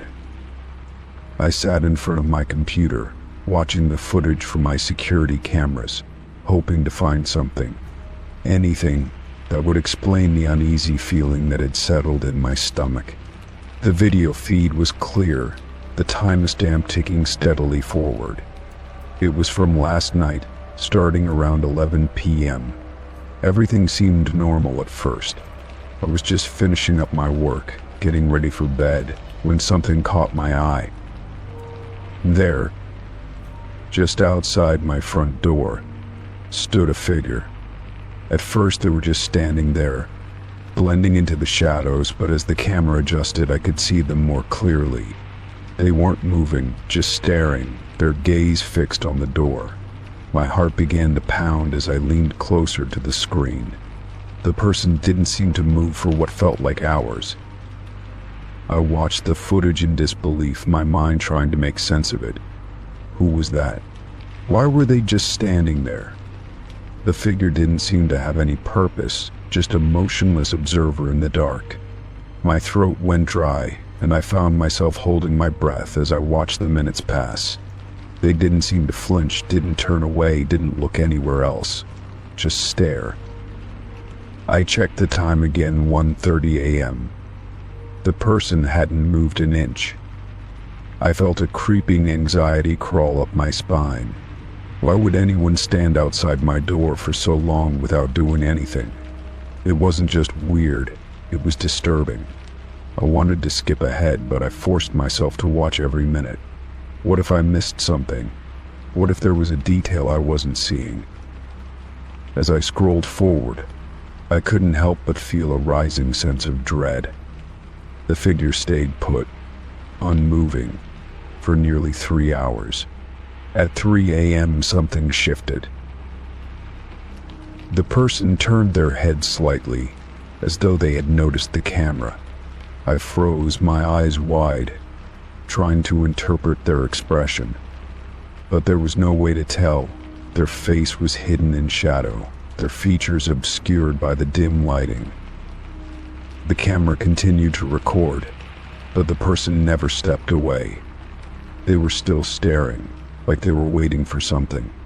I felt like I was being watched, even though I knew I was the one looking at the footage. Every second felt heavier than the last. My mind raced with questions, but no answers came.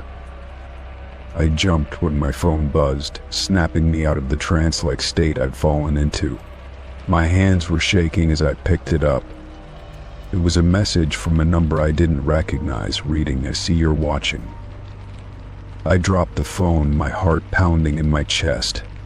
How did they know? I quickly scrambled to grab it again, my fingers fumbling with the screen as I typed back frantically, "Who is this?"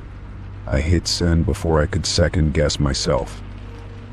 Seconds ticked by, and I waited for a response, my eyes darting nervously between the camera feed and my phone. The silence was deafening. I watched the screen, watching the figure continue to stand there, unblinking, unyielding. Then, the response came, "I've been here all night. You haven't noticed." The words hit me like a punch to the gut. My thoughts spun, and I felt like the walls were closing in. How had I not noticed? I had been home all night, safe in my own space. But the idea that someone had been outside, watching me the whole time, made the room feel smaller, suffocating. I rechecked the footage, and the figure was still there, motionless, like they were waiting for me to do something. I felt an overwhelming urge to do something, anything, to make this stop. But I couldn't. I was frozen, my thoughts racing 1,000 miles a minute. What did they want from me? Why didn't they leave? I felt the strange urge to call someone, anyone. But who could I call? I couldn't exactly explain this to anyone without sounding insane. I could call the police, but they would probably just tell me it was a prank, or that I was overreacting. But the message, "I see you're watching," it was too specific, too personal. I quickly checked the other cameras, the ones that monitored the back and sides of the house. There was no sign of anyone else. The back door was locked. The windows were secure. The only sign of intrusion was this person outside my front door, standing there for hours, watching, waiting. I had to do something. I had to get out of there. I couldn't stay locked in my own house, paralyzed by fear. I grabbed my keys and rushed to the door, my hands trembling as I opened it. I didn't know what I was expecting, but I couldn't stand being inside any longer. I had to see it for myself. I stepped outside, my eyes scanning the area, looking for any sign of the figure. But the street was empty, the night still and quiet, nothing but the distant hum of the city. There was no one in sight. I felt a cold chill settle over me as I glanced around, hoping, praying that they were just a figment of my imagination. But the message, the footage, it was real. It wasn't a trick. Someone had been there. I backed away from the door, my pulse quickening as the silence of the night pressed in around me. I glanced at the camera, almost expecting to see the figure there again, staring back at me. But there was nothing. The feed was just as it had been before, empty still. The strange figure was gone. I went back inside, locked the door behind me, and sank down onto the couch. My hands still shook, my mind still trying to make sense of what had happened. I didn't know if the person had left or if they were still out there, watching. But for the first time in a long while, I felt completely vulnerable. As I sat in the quiet darkness, I couldn't shake the feeling that the person wasn't gone. They were still out there, waiting. And somehow, I knew it wasn't over. It was just the beginning. Story 10. The phone rang just after midnight. I had been drifting off to sleep, and the sudden sound of the ringtone startled me awake. My hand instinctively reached for the phone on the nightstand, my eyes squinting in the dim light as I saw an unfamiliar number flashing on the screen. I hesitated for a moment. It was late, and I didn't recognize the number. Maybe it was a wrong dial or a telemarketer, I thought, but something inside me urged me to pick it up. I answered the call, bringing the phone to my ear, and all I could hear was a heavy, ragged breathing on the other end. It wasn't the sound of someone talking. It wasn't the noise of a call dropping. It was deep, labored breathing, like someone was standing right there, just waiting for me to speak. The hairs on the back of my neck stood up, and an unsettling chill washed over me. "Hello?" I said, my voice coming out softer than I intended. The breathing didn't stop. It grew heavier, more labored. It felt like someone was trying to catch their breath, and I could hear their struggle. But there was no reply. No words, just the sound of someone or something breathing.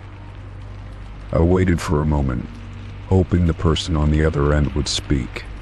Maybe it was a prank, a wrong number, or some strange glitch. But the breathing continued, filling the silence like an ominous presence. I pressed the phone closer to my ear, trying to make sense of what was happening, but all I could hear was that same unsettling sound. Then, without warning, the call ended. I was left holding the phone in the dark, my heart racing. I sat there stunned for several seconds, trying to process what had just happened. Who was that? What was that breathing? And why would someone call me at this hour without saying anything? I quickly checked the call log, but the number was already gone. There was no record of it. My thumb hovered over the screen, unsure of what to do next. I could try calling it back, but something told me it would only lead to more unanswered questions. I didn't want to hear that breathing again. I didn't want to open myself up to whatever that was. My mind started racing, each thought more paranoid than the last. Was someone watching me? And had I heard something in the background of the call that I had missed? I looked around the room, suddenly aware of the quiet, the stillness. The moonlight streaming through the window seemed colder than usual, casting long, eerie shadows on the walls. I tried to shake it off. It was probably nothing, just a prank. But the more I thought about it, the more my unease grew. Why was the person on the other end of the line breathing like that? Why hadn't they said anything? And why had they called me in the first place? I spent the rest of the night lying in bed, wide awake. Every creak of the floorboards, every gust of wind outside seemed louder than usual. I couldn't stop thinking about that call, about the sound of that breath, the way it seemed to linger in my mind long after the phone call had ended. The next day I checked my phone again, hoping to see something that would explain what had happened. But there was nothing, no voicemail, no missed call log, nothing to give me any clues. It was like the call had never happened at all, as though it had been erased from existence. Still, I couldn't shake the feeling that something was off. That call had felt too real, too deliberate, like someone had meant to make sure I heard it. I wondered if I had imagined it, but the clarity of the breathing, the weight of it told me otherwise. It wasn't a dream. A few days passed, and I tried to move on, dismissing the whole thing as a bizarre coincidence. But the anxiety still lingered. Every time my phone rang, my heart skipped a beat. I'd glance at the screen, half expecting to see that same unknown number again, to hear that same heavy breathing on the other end.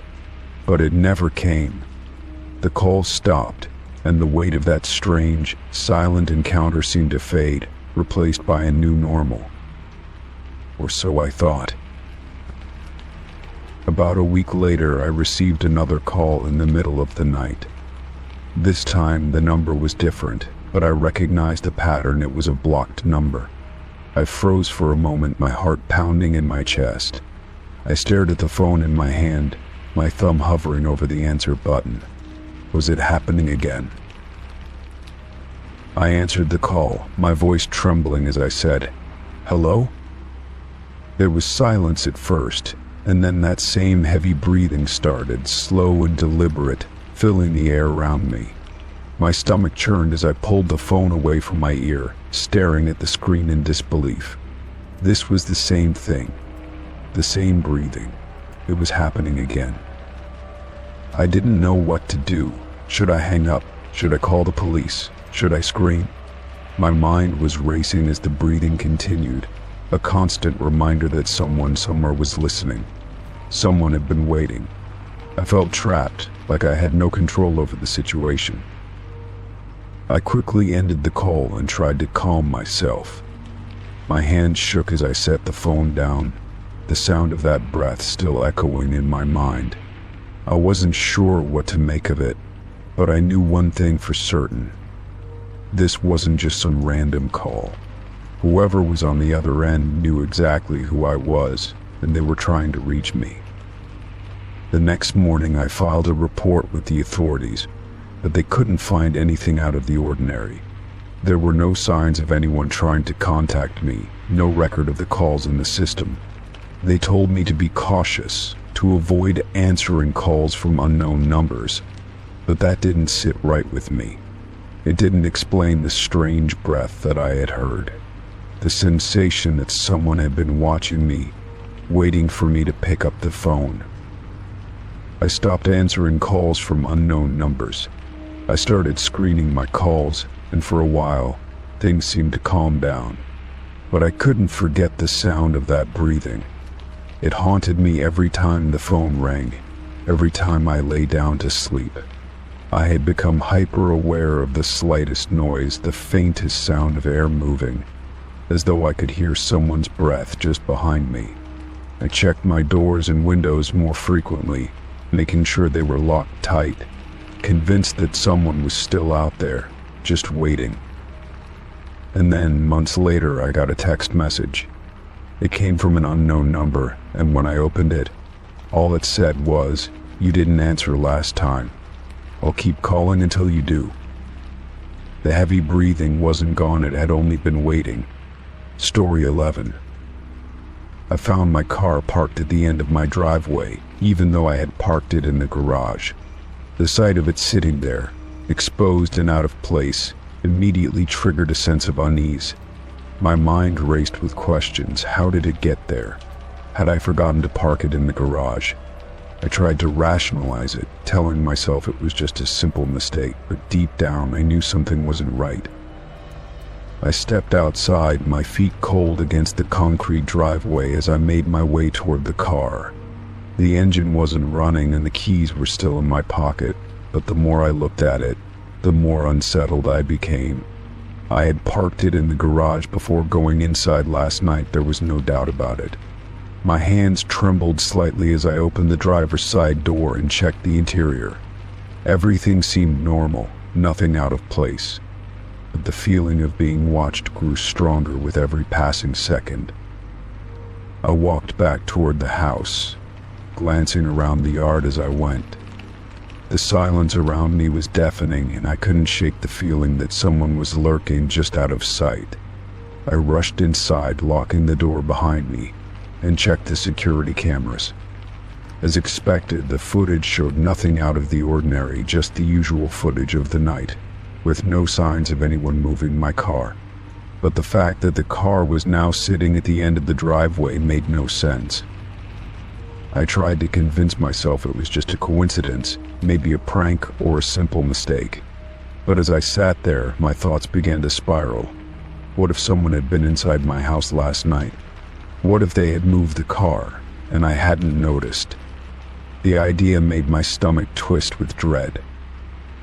I decided to call the police, hoping they could offer some explanation or at least provide a sense of safety. When the officer arrived, I explained everything to him: the car, the strange feeling, the security footage. He listened patiently, but when he asked if I had any suspects or if anyone had access to my garage, I couldn't think of anyone who could have done it. No one knew about my garage code, and I always made sure to keep it locked.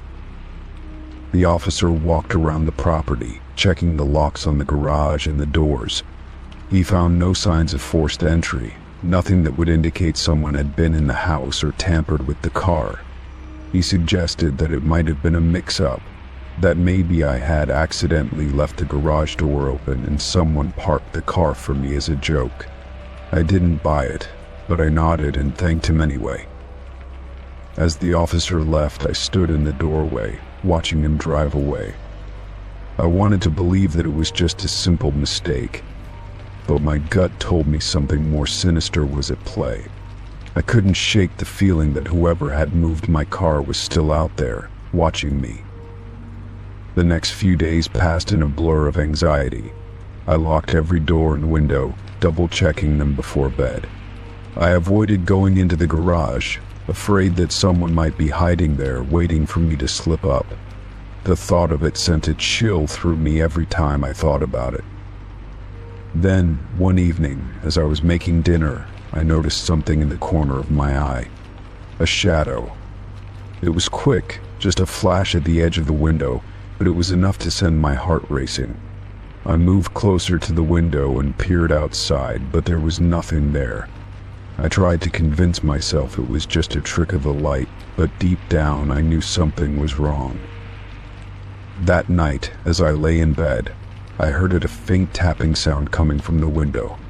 My heart skipped a beat, and I sat up, straining to hear. It came again, louder this time, a rhythmic tapping that seemed to echo through the silence of the house. I slowly got out of bed and moved toward the window, my hand trembling as I pulled back the curtain. There was no one there, just the empty yard, bathed in the pale light of the street lamp. But as I turned to walk away, I noticed something else, something that made my blood run cold. The door to the garage, which I had locked earlier that day, was slightly ajar. A crack, barely noticeable, but enough to make my stomach lurch. I froze, unable to move for a moment. Had I left it like that? I didn't think so. I was sure I had locked it. I stood there, staring at the door, the tapping sound still ringing in my ears. After a long moment, I gathered enough courage to walk toward it. My mind raced with possibilities. Was someone in the garage? Was someone inside my house? I didn't know, but I couldn't just leave it. I had to check. With each step, my anxiety grew. I approached the garage door, my heart pounding in my chest, and reached for the handle. I opened it slowly, cautiously, half expecting to find someone lurking in the dark. But when I flipped on the light, the garage was empty. Nothing was out of place. The car was parked where I had left it earlier, and everything seemed normal. I sighed with relief, but the feeling didn't last long.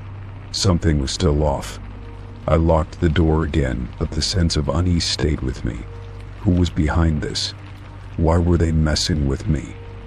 I didn't know, but I couldn't shake the feeling that this wasn't over. The next morning, I checked the security footage again, looking for anything that might explain the strange events. As I scrubbed through the video, I saw something that made my heart stop. A figure, standing just outside the garage, right before I had gone to bed the previous night. They were watching the house, standing perfectly still in the shadows, waiting. The footage didn't show them moving, but I knew they had been there. The fear returned, stronger than ever. I called the police again, but this time when they arrived, they didn't take the situation lightly. They searched the house thoroughly, checking every room, every closet, every corner. They checked the garage again, even taking fingerprints from the door handle. The officer who spoke to me looked concerned, but he didn't have any new answers.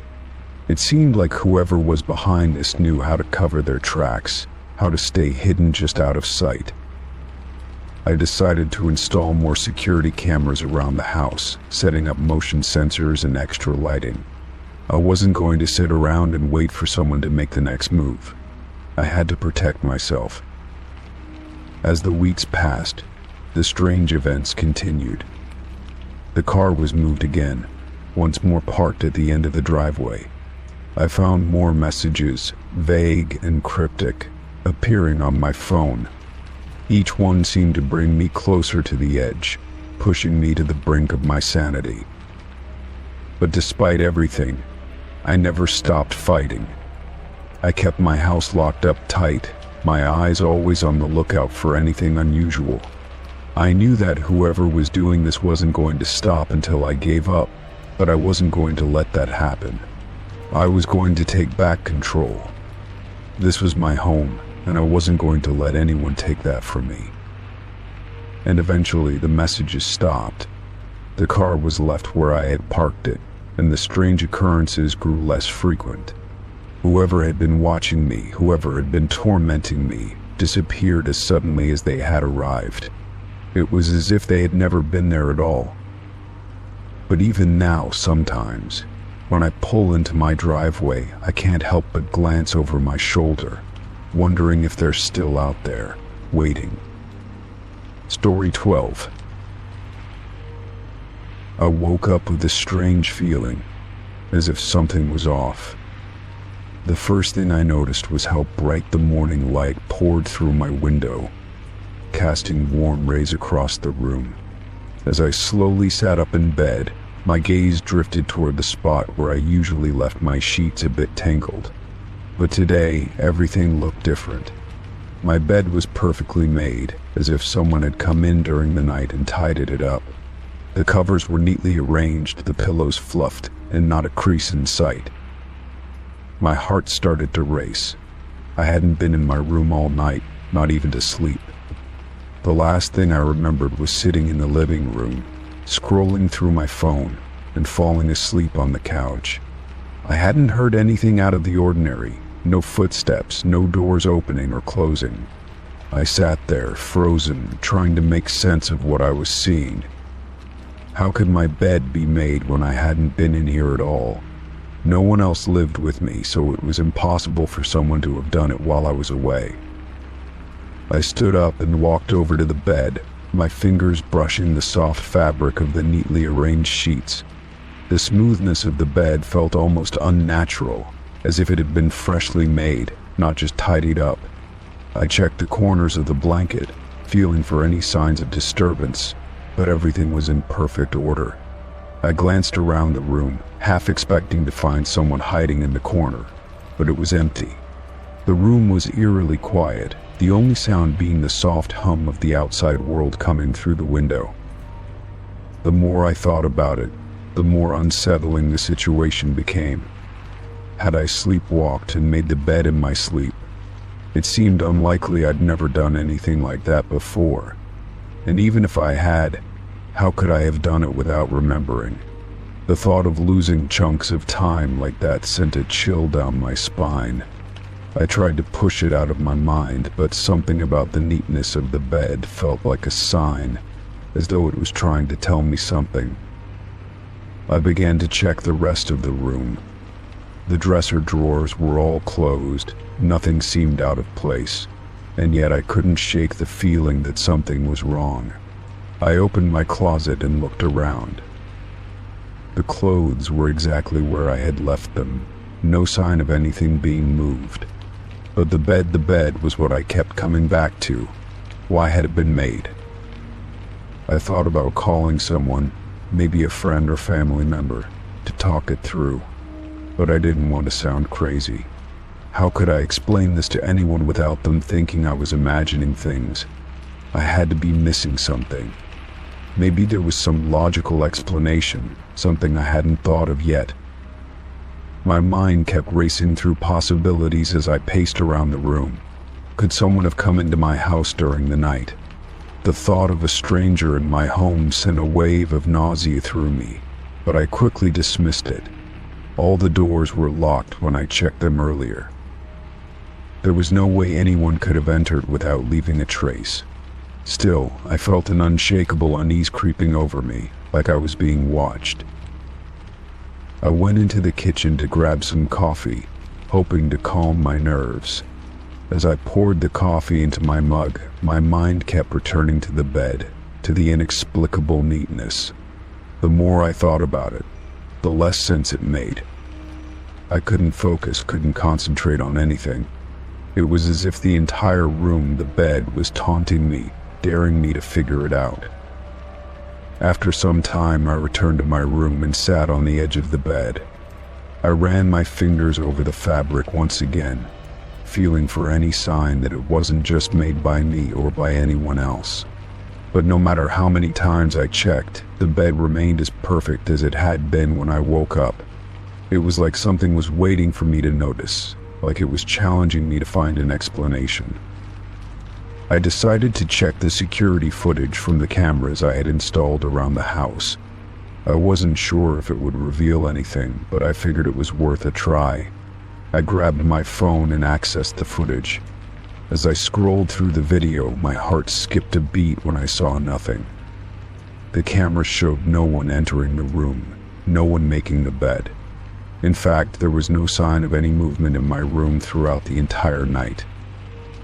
The footage confirmed that I had been the only one in the house. The only person who could have been in that room was me, but I was certain I hadn't been in there. I hadn't even set foot in the room, let alone made the bed.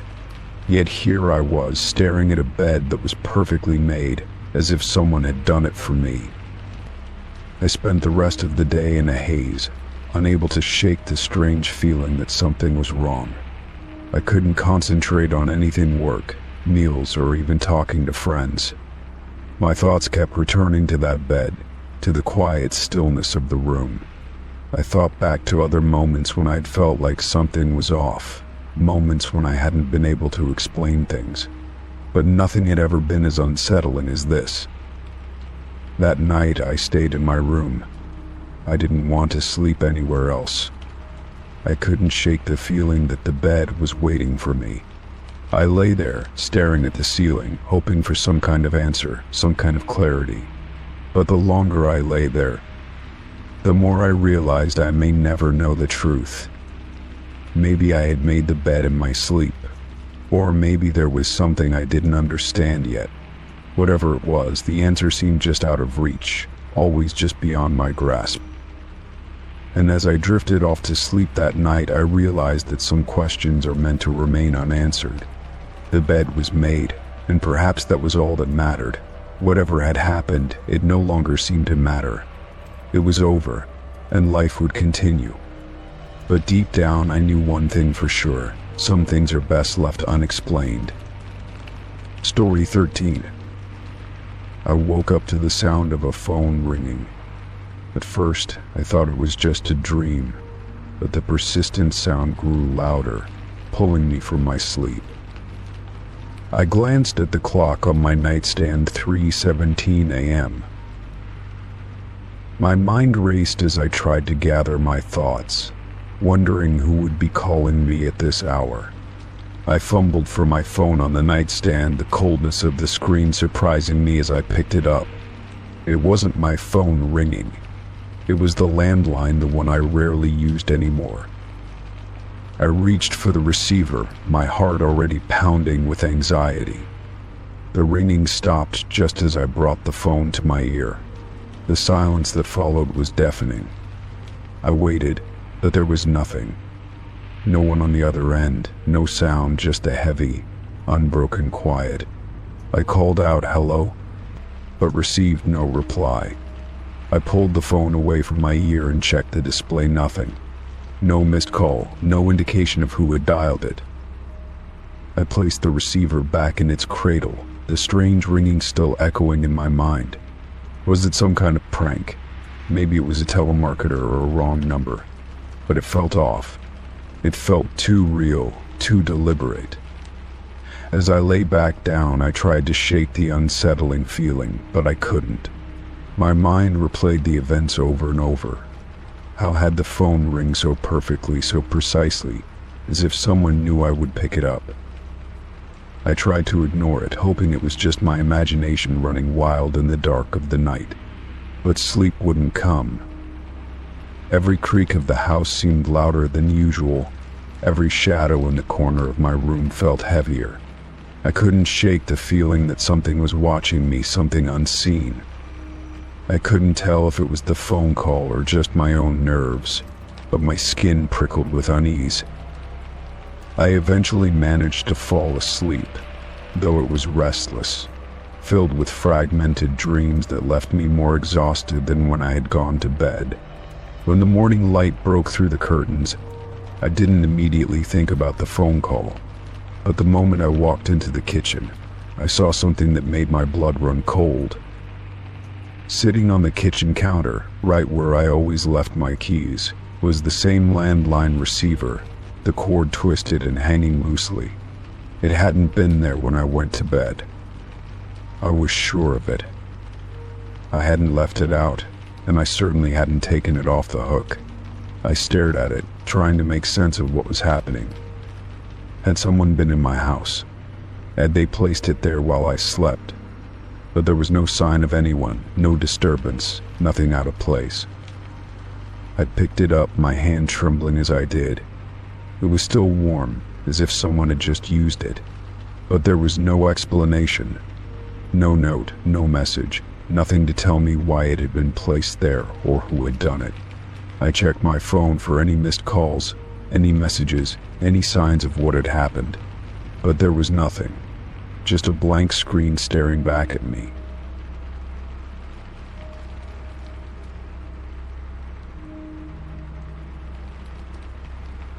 That afternoon, I decided to tell a friend about the strange incident. I thought that talking about it might help clear my mind, might make it seem less terrifying. I explained everything, from the phone ringing in the middle of the night to the receiver being placed on the counter. My friend listened, but I could tell they didn't take me seriously. It was probably just a glitch or some kind of mistake, they said, brushing it off. But I knew something wasn't right. That night I tried to stay awake, determined not to let the phone ring again without knowing who was behind it. I sat in my living room with the lights on, my phone in hand, and the landline on the table beside me. I waited, listening to every creak of the house, every small sound. But as the hours dragged on, nothing happened. The house remained still, silent. At around 2:45 a.m., my phone buzzed. I jumped, startled by the sudden noise. I quickly picked it up, checking the screen, but there was nothing. No text message, no notification, just an empty screen. Then, the landline rang again. My heart skipped a beat as I heard it, loud and clear in the otherwise silent house. I didn't hesitate this time. I picked up the receiver immediately, the line crackling faintly as I held it to my ear. "Hello?" I said, my voice shaking. But there was no response, no sound at all, just dead air. I waited for what felt like an eternity, but no one spoke. I could hear my own breathing in the quiet, the only sound in the room. The phone call lasted only a few seconds before the line went dead. I hung up the receiver, my hands shaking uncontrollably. What was happening? Why was this happening to me? I sat there, unable to move, too scared to get up and check the house. The feeling of being watched returned, stronger than ever. It was like someone was just outside the room, just beyond the walls, waiting for the right moment to reveal themselves. The next day, I decided I had enough.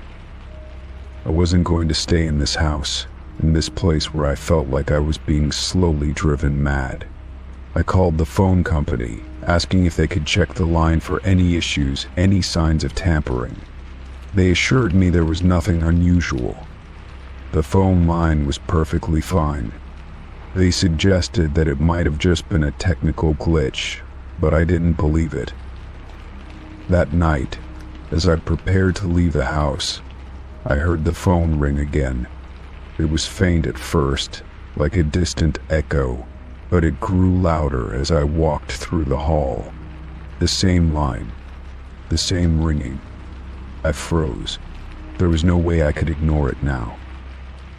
I picked up the receiver one last time. This time I wasn't going to wait for silence or dead air. I was ready for whatever came next. But instead of hearing the usual nothingness, I heard a voice. A soft, almost whispering voice, but clear enough to make out the words, "I'll be there soon." The voice was familiar, but I couldn't place it. It sent a shiver down my spine, and I dropped the receiver, unable to move for a moment. When I finally gathered the strength to look back at the phone, I saw it. The screen was flashing, showing a message I didn't send, a message I couldn't understand. It was a countdown, ticking away in seconds, moving towards zero.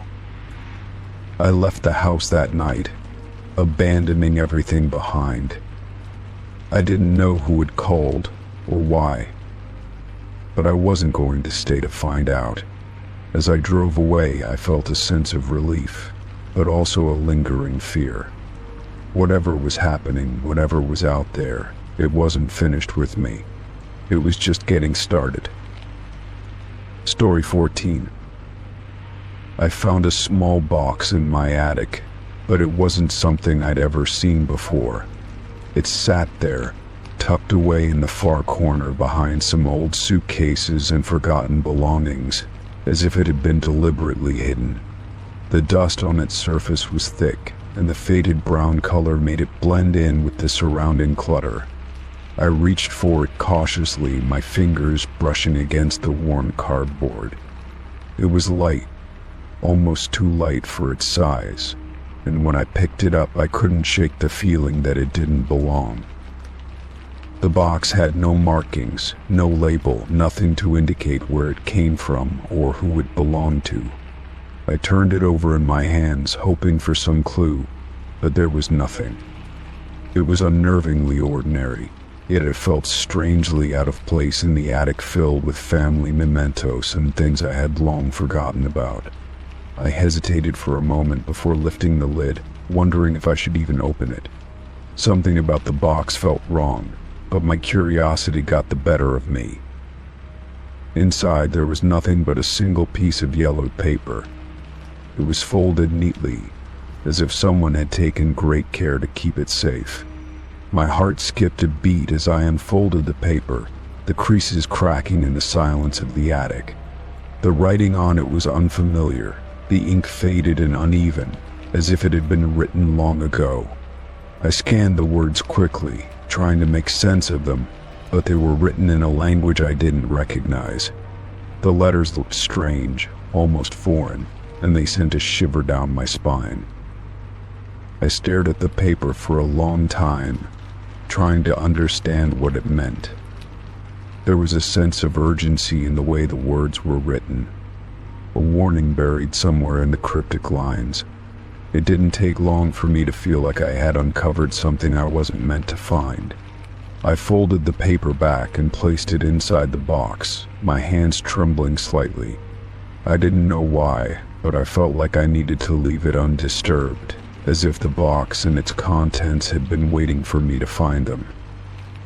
I sat there for a moment, holding the box in my hands, unsure of what to do next. My mind raced with questions. What was the paper trying to tell me? Who had written it, and why had they hidden it in my attic? Was it a relic from the past, or something more sinister? The air in the attic felt thick, oppressive, as if the very space was holding its breath, waiting for me to make a decision.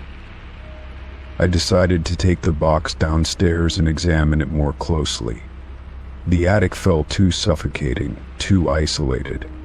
I needed to be in the light, where I could think clearly. As I carried the box down the stairs, I noticed the peculiar weight of it, how it seemed to grow heavier with each step. When I reached the bottom, I set it down on the kitchen table and stared at it for a while longer. The faint smell of mildew clung to the box, but there was something else, too, a hint of something metallic, almost like rust, but not quite. The more I thought about the paper, the more uneasy I became. I tried to ignore the nagging feeling that had taken root in the pit of my stomach, telling myself it was just an old relic, something that had lost its meaning long ago. But that didn't explain why I felt so unsettled, why I couldn't shake the sense that this box was connected to something bigger, something hidden just beneath the surface. I carefully opened the box again, not sure what I was expecting to find. The paper was still inside, its edges slightly frayed from age. But there was something else now, another object, tucked underneath the folded sheet. It was small, round, and made of metal, its surface tarnished and worn. I picked it up and examined it closely. It looked like a coin, but the symbols etched into its surface were unlike anything I had ever seen before. The strange markings seemed to shift when I tilted it in the light, as if they were alive, moving with a purpose I couldn't understand. I set the coin down on the table and tried to make sense of the symbols, but they were indecipherable. I couldn't even tell which direction the markings were supposed to face. There was something deeply unsettling about the coin, its weight almost too much to bear in my hand. I couldn't explain it, but I felt drawn to it, as if it were beckoning me to uncover its secret. That night, I couldn't stop thinking about the box and its contents. I laid in bed, the image of the coin and the strange writing burned into my mind. I couldn't shake the feeling that there was something I was missing, something important that I wasn't seeing. I tried to dismiss it, to convince myself that it was just an old artifact, but the feeling of dread lingered in the back of my mind. The next day, I decided to take the box and its contents to a local historian, hoping they could shed some light on what I had found. The historian was an older woman who had lived in the area her entire life, and she had an extensive knowledge of local history and folklore. When I showed her the paper and the coin, her expression changed.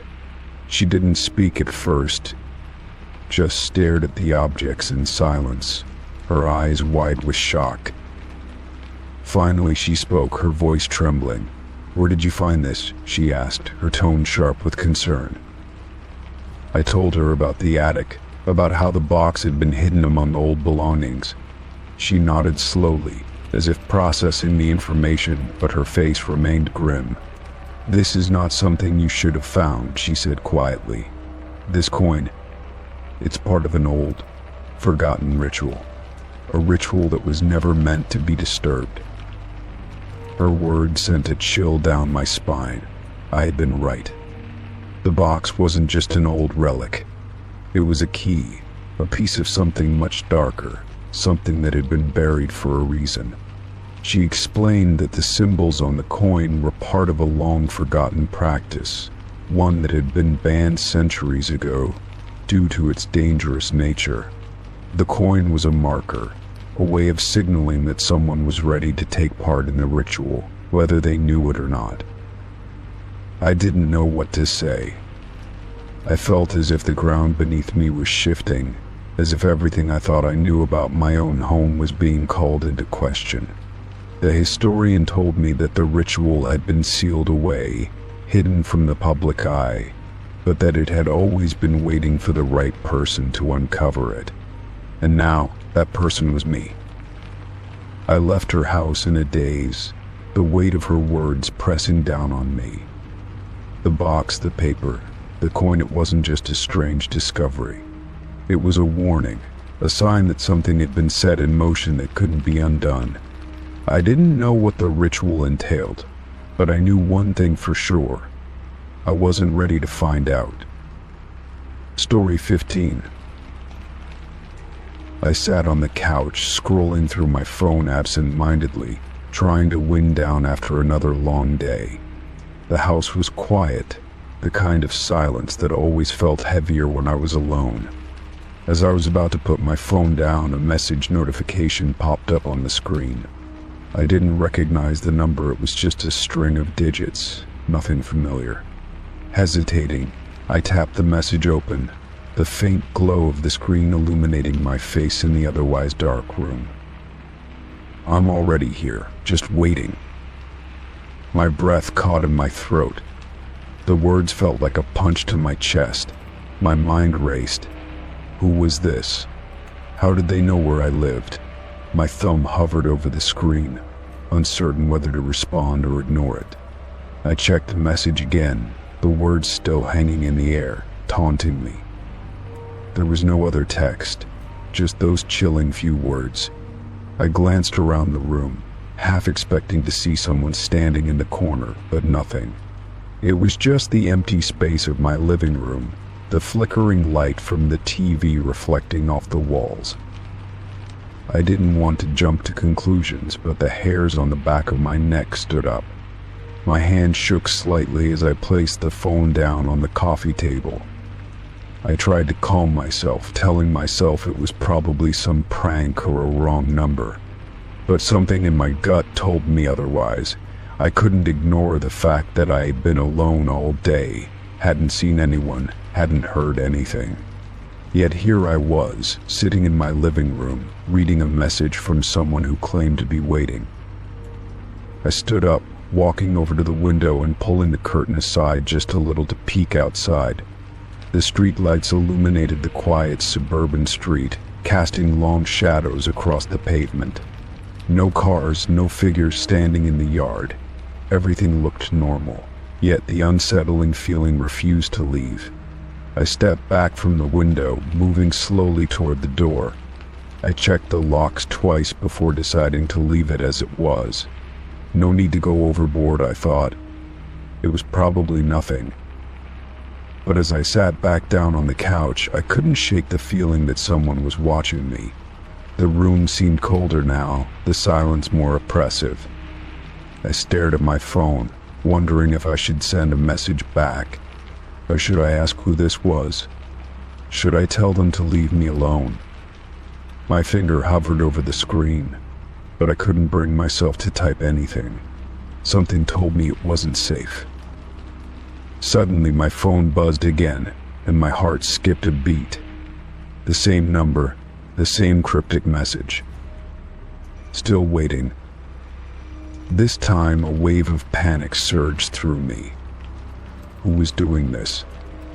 I didn't recognize the number, didn't know anyone who would send me messages like this. I thought about calling the police, but I didn't have any evidence. It was just a number and a message, nothing concrete. What could I even tell them? Someone was waiting.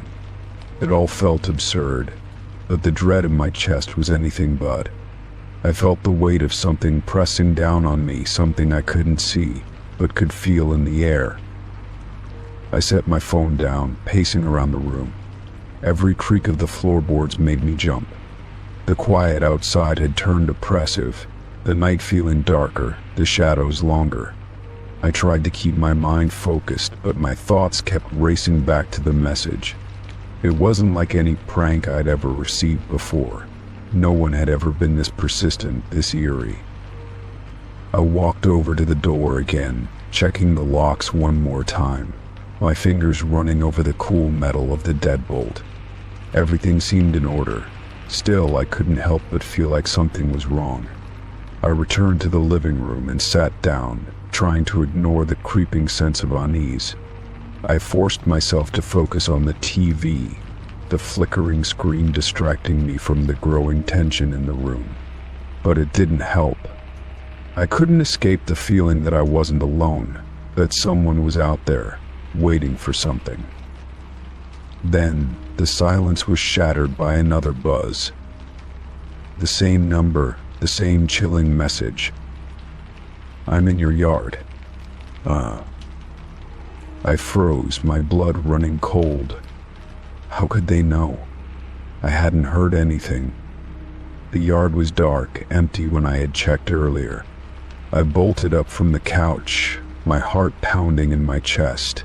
I grabbed my phone again, my hands trembling, trying to steady my breath. I tried calling a friend, anyone, but no one answered. I was alone. I couldn't just sit here waiting while someone was out there, so close. I moved to the window again, my hands shaking as I parted the curtains just enough to peer outside. The street was still empty, no one in sight, but I couldn't shake the feeling that someone was out there, hidden in the shadows, just out of view. I looked at the message again, the words searing into my brain. "I'm in your yard." I closed the curtain quickly, feeling the panic rise in my chest. I needed to do something, but what? I wasn't prepared for this. I hadn't even thought about what I would do if something like this ever happened. My mind raced, coming up with 1,000 different scenarios, none of which made me feel safer. Then, a sound. It was faint at first, just a rustle, but it was enough to make my blood run cold. Something moving outside, something brushing against the window. I crept toward the window once more, trying to be as quiet as possible. My breath caught as I peered outside, but all I saw was the dark outline of the tree in the yard, swaying gently in the wind. No sign of anyone. But I didn't feel any better. The feeling of being watched was still there, gnawing at me. I quickly moved away from the window and grabbed my phone, trying to think clearly.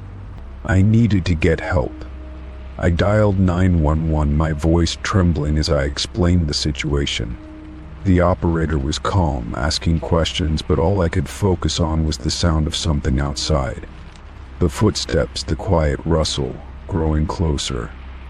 The operator assured me that officers would be on their way, but all I could hear was the rising panic in my chest. I didn't wait to find out what happened next. I grabbed my keys, bolting for the door, locking it behind me, and running out into the night. I didn't look back as I ran down the street, my heart pounding in my chest. I couldn't shake the feeling that I had just narrowly escaped something terrible. The officers arrived shortly after, but they found nothing. No one in the yard, no signs of anyone being there. The yard was empty as it had been when I first looked. But I knew what I felt, knew what I had heard, and I knew the messages weren't just a prank. That night, I didn't go back inside. I stayed at a friend's house, too shaken to be alone. And as I lay awake, staring at the ceiling, I couldn't help but feel the weight of the unknown. Whoever had sent those messages, whoever had been waiting, was still out there, and I couldn't shake the feeling that it wasn't over yet. Story 16. The soft glow of the hallway light flickered as I stepped out of my bedroom, feeling a tight knot form in my stomach. The silence of the house was oppressive, and the air felt thick, as if something was wrong, though I couldn't place what. I had just woken up, a sense of unease weighing on me, and when I glanced toward the door, I noticed it immediately. The door to the outside was cracked open. It wasn't wide, but it was enough for me to see that it was no longer secured. I knew I had locked it before I went to bed. The sound of my heartbeat echoed in my ears as I walked cautiously toward it, my mind racing through possibilities. I reached for the door handle, my hand trembling slightly, unsure of what I would find on the other side. The house was quiet, unnaturally so, as if time itself had slowed down to watch me. I had always been careful with security, locking every door and window before bed, but now, standing there, I couldn't remember the last time I had checked the locks. My mind flashed back to moments from the previous evening, but nothing seemed out of place. Still, the door being ajar didn't sit right with me. I pushed the door open slowly, keeping my back pressed against the wall, expecting something or someone to be on the other side. Outside, the night air was cool, the wind barely rustling the leaves on the trees. The yard looked normal, no signs of disturbance, but the feeling of being watched clung to me like a shadow. I glanced around, my eyes scanning the darkness, but there was no sign of anyone. I stepped back inside, closing the door behind me and locking it once again. The sound of the bolt sliding into place was a small comfort, but it did nothing to ease the anxiety twisting in my chest. I checked the other windows in the house, double-checking every lock, but everything seemed secure. Still, something wasn't right. I couldn't shake the feeling that I wasn't alone, that someone had been there, and that they were still watching. My phone buzzed on the table, interrupting my thoughts, and I grabbed it quickly, hoping for some distraction. The screen lit up with a new notification, a message from an unknown number. My stomach dropped as I opened it, reading the short, chilling text, "I know you're awake." I felt my heart skip a beat as I stared at the words, my mind reeling with questions. Who could have sent this? How did they know? My hands shook as I typed a response, trying to remain calm, but my fingers faltered on the screen. I hesitated, unsure of what to say, but before I could type anything, another message appeared. "It's too late now. You should have left when you had the chance." I stared at the message, the words twisting in my mind. They made no sense, but they felt wrong, like someone was toying with me. I scrolled through my messages, hoping to find something to explain this, but the conversation history was empty. My chest tightened as I looked around, but the house was still silent. I felt trapped, not just in my home, but in this growing sense of dread that had settled over me. I hadn't heard anything else since the tapping on the window, but now, with the door open and the cryptic messages, it felt as though something or someone was getting closer. My thoughts raced as I debated what to do next. I considered calling the police, but what would I tell them? That my door was open when it shouldn't have been. That I had received threatening messages from an unknown number. It didn't feel like enough to warrant a real investigation. Still, the fear gnawed at me, and I knew I couldn't ignore it any longer. I paced around the house, checking each room one by one, the hairs on the back of my neck standing up with every creak of the floorboards. The house felt different now, unfamiliar, as though it no longer belonged to me. I reached for the landline phone, intending to call for help, but before I could dial, I heard a sound. It was faint at first, but it grew louder, coming from the direction of the back door. The distinct sound of footsteps, soft and slow, like someone was carefully making their way through the house. I froze in place, my breath catching in my throat. The footsteps stopped just outside the door, and I felt an overwhelming sense of dread take over me. I didn't move. I didn't speak. I simply waited, praying that whoever it was would leave. The seconds stretched on like minutes as I listened, my heart pounding so loudly in my ears that it was hard to hear anything else. But then, without warning, the door handle rattled. It was faint but unmistakable. Someone was trying to open it. I backed away slowly, my mind racing. The intruder was here, and they were no longer trying to hide. They were bold, making no effort to be discreet. I glanced toward the front door, but I knew it wouldn't be much safer. I needed to find a way out of here, but the house seemed like a trap. Every exit felt compromised. I grabbed my phone again, desperately trying to find something, anything, to help me. I searched the web for anything I could do in this situation, but my mind was so clouded with fear that it was hard to focus. My hands shook as I typed a search for emergency help, but I stopped when I heard the sound of glass breaking. It was sharp, sudden, and unmistakable. The back door had been broken into. I jumped to my feet, heart racing, and sprinted toward the front door, my mind barely processing the panic that had taken hold of me. The moment I reached for the handle, I heard the sound of footsteps again, closer now, coming from the hallway behind me. I turned just in time to see a shadow move across the wall, blocking the light from the hallway. The figure was tall and thin, moving with an unnatural grace. My throat tightened as I tried to back away, but my feet felt frozen to the floor. The figure didn't say anything. They didn't need to. The look in their eyes told me everything I needed to know. This wasn't a random intrusion. This was personal. The fear that surged through me was overwhelming, but I couldn't let it paralyze me. I needed to act. I dashed for the back door, not thinking about anything except escaping. My mind was clouded with panic, but I knew I had to make it to the street, to somewhere I could get help. As I reached the door, I heard the sound of footsteps close behind me, the heavy thud of their approach echoing through the hall. I grabbed the doorknob and twisted, but it wouldn't budge. The door was locked. I turned just in time to see the figure reach out toward me, their hand just inches from my arm. I let out a scream, one of pure terror, as I struggled with the door, willing it to open. And then, just as quickly as it had started, the pressure lifted. The figure stopped moving, their hand falling to their side. My heart pounded in my chest as I stumbled back, my mind trying to make sense of what was happening.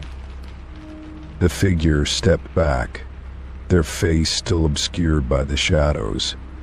And then, without a word, they turned and walked toward the hallway, disappearing into the darkness of the house. The fear that had gripped me so tightly began to ebb away, replaced by confusion and disbelief. Had it all been some twisted dream? Had I imagined it? I hesitated, standing in the doorway, my hand still on the knob. I had no idea who they were or why they had come. But one thing was certain, I was no longer alone. Story 17. I was standing in the kitchen when I heard the sound of a light thud at the door. It was early in the afternoon, and I hadn't been expecting any deliveries. I wasn't sure what it was at first, but when I opened the door, I found a small, brown box sitting on the porch. There was no return address, just my name scrawled across the front in bold, uneven handwriting. It looked like it had been dropped off hastily. I bent down to pick it up, feeling an odd sensation as I did. The box was surprisingly light, almost too light for its size. I glanced around the porch, hoping to see the delivery person, but there was no one in sight. I was alone in the house, and I couldn't remember ordering anything recently. The mystery of the package gnawed at me, but my curiosity won out. I brought it inside and set it down on the kitchen counter. I stared at the package for a moment, the strange feeling creeping up my spine. My name was the only thing on it, but there were no details about who sent it. I hesitated, my hand hovering over the tape that sealed the box. Something about the situation felt wrong, but I couldn't quite place why. Maybe I was overthinking it, I told myself. Maybe it was just a mistake, some mix-up in the delivery system. But still, I couldn't shake the unease that had settled deep in my chest. I grabbed a knife from the drawer and carefully cut through the tape, peeling back the flaps of the cardboard box. Inside, there was a single object wrapped in plain brown paper. My heartbeat quickened as I unwrapped it, revealing a small, old-fashioned clock. It looked like something you might find at a thrift store, with brass edges and a delicate face. The ticking of the clock was the only sound in the room as I held it in my hands, staring at it in disbelief. I turned it over, hoping to find some sort of clue, but there was nothing. No note, no message, just a simple clock. I inspected it carefully, trying to make sense of the situation. There was no reason I could think of why someone would send me a clock, especially one that looked so out of place in my home. I set the clock on the counter and walked around the kitchen, trying to clear my mind. I glanced at the clock again, noticing for the first time that the hands were frozen at exactly 3:15. It was an odd time to be stopped, but nothing about this situation seemed normal, so why would I expect anything to make sense? Just then I heard a faint knock on the door. I jumped, startled by the sudden sound. My heart skipped a beat as I made my way to the door, half expecting the delivery person to be there, or maybe someone who could explain the package. But when I opened it, there was no one. No delivery truck, no stranger standing on the porch, just the empty street and the quiet of the neighborhood. I closed the door slowly, a strange feeling of being watched creeping over me. I turned back to the kitchen, and that's when I noticed something strange. The clock was ticking. I could hear it faintly at first, and then more clearly as I stepped closer. The second hand had started moving, and the time had shifted from 3:15 to 3:16. I stared at it in disbelief. There was no way. I had checked it just moments ago. The hands had been frozen. This clock wasn't working before, so how was it ticking now? My head spun as I tried to rationalize what was happening. Maybe the jolt of opening the box somehow got the mechanism working again. Or maybe I was imagining things. But deep down I knew that wasn't the case.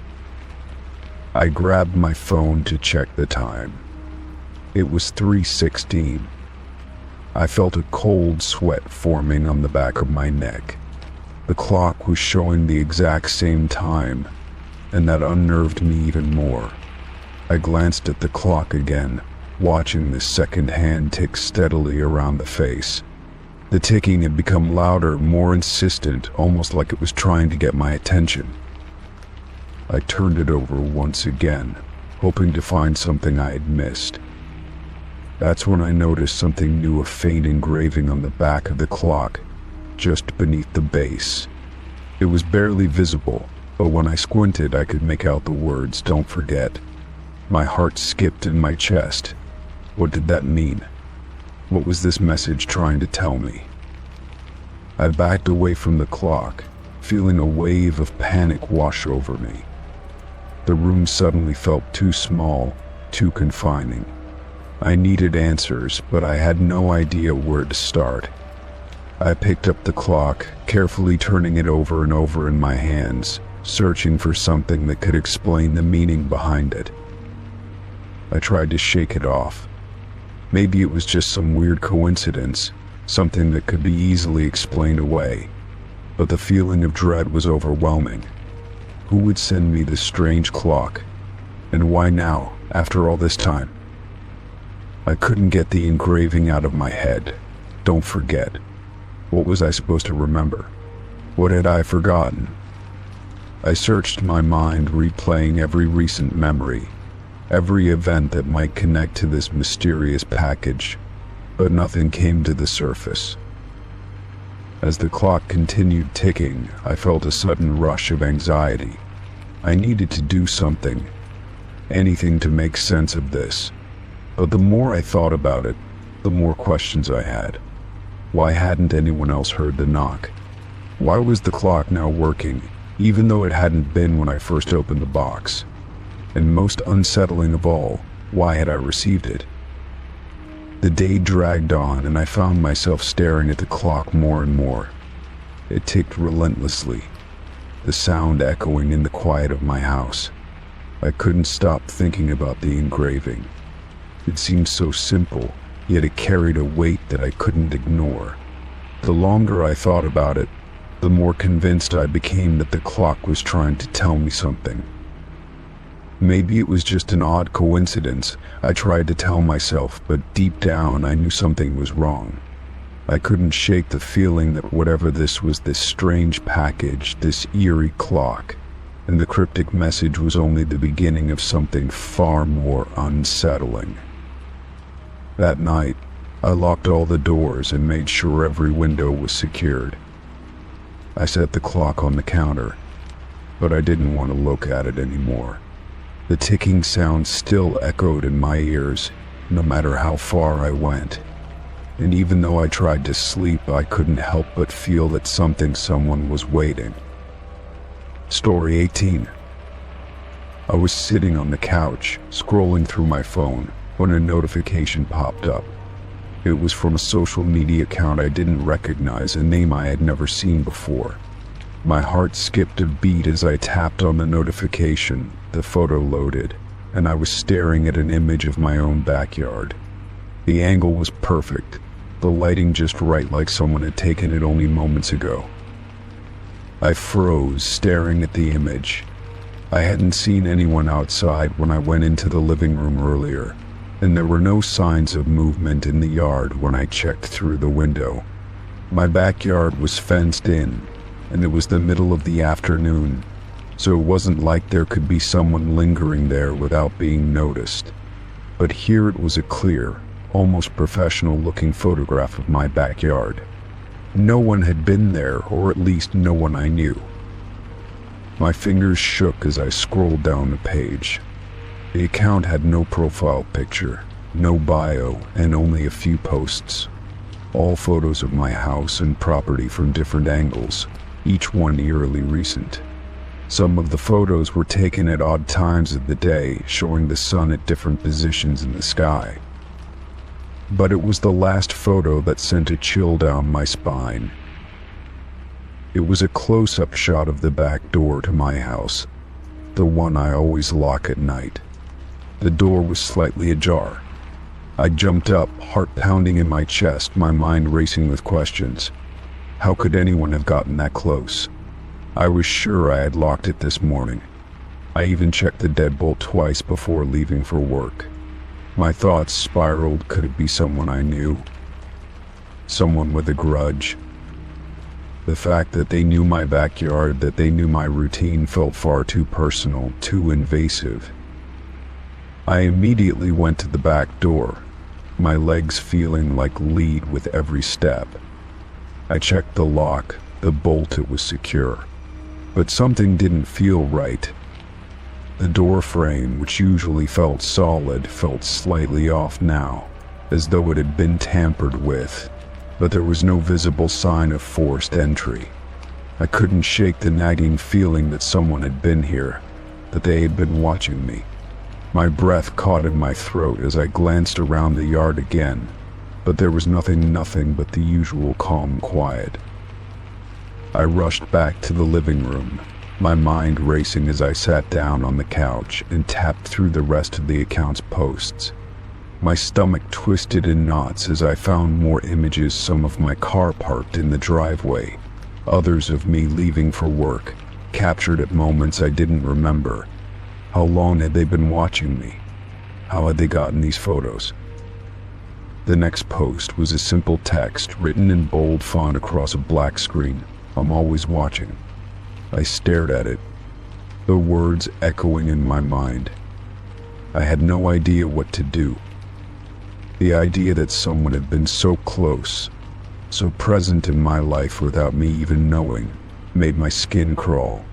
I tried to think of anyone who could be behind this, anyone who might have access to my property or my social media accounts, but no one came to mind. My first instinct was to call the police, but I hesitated. What could I say? How could I explain that someone was sending me photos of my house without any concrete proof that they had actually done anything wrong? They hadn't broken in, at least not that I could see, but the thought of someone having access to my private space without my permission felt like a violation. My stomach churned with a mix of fear and anger. I paced the living room, the phone still in my hand, trying to think clearly. The account had no other posts after that last one, and there was no way to contact whoever was behind it. I didn't recognize any of the usernames that had commented on the photos, either. They seemed to be fake accounts, just as mysterious as the one that had sent the notification. No one had left any direct messages either, just the photos, each one more unsettling than the last. I glanced out the window, my heart thudding in my chest as I looked toward my backyard again. Everything seemed normal, calm, almost peaceful, but it didn't feel that way. It felt like something was wrong. I felt like I was being hunted, and the worst part was I couldn't tell who the hunter was or where they were hiding. I hadn't felt this unsafe in my own home before, and it was a terrifying feeling. I sat back down, my head in my hands, trying to control my breathing. I had to figure out who was behind this. I had to find a way to make it stop. My eyes wandered back to the phone screen, and just as I was about to delete the account, something new popped up, another notification. This time it was a video. I didn't want to open it, but my curiosity got the best of me. My finger hovered over the play button as my pulse quickened. I pressed it. The video started with a shaky camera angle, showing the outside of my house, the view from the street. It zoomed in slowly, creeping up toward the window where I sat just moments ago. I froze. The camera stayed focused on the window for a few seconds before it moved, panning down toward the ground. And then it stopped, capturing the shadow of a figure standing just outside my window. My heart leaped into my throat as I bolted up from the couch, turning toward the window. There was nothing outside, just the quiet suburban street. But the video, the figure, it was real, and it was standing there, watching me.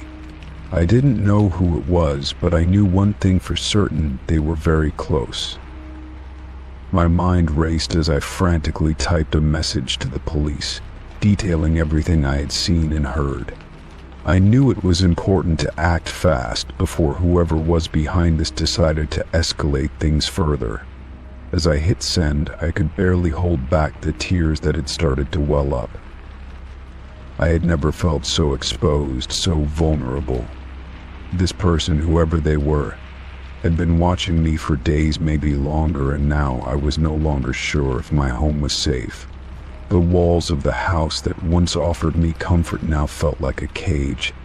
I didn't know who to trust, or if I could trust anyone at all. For the rest of the day, I stayed at a friend's place, too afraid to return home.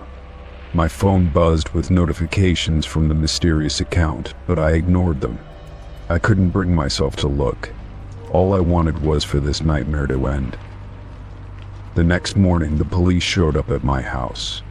I led them to the backyard, showing them the photos and videos I had saved. They took everything into evidence, assuring me they'd investigate. But I could see the look in their eyes, a look that said they didn't know where to start. This wasn't a break-in. There were no fingerprints, no physical evidence, just the lingering sense of being watched. Days passed, and the strange account stopped posting. The messages, the photos, the files, they all stopped coming. But the fear didn't go away. I couldn't shake the feeling that someone was still watching, still out there, just waiting for the right moment to make their move. I moved out of my house a few weeks later. The police never found out who was behind it, and I couldn't stay in a place that no longer felt like home. The silence after everything stopped felt even more suffocating. I moved on, but the feeling of being watched never really left. Story 19. I had just stepped into my living room, the weight of the day still lingering in my bones. The quiet was comforting, almost too quiet. I had been looking forward to a peaceful evening, with no interruptions, no noise, just the solitude I craved. The lights were dim, casting long shadows across the room, and everything was just as I had left it. It felt normal, but something in the air was off. Suddenly I heard it. A soft whisper, so faint I could barely distinguish the words. It came from inside the house. My heart stopped for a moment. My name, I thought, my pulse quickening. The voice was unmistakable, as if someone had whispered it right in my ear. But I was alone. There was no one else in the house. I stood frozen for a few seconds, trying to rationalize what had just happened. Maybe it was the wind, the trick of the house settling, a sound I misheard. But the more I thought about it, the more my blood ran cold. I knew what I heard. It wasn't my imagination. It was clear, distinct, as if someone had spoken my name in a soft, almost urgent tone. My throat went dry. I turned slowly, scanning the room. The air felt heavier now, as though something had shifted. The furniture, the walls, the silence, it all seemed too still, too expectant, as if waiting for something to happen. I had no idea what to do. The house felt familiar, but in that moment it was no longer my safe place. The whisper had shattered the peace. Taking a deep breath, I tried to calm myself. I told myself that it was just a coincidence, but the voice was so clear, so real. It didn't make sense. I stepped further into the room, my eyes darting to every corner, every shadow. No one was there. Everything was as it should be. Still, I couldn't shake the feeling that I wasn't alone.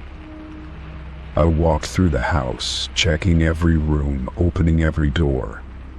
The bathroom, the bedrooms, the kitchen, all empty, all still. I was alone. I had to be. Yet, the whisper had come from inside the house, unmistakably. It felt personal, like it was meant for me. I went back to the living room, sitting down on the couch, trying to make sense of it. My mind raced, desperately searching for any logical explanation. Could it have been the pipes? The creak of old wood? Maybe it was an echo from outside, carried in by the wind. But nothing seemed to fit. Nothing explained the voice that had called my name. Then, as I sat there, trying to breathe through the rising panic, I heard it again. This time it was louder, more distinct. "Come here." The whisper sliced through the silence like a knife. My eyes shot wide open, and I stood up, instinctively backing away from the sound. It wasn't coming from one direction. It seemed to echo, reverberate around the room, as though it was coming from everywhere at once. I was trembling now. I had to leave to get out of the house.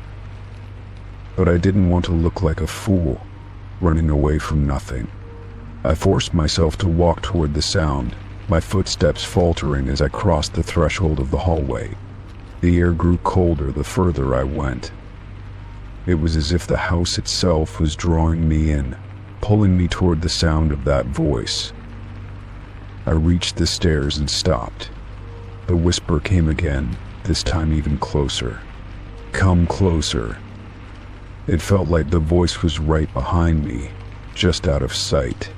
I turned quickly, my breath shallow, but there was no one there. The house remained empty, silent, save for the rush of my heartbeat in my ears. I looked up the stairs. The hallway above was dark, stretching out in front of me like a tunnel into the unknown. I felt an overwhelming urge to climb, to follow the voice, even though every instinct screamed at me to run. Against my better judgment, I began to ascend the stairs. With each step, the air seemed to grow colder, thicker. The whispering continued, urging me onward, coaxing me with its soft, irresistible command. I reached the top of the stairs, and the house felt even more oppressive. The silence was suffocating. At the end of the hallway stood the guest room, the only door still slightly ajar. The whispers grew louder, more frantic. In here, it was not a request. It was a demand pulling me toward the door. I couldn't stop myself. My feet moved on their own, each step feeling like I was sinking deeper into a fog I couldn't escape. I pushed the door open. The room was dark, nothing but shadows filling the space. But then I saw it. A figure standing in the corner of the room, facing the wall. I gasped, stumbling backward. It was a person, but not quite. They were like a shadow, almost blending into the darkness, their form too indistinct to make out. The whispers stopped suddenly, and for a moment there was only the deafening silence. I was frozen, my body paralyzed by fear. My heart hammered in my chest, and I could feel my breath catching in my throat. My mind screamed at me to run, but my body refused to obey. Then, the figure slowly turned. I couldn't make out their face, but I could feel their gaze, cold and calculating, settling on me. My blood ran cold. The room felt impossibly small, as if the walls were closing in. Before I could move, the figure took a step toward me, and with it, the air around me seemed to grow even heavier. I opened my mouth to scream, but no sound came out. I turned, running down the hallway, desperate to get away. But the stairs seemed farther away than they had before. The house had shifted, and I could feel it, as if it were alive, bending and stretching to trap me inside. I reached the stairs, but before I could descend, I felt a hand on my shoulder. Cold, clammy fingers dug into my skin, and I froze, my breath catching in my throat. I didn't dare look back. I had no choice but to turn and face whatever had followed me. But when I did, there was nothing there. The house was empty again. The silence returned, thick and suffocating. The whispering had stopped. I stood at the top of the stairs, my legs shaking, unable to move. After what felt like an eternity, I turned around, slowly making my way back to the living room. Everything looked the same as before. The shadows, the stillness, the weight of the air. But I couldn't shake the feeling that I wasn't alone. That something was still watching, still waiting. I sank onto the couch, exhausted, my heart still racing. I had to leave. I had to get out of the house before it pulled me in further. I grabbed my phone, dialing the number without thinking. I needed someone to hear me, to know what was happening. But just as the phone rang, I heard it again. The whisper, clear and sharp, "Not yet." Story 20. I had just returned from running a few errands, the late afternoon sun casting long shadows across the sidewalk as I walked up to my front door. My mailbox was a few steps away, and I always checked it when I got home, even if I didn't expect anything. I opened the flap, pulling out a few bills, junk mail, and then a small folded note. It was plain white with no envelope, no name, no return address, just a simple piece of paper. As I unfolded it, I felt a strange chill creep over me. The note was short. It simply said, "I know your secret." My heart skipped a beat. I stared at the words, trying to make sense of them. My mind raced, flipping through every memory, every mistake, every moment where I might have said or done something that could have led to this. What secret? I didn't have any secrets that anyone else should know about. at least none that I could think of. The note wasn't signed. There was no indication of who sent it or how they could possibly know something about me that I hadn't shared. I stood there for a moment, frozen. The afternoon air suddenly felt colder, and my surroundings seemed to grow distant. The world felt a little less familiar, like I was being watched, like there was someone else, someone who knew something about me that I didn't want them to. I turned the note over, looking for any clue that might explain this strange message, but there was nothing. Just a blank back, empty except for the slight creases where the paper had been folded. I quickly shoved it into my pocket and hurried inside, locking the door behind me. My thoughts were spinning. How could someone know? Had I left something out in the open?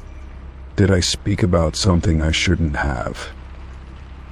The paranoia started creeping in, and I couldn't shake the feeling that I was being watched. I tried to brush it off, telling myself it was probably just a prank. But the nagging thought stayed with me. Someone out there knew something, and I had no idea who they were, how they had found out. I spent the rest of the evening pacing around my house, trying to distract myself. I went through my routines as usual, but nothing felt normal. Every creak of the floorboards, every rustling of the wind outside made me jump. I felt like I was living under a cloud of suspicion. Who could know my secret, and what was it? The next morning, I woke up with a strange sense of dread. I glanced at my phone first thing, hoping to find something that would explain the note. No messages. No missed calls. Nothing. I tried to go about my day as usual, but the words from the note kept repeating in my mind. I know your secret. It was like a voice echoing in the back of my head, reminding me of something I wasn't sure I wanted to remember. A week passed, and I tried to put the incident out of my mind, but the unease lingered. The note hadn't been mentioned again, and there were no other strange messages or signs. Life went on, and I tried to focus on the normal things: work, errands, household tasks. But every time I checked my mailbox, every time I stepped outside, I couldn't help but feel a twinge of anxiety. What if the person was watching me? What if they were going to reveal whatever secret they thought they knew? One afternoon, I came home from work to find another note in my mailbox. It was similar to the first one, but this time it was more specific. I know what you did last summer, it said. The phrase made my stomach drop. Last summer. What could that mean? My mind raced again, desperately trying to recall anything I had done last summer that could possibly be relevant. But I couldn't think of anything unusual. I hadn't done anything out of the ordinary, at least nothing that anyone would need to know about. Yet there was a reminder that someone seemed to know something about my life. I quickly stuffed the note in my pocket and hurried inside, locking the door behind me. I was becoming consumed by the idea that someone was out there, watching me, waiting for the right moment to strike. It felt like they were getting closer, like they knew more than I was willing to admit. The next few days were a blur of unease. I began to second-guess every decision, every interaction I had with anyone. Was someone at work trying to send a message? Was it someone from my past? Someone who had always been there, quietly waiting for me to slip up? I couldn't shake the feeling that I was being stalked by an unseen force. Then, one evening, when I returned home from an errand, I found a third note in the mailbox. My hands shook as I pulled it out and read it. I know everything, it said, and I'm coming for you. My heart pounded in my chest. This wasn't just a prank anymore. This was something more. Whoever was behind this, they were not going to stop until they had whatever it was they wanted from me. The tone of the note felt darker, more sinister than the others. My breathing quickened as I stood frozen in place. I felt a cold sweat wet forming on my skin, a sense of dread building in the pit of my stomach. I looked around, but no one was there. The street was as quiet as ever, I felt as though the world around me had become eerily still, like the calm before a storm. I rushed inside, locked the door, and began to check every window, every corner of my house, as though the person who wrote the note was already inside, hiding in the shadows. But there was nothing. Everything seemed normal, too normal, like it always had been. The next few days were a blur of fear and paranoia. I couldn't sleep, couldn't concentrate. I kept waiting for anything to happen, but nothing did. No more notes. No more strange messages. No sign of whoever had been sending them. It was as if they had disappeared, vanished into thin air. I couldn't understand it. Why had they stopped? Were they still out there, watching me? Or had they decided I wasn't worth the trouble after all? Eventually, the fear started to fade, but I could never shake the feeling that someone knew something about me, something that I hadn't been ready to face. I began to question every secret I had kept, every decision I had made. But the one thing I knew for sure was that I would never be the same. The notes had changed something inside me. They had planted a seed of doubt, and no matter how much time passed, I couldn't shake the feeling that someone somewhere was still watching. The fear never truly left. It had become a part of me, and every time I passed my mailbox, every time I opened the door, I couldn't help but wonder if there would be another note waiting for me, with more chilling words. Would it ever end? Or would the person who knew my secret continue to watch, to wait, to remind me that no secret remains hidden forever? Story 21. I received a strange phone call that was just the sound of breathing, but the number was unfamiliar. The static on the line was thick, making it hard to hear anything else, but the steady, slow breaths came through clearly. I held the phone tightly, trying to make sense of it, but nothing seemed right. It wasn't just the breath. It was the eerily calm rhythm of it, like someone was sitting there, listening to me, waiting for me to say something. I looked at the screen, but the number was unfamiliar. It wasn't anything I recognized, not a friend, not a family member. I considered hanging up, but something kept me from doing it. I wondered if it was a wrong number, or maybe someone playing a prank. I stayed silent, waiting for the person on the other end to speak, but they didn't. They just kept breathing. The sound made my skin crawl, and I could feel the weight of the silence pressing on me. I hung up, but the moment I set the phone down, it rang again. The same number, the same breath. My heart started pounding in my chest. Who was this? Why were they calling me? The air in the room felt thick, suffocating, as I stared at the screen. I didn't want to answer, but I couldn't shake the feeling that I needed to, that I was being drawn into something I didn't understand. I picked up the phone again, my voice barely a whisper. Hello? The breathing continued, soft and slow, almost rhythmic. It was like they were testing me, waiting for me to break. I held my breath, trying to stay calm, but the longer the silence went on, the more I could feel my anxiety growing. My mind raced with possibilities. Was it someone I knew, someone trying to mess with me, or was it something else entirely? Finally, I slammed the phone down. I needed to clear my head. I couldn't stay in the same room, so I went outside, hoping the cool air would help calm me. As I walked to the front yard, my phone rang again. I didn't want to pick it up, but something compelled me to check the screen. The same number. My stomach dropped. It felt like I was being hunted, trapped in a game where I had no control.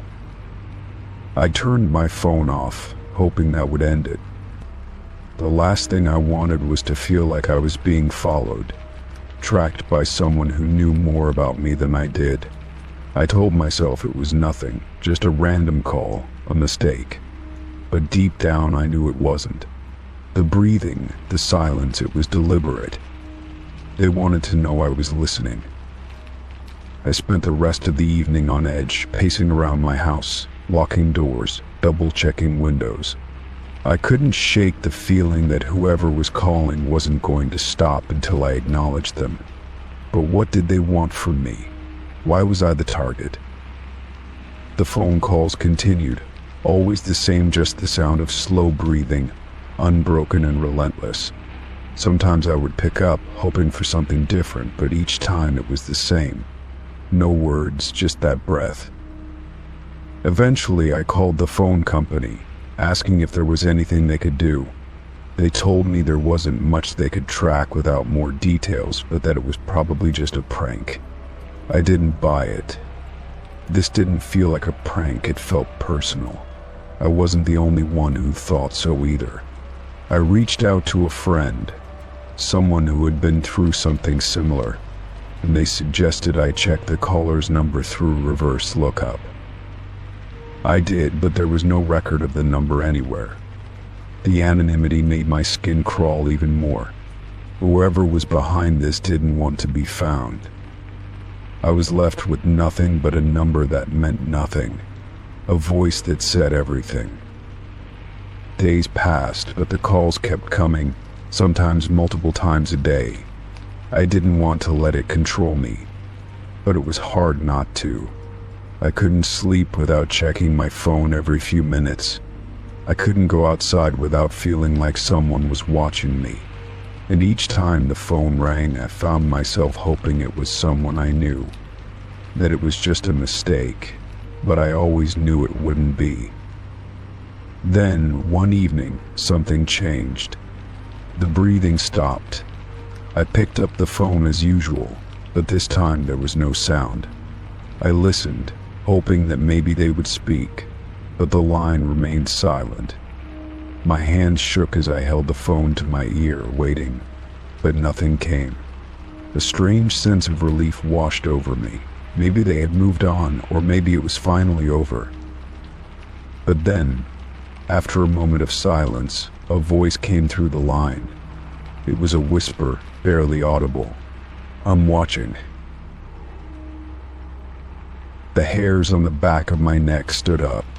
I dropped the phone and stumbled back, my heart pounding in my chest. That was it.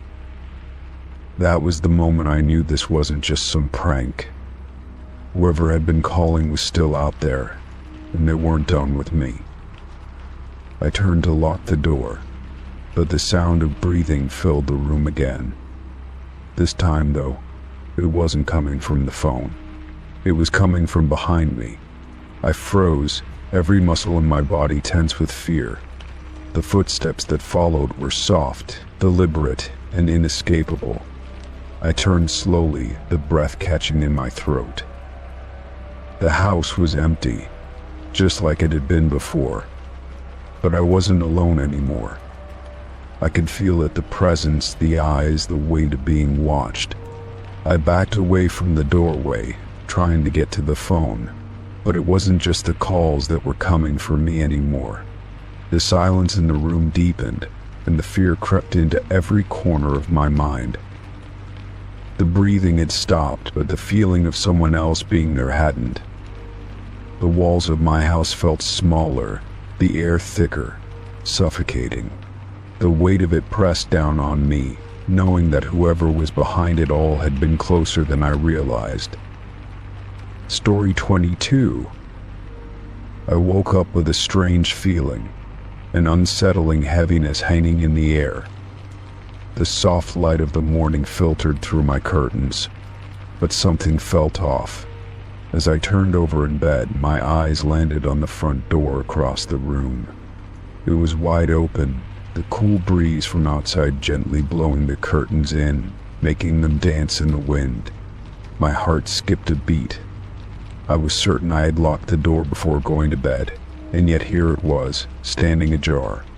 No sign of anyone nearby, not even a sound. I sat up quickly, my mind racing. I had lived in this house for years, and I'd never experienced anything like this. The door wasn't just slightly open, it was wide, as though someone had stepped in and left without a trace. My pulse quickened as I stood, cautiously walking toward the open door. I half expected someone to be standing on the other side, but there was nothing. The porch outside was empty, just the normal quiet of the neighborhood greeting me. I reached for the door, checking the handle. It was cold to the touch, as if it had been open for a while, but I couldn't recall hearing anything in the night. No footsteps, no creaking of the door. Just silence. I looked around the room once again, feeling the weight of the empty space around me. How had it been left open? I didn't know what to make of it. With a deep breath, I stepped outside onto the porch. The air was crisp, and there was an eerie stillness in the atmosphere. I looked around, scanning the area for any signs of movement, any hint that someone might have been here. The street was quiet, the only sound being the distant hum of traffic. No footprints in the dirt, no broken glass, nothing that would suggest someone had entered or exited my home. I walked to the edge of the porch and peered down the driveway, but still, there was no one. I felt a knot form in my stomach, and my mind began to race with possibilities. Had I forgotten to lock the door before going to bed? I couldn't imagine I had. It was a routine I'd followed for years, making sure everything was secure before I settled in for the night. And yet, here I was, standing in front of an open door, unsure of what had happened. I stepped back inside and closed the door behind me, locking it with a firm click.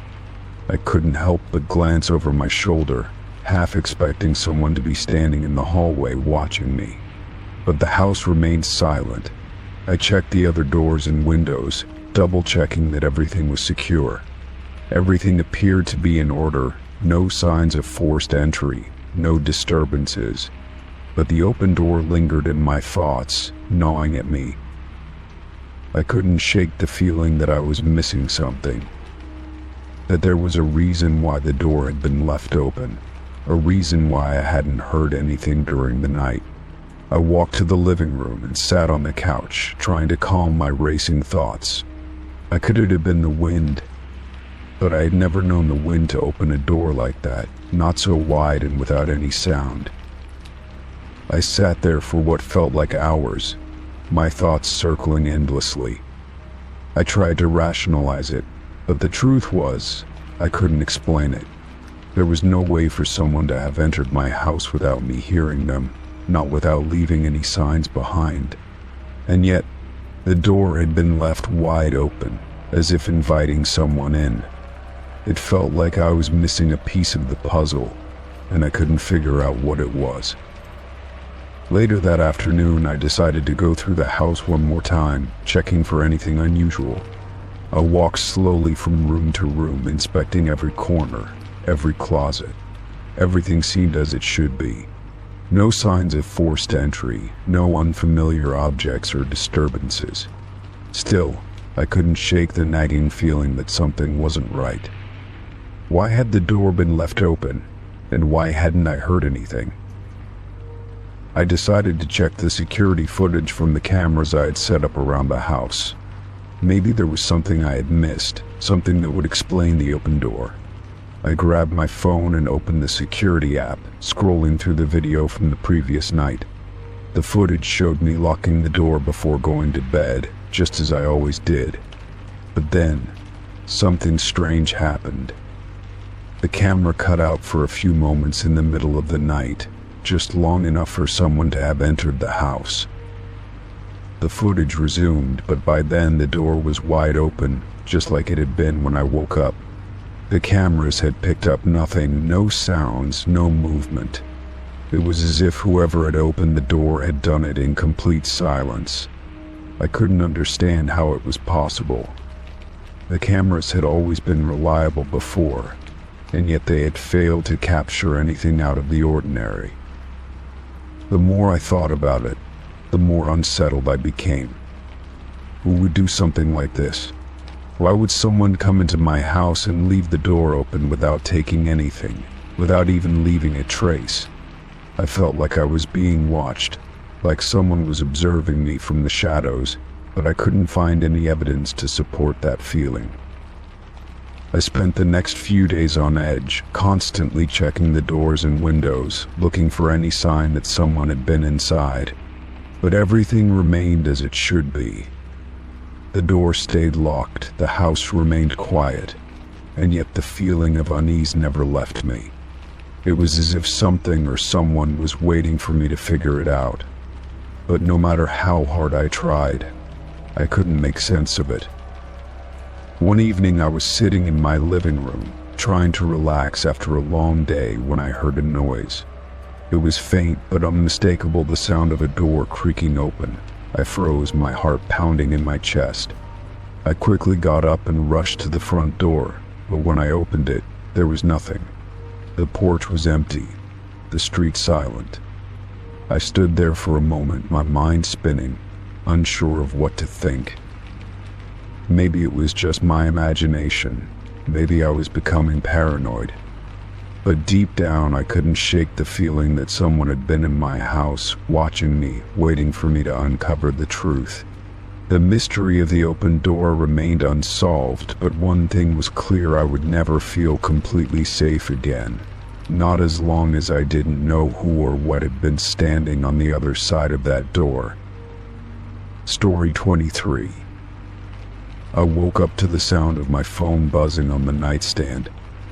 I groggily picked it up, rubbing my eyes as I saw the notification from my security camera system. It was unusual for the system to alert me at this hour, especially after I had set it up to monitor for motion. I had been in bed for a few hours, and there was no reason for anyone to be near the house. With a slight sense of unease, I opened the notification to check the footage. As the video loaded, I saw a figure moving around my house, the camera capturing their every step. They were wearing a dark hoodie, their face obscured by shadows. The figure walked slowly, almost methodically, around the perimeter of my house. I squinted at the screen, trying to make sense of what I was seeing. It was past 2 a.m., and there was no reason anyone should be near my house. My heart began to pound as I watched the figure linger near my back door, pausing for a moment before moving on. The movement was smooth, almost too smooth, like they knew exactly where to go. I checked the timestamp on the video. It had been recorded only a few minutes ago. My mind raced as I tried to process what I was seeing. Who was this person? Why were they walking around my house in the dead of night? My first instinct was to go outside and check, but my legs felt frozen, like my body was refusing to move. I took a few deep breaths, trying to calm myself down. I had to be sure, and the only way to do that was to investigate. I grabbed my phone, my hand shaking slightly as I exited my bedroom and quietly walked toward the front door. I opened it slowly, the chill of the night air hitting my skin. The house was eerily quiet, the only sound being the soft rustle of leaves in the wind. I stepped outside, squinting into the darkness, my heart still racing in my chest. There was no sign of anyone, no footprints in the gravel, no rustling in the bushes. It was as if the figure had vanished into thin air. I walked around the house, my footsteps crunching on the grass. I checked the front yard, then the sides, and finally the backyard. Nothing. No signs of intrusion, no broken windows, nothing out of place. I felt a strange mix of confusion and anxiety. The figure had been on my security camera, but there was no trace of them now. Had I imagined it? Or was I just too scared to find anything? I went back inside and checked the footage again. I rewound the video to see if I had missed something, but there they were, walking around my house, as clear as day. It was hard to ignore the unsettling feeling creeping up my spine. I checked the other cameras around the house, each showing the same thing: nothing. The figure had only appeared on the one camera, the one near my back door. I tried to think rationally, to tell myself it could have been a glitch, but deep down I knew that wasn't the case. I sat down on the couch, trying to calm my nerves. I couldn't shake the feeling that something was wrong. The figure had moved so deliberately, almost like they had a purpose. It was almost as if they knew exactly where the cameras were. My phone buzzed again, another notification from the security system. I opened it immediately, my heart jumping in my chest. This time there was no figure, just the usual footage of my empty yard. I checked the timestamp. It was from a few minutes after I had gone outside. I spent the rest of the night unable to sleep, my mind constantly replaying the strange footage. In the morning I reviewed the footage again, but there was nothing new. No signs of anyone in or around my house. My front door was still locked, the windows still secure. It was as if the figure had never been there. But I knew what I saw, and the unease in my chest refused to go away. Days went by, and nothing else unusual happened. I went about my daily routine, but the memory of that figure lingered in the back of my mind. I kept checking the footage, hoping to find some explanation, but there was nothing more to see.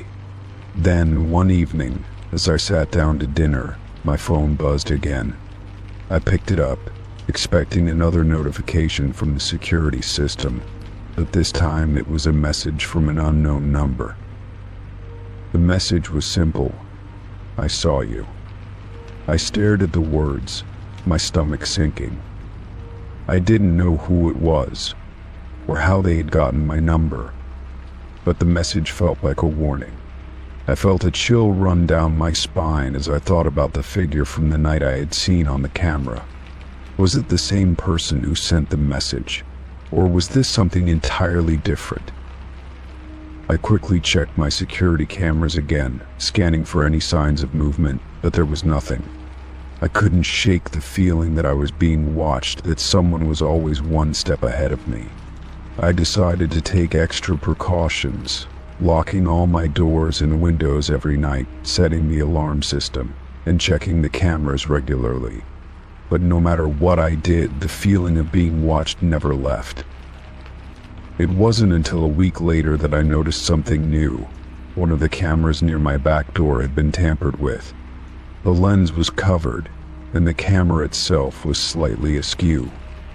My blood ran cold as I realized that someone had been inside my yard, close enough to alter the camera's position without triggering the motion sensors. I checked the footage from the other cameras, but the tampering hadn't been recorded. The only footage I had was from the night the figure walked around my house. The figure, the phone message, the tampered camera, it was all too much to ignore. Someone had been watching me, someone who knew exactly where to go and how to avoid detection. I couldn't shake the feeling that this wasn't over, that the figure would return.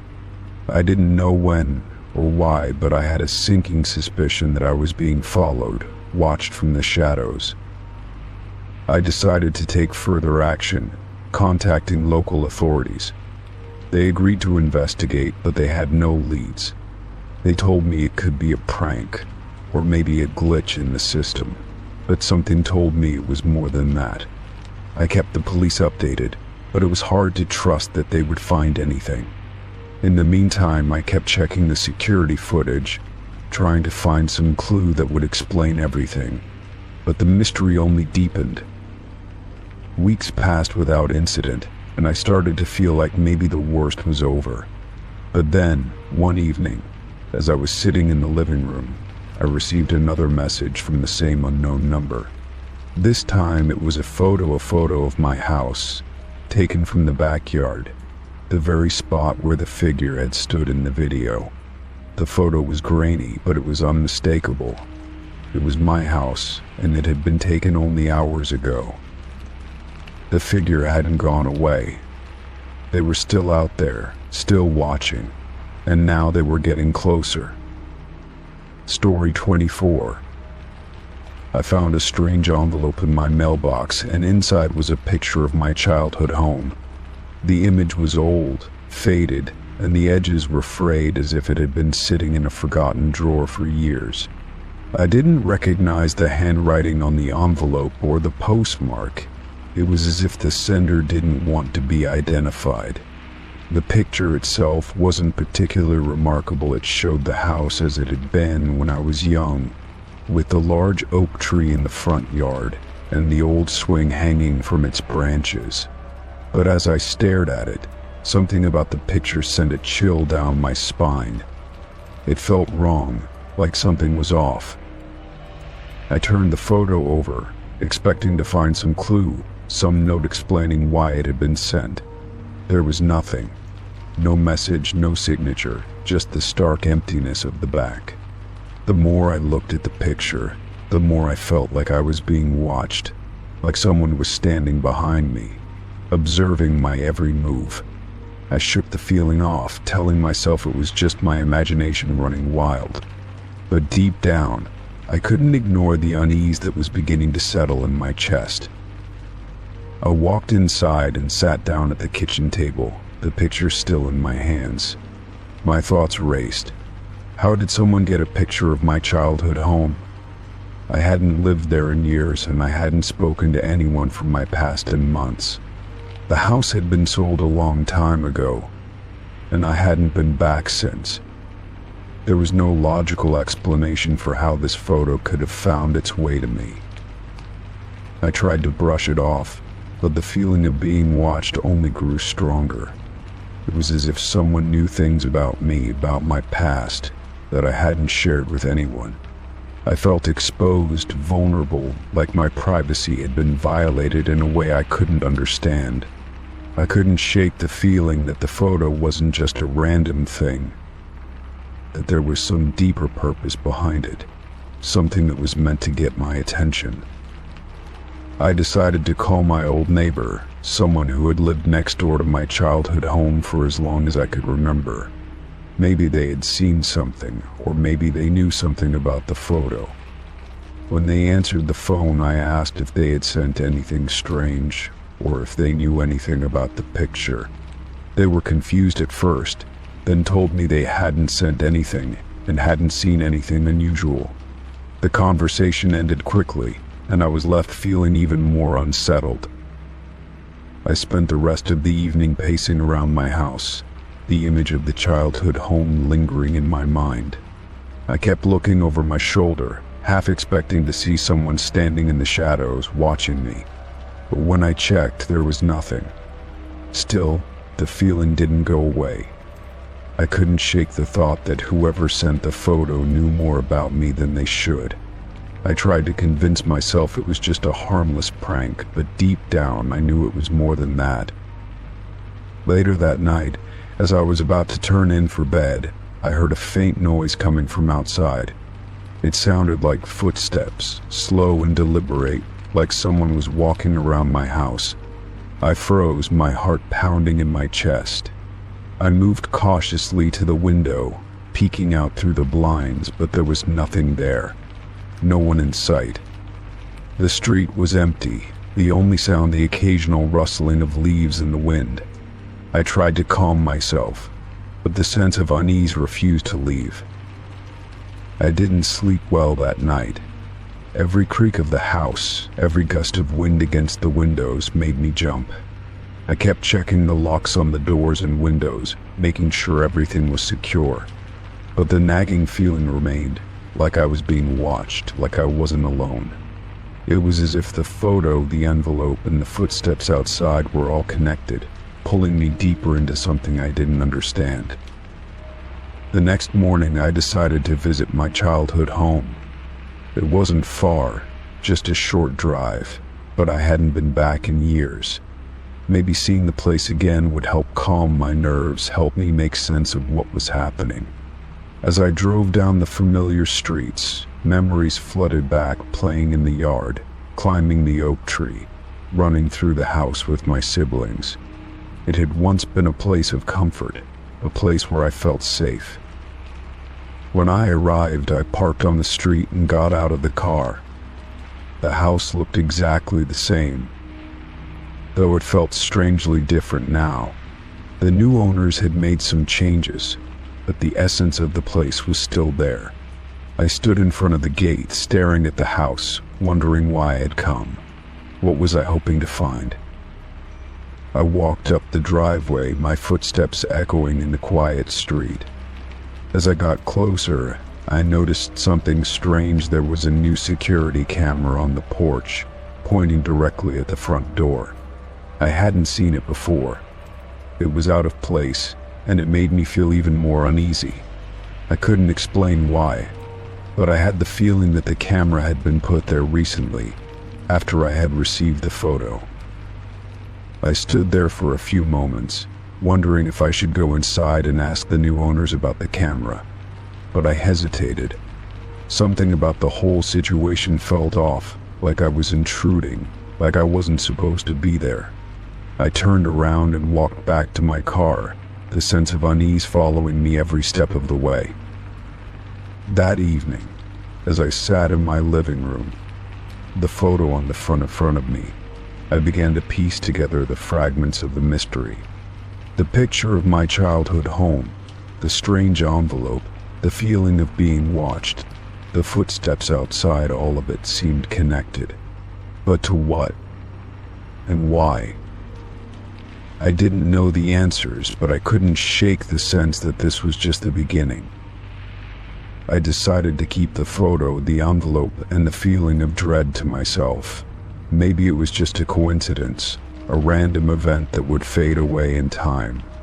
But deep down, I knew that something was coming, something that I wasn't prepared for. The more I thought about it, the more I realized that whoever had sent the photo was still out there, still watching, waiting for the right moment to make their presence known. I tried to ignore it, tried to move on with my life, but the thought of the photo, the envelope, and the mysterious figure in the shadows never left my mind. It was always there, lurking, a constant reminder that some mysteries were never meant to be solved. And as the days passed, I couldn't help but wonder just how far the reach of this unknown person extended, and whether I was truly safe, or just another pawn in their twisted game. Story 25. I was sitting on the couch, scrolling through my phone, the soft glow of the screen illuminating my face in the dimly lit living room. It was late, well past midnight, and the house was quiet, too quiet. I hadn't realized how much I appreciated the silence until that moment, but tonight, it felt oppressive, suffocating.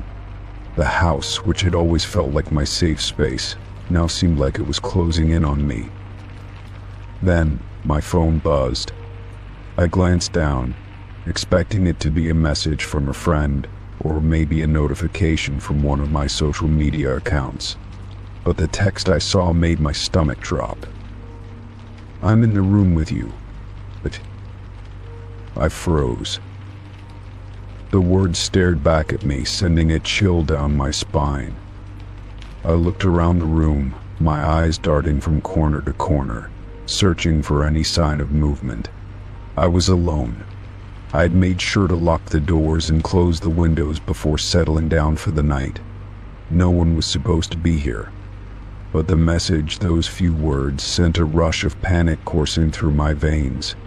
My mind raced, trying to make sense of it. It could be a prank, right? A wrong number or someone messing with me. But deep down, I knew it didn't feel like a prank. It felt real. It felt too personal. I stood up from the couch, feeling a sense of urgency that made my heart race. I moved to the window, pulling the curtain aside just enough to peer outside. The street was empty, the houses across the road dark, their windows reflecting the pale light of the street lamps. Nothing was out of the ordinary. But then why did I feel like something was wrong? Why did it feel like someone was in here with me, watching me? I took a deep breath and tried to calm myself. It was just a message, nothing more. I'd probably overthought it, let my imagination get the best of me.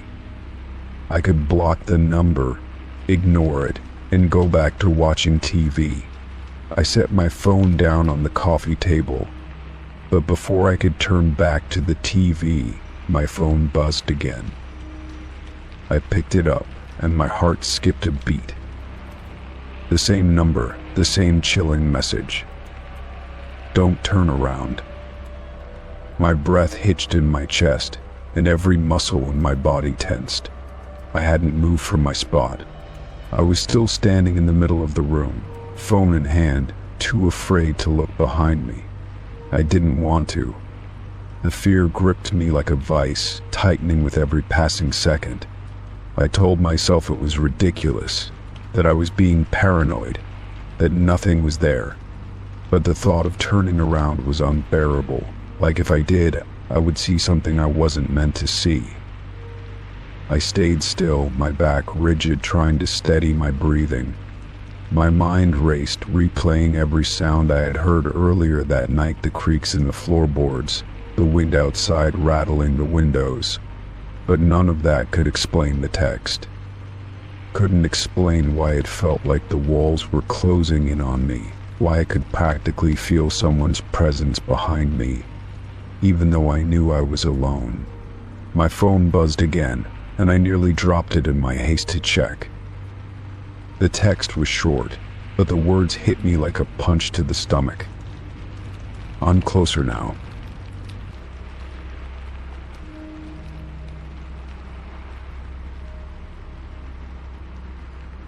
My heart pounded in my chest, and the air felt suddenly thick, like I was suffocating. My instincts screamed at me to run, to get out of the house, but my legs wouldn't move. I was paralyzed, trapped in the same room with the unknown, with the feeling that someone or something was just out of sight. My mind kept telling me to turn around, to look, to see if anyone was really there. But the fear that something would be waiting for me was unbearable. I couldn't bring myself to do it. I reached for my phone again, trying to focus on something, anything, that could distract me from the overwhelming panic. But the screen was frozen. It wouldn't load. The texts, the messages, everything was gone. I tried restarting my phone, my hands trembling as I pressed the power button, but it was no use. The phone wouldn't turn back on. My pulse raced, my head spinning. What was happening? Why was everything malfunctioning at the worst possible moment? I dropped the phone onto the couch and turned back to face the room, the silence pressing in on me. It felt like the room had grown smaller, like the walls were closing in. I took a few steps forward, glancing at the door, the hallway, the dark corners of the living room. But everything looked normal. Everything was in its place. There was nothing, no sign of anyone being there, but the oppressive feeling of being watched refused to leave. I didn't know what to do. I didn't know where to go. I had to get out of there. I had to leave, but my feet felt glued to the floor. Every part of me wanted to run, but every part of me was terrified to move, to break the stillness. And then I heard it. A faint noise, almost imperceptible at first, but growing louder. A soft, slow tapping on the floorboards above me, like footsteps. Someone was upstairs. I felt my blood run cold. My heart pounded so loudly in my chest that it drowned out the noise. But the footsteps continued, growing closer. Closer. My mind screamed at me to run, to get out of the house, but I couldn't move. The tapping stopped suddenly, and then I heard something else, soft, slow breathing. It was right behind me. I could feel it, the air shifting, the temperature dropping. I knew I wasn't alone. I knew that whatever was there, whatever was in the room with me, had been waiting for me all along. I turned around, finally facing the space behind me, but there was nothing. The room was empty, the darkness overwhelming. I was alone, or so it seemed. The only thing I could hear was the faint hum of the refrigerator in the kitchen and my own ragged breathing. I looked around frantically, expecting to see something move, but nothing did. I stood there for what felt like an eternity, my mind racing. What had just happened? Was I losing my mind? Had someone really been here? The tapping, the breathing, was it all just my imagination running wild? I looked down at my phone, hoping it would turn back on. It finally did, and the screen was filled with notifications. But none of the messages were from the strange number. They were all from my friends, asking if I was okay, if I needed anything. I stared at the screen, my fingers trembling as I read through them. Then a new message popped up. From the unknown number. I'll be waiting for you again. Story 26. The morning light filtered softly through the curtains, casting a pale glow across my room. I had just woken up, my head feeling foggy, as though I hadn't slept long enough, even though the night had seemed endless. As I stretched out, trying to shake off the remnants of sleep, my eyes fell on my hand. A strange mark marred the surface of my palm, dark and irregular, almost like a bruise but with no distinct shape. It wasn't there when I went to sleep, and I couldn't remember anything that could have caused it. I stared at it for a moment, trying to recall if something had happened the night before, but there was nothing. The more I examined it, the more it unsettled me. It wasn't a typical bruise or cut, but something unfamiliar. I ran my fingers over it, the skin raised slightly in a way that didn't feel like an ordinary injury. I pulled my hand closer, squinting at it as if it would make sense if I just looked harder. It was as though the mark was pulsing under my skin, the subtle warmth radiating from it, but it couldn't have been possible. No one had touched me, and nothing out of the ordinary had happened. I shook my head, trying to convince myself it was just some kind of weird dream or a trick of my mind, but it didn't feel that way. It felt real, too real. I stood up from my bed and walked to the bathroom, hoping to wash the confusion away with cold water. Maybe I had scratched myself during the night, though I couldn't think of any reason why I would. I turned the faucet on and splashed my face with water, hoping it would clear the haze from my mind. As I looked into the mirror, I noticed how tired I appeared, my eyes bloodshot and heavy.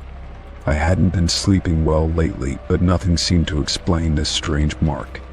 I glanced at my hand again, but now it seemed more prominent, more distinct, as though it had grown while I wasn't paying attention. I grabbed a towel, drying my face, and turned back to my room, my thoughts racing. Maybe it was something simple, like a rash or irritation, but it didn't look like that. It was far too precise, too deliberate. I wondered if I had somehow injured myself in my sleep, though I had no recollection of it. The idea felt absurd, but what else could explain it? I walked over to my desk, pulling open a drawer and searching through it for a magnifying glass. I needed to see the mark more clearly, hoping that it would somehow make sense. When I finally found the magnifying glass and held it over my hand, I could see the details more clearly. The mark was jagged, like a series of small, uneven lines that seemed to weave into each other, almost like a pattern. It didn't look like a simple scratch or bruise, it looked intentional. It was almost like someone had drawn it there, and that thought sent a chill down my spine. But who would do that, and why? I couldn't make sense of it, and my heart began to race. I stared at it for a long time, turning my hand this way and that, trying to figure out if it had appeared overnight, or if I had somehow overlooked it before. I felt like I was missing something important, but I couldn't put my finger on it. I thought back to the previous day, trying to remember anything unusual that might explain this. Had I encountered anything strange, anyone strange? But no, nothing out of the ordinary had happened. Just a typical day, as far as I could remember. As I stood there, trying to make sense of it, I heard a knock at the door. I jumped. startled by the sudden sound, and quickly pulled my hand back, hiding the mark as if it would somehow be more real if I showed it to someone else. I wasn't ready for anyone to see it yet, to ask questions that I couldn't answer. I walked slowly to the door, my mind still focused on the mark, and opened it. It was my neighbor, standing there with a concerned look on his face. "Hey, everything all right?" he asked, his voice soft, though there was an edge of worry in it. "Yeah, just a weird morning," I said, trying to sound normal, though my voice betrayed me. I could tell he was looking at me, studying my face, probably wondering why I looked so out of sorts. I forced a smile, hoping it would mask my confusion. He didn't seem convinced, but he didn't push. "Well, if you need anything, just let me know," he said, giving me a nod before turning and walking away. I closed the door behind him, my mind spinning. Why had he come by? He was a nice enough guy, but we weren't close enough for him to just check in on me like that. I hadn't seen him the day before, so it was strange that he would suddenly show up this morning. But then again, maybe it was just coincidence, or maybe not. I stood there for a moment, staring at the door. The mark on my hand still throbbed, its presence growing more intense with each passing minute. I rubbed it again, but the sensation didn't go away. I could feel the heat from it, and I wondered if it was just in my head, or if it was something else entirely. The unease I had been feeling all morning seemed to intensify, as though the mark was drawing me into something bigger than I could understand. I couldn't shake the feeling that something was wrong, that I had missed a warning sign somewhere, but I couldn't point what it was. I sat down on the couch, staring at my hand, still unsure of what to do. I thought about calling someone, maybe a doctor, maybe a friend, but what would I say? That I had a strange mark on my hand that I couldn't explain. That I woke up with it and had no idea how it got there. No, I wasn't ready for that, but I couldn't just ignore it either. I glanced over at my phone, still resting on the table, and saw a new message pop up. It was from an unknown number, and the message simply read, "It's time." I felt my heart drop into my stomach as I stared at the words, my fingers trembling as I unlocked the phone. I opened the message, hoping to make sense of it, but there was nothing else, no other context. Just those two words. I felt a cold chill run down my spine, and I quickly closed the message, my thoughts spinning out of control. Who was this, and what did they want? The mark on my hand burned with an intensity I hadn't felt before, and I couldn't ignore the feeling that everything was connected. But how? Why? The questions swirled in my mind, but the answers remained elusive. I stood up again, pacing the room, feeling like I was on the edge of something big and terrifying.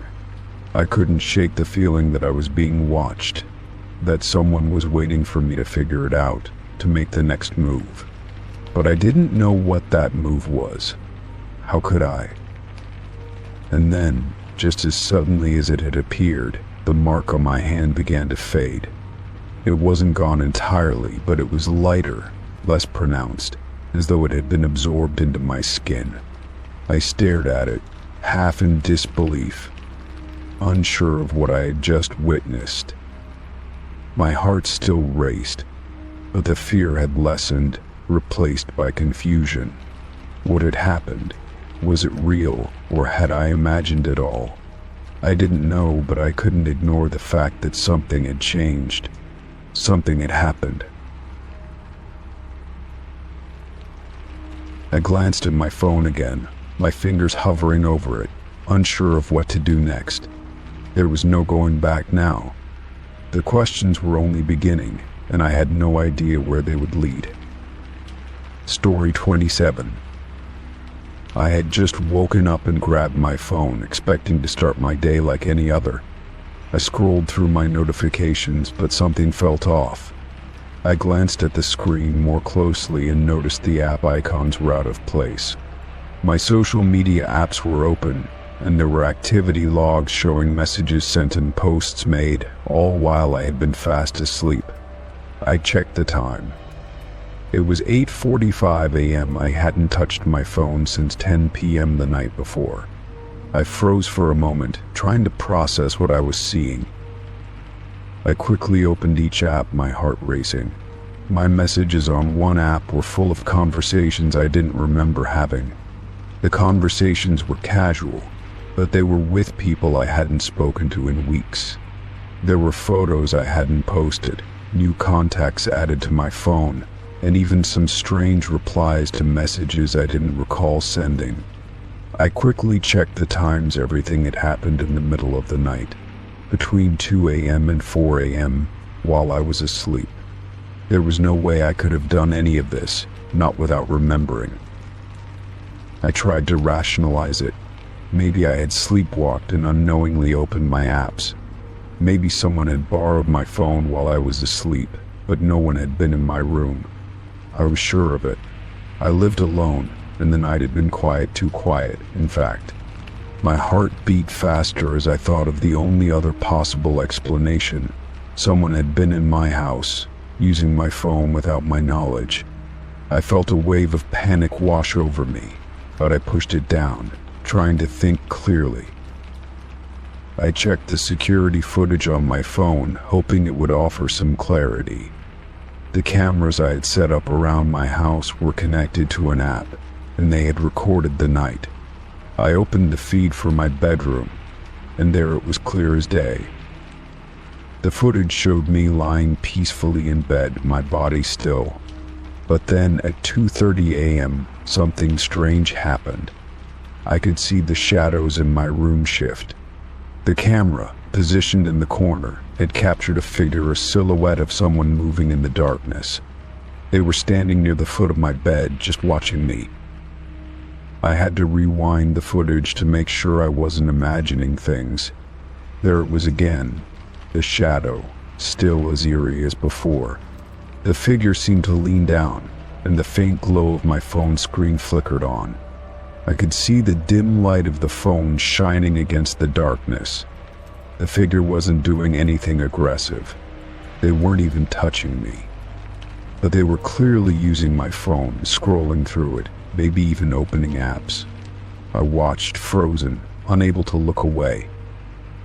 The footage cut off just as the figure stood up and walked out of view. My breath caught in my throat. I grabbed my phone tighter, heart racing. There was no mistake.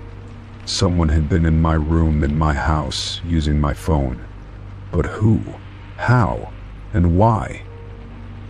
I felt an overwhelming sense of vulnerability. How had I not heard them? How had they gotten in without leaving a trace?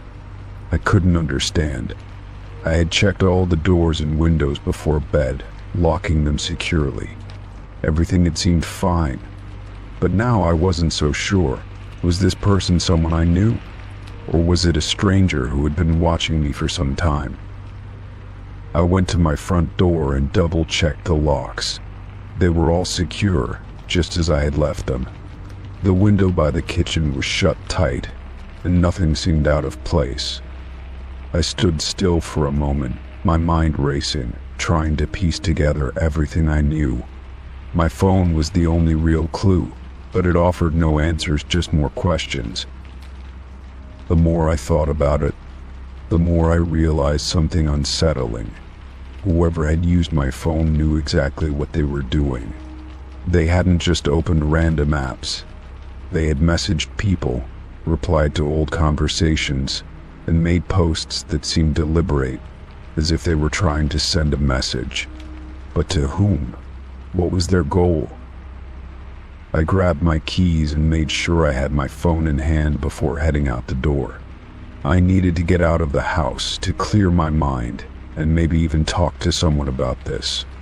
I couldn't do this alone. I had to make sense of it. But the more I walked through my neighborhood, the more paranoid I became. Every car that passed, every person I saw felt like a potential threat. who had been in my house, who had been watching me. I didn't have any answers, but I couldn't shake the feeling that something was wrong, something beyond just a simple prank or mistake. My mind kept returning to the figure in the footage, and I couldn't stop replaying the image of them standing over me. Had they been there for a while, waiting for the right moment? Had they known I would be asleep, or had they planned this for some other reason? I returned home an hour later, but I couldn't shake the sense of unease that had settled in my chest. The house felt too quiet, too still. I didn't want to go back inside, but I knew I had to. I needed to figure out what was happening. I walked through every room, checking every corner, but it all seemed normal, too normal. Everything in my house was just as I had left it. But when I returned to my bedroom, I saw something I hadn't noticed before. My phone was sitting on the nightstand. It wasn't there before. I had left it on the bed, charging. I hadn't touched it when I came back earlier. But now there it was, placed neatly on the nightstand, facing up. I walked over to it, my breath shallow. There were no new notifications, no new messages. But the phone felt wrong. It felt like someone had been holding it, just as I had seen in the footage. I felt a chill run down my spine. Whoever had been in my room didn't just use my phone, they were trying to send me a message, trying to communicate with me. But what was it? Why me? I had no answers, only questions and the feeling that whoever had been in my house wasn't finished yet.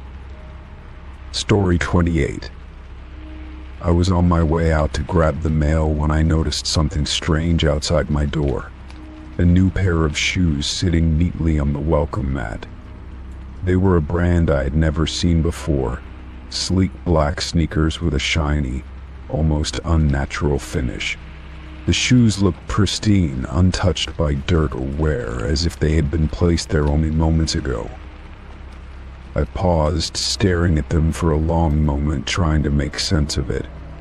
I hadn't bought them, I didn't recognize them, and I certainly hadn't asked anyone for shoes. I checked the area around my door to see if there was any note or message.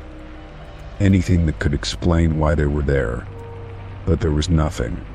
Just the shoes, left in the same way a package might be, waiting for someone to claim them. My first thought was that it must have been a mistake, a delivery meant for someone else. But as I looked more closely, I realized that didn't make sense. The shoes were perfectly placed, as though someone had intentionally set them there, right at my doorstep in plain view. There was no sign of a delivery box, no receipt, not even a hint of packaging, just the shoes. I looked around, but there was no one in sight. The street was quiet, the kind of silence that made everything feel just a little off. I wasn't sure if I should bring them inside or leave them where they were. There was no obvious reason for me to keep them, but something about the whole situation felt unsettling. It wasn't normal for a random pair of shoes to show up on someone's doorstep, especially when there was no note or explanation. I went back inside to grab my phone and check my security camera footage. Maybe there was some clue, something I had missed. I quickly pulled up the app and reviewed the footage from the last few hours. My heart skipped a beat when I saw the timestamp. There was nothing. The camera hadn't picked up any movement. It was as if the shoes had materialized out of nowhere. I glanced back at the door, then to the shoes again, my mind racing. Who would leave shoes at my door, and why? I had no enemies, no one who would want to send me a message like this. At least no one I could think of. The more I thought about it, the stranger the situation became. Was this some kind of prank? Or was someone trying to make a point by leaving me something I didn't ask for? Something that felt far too personal.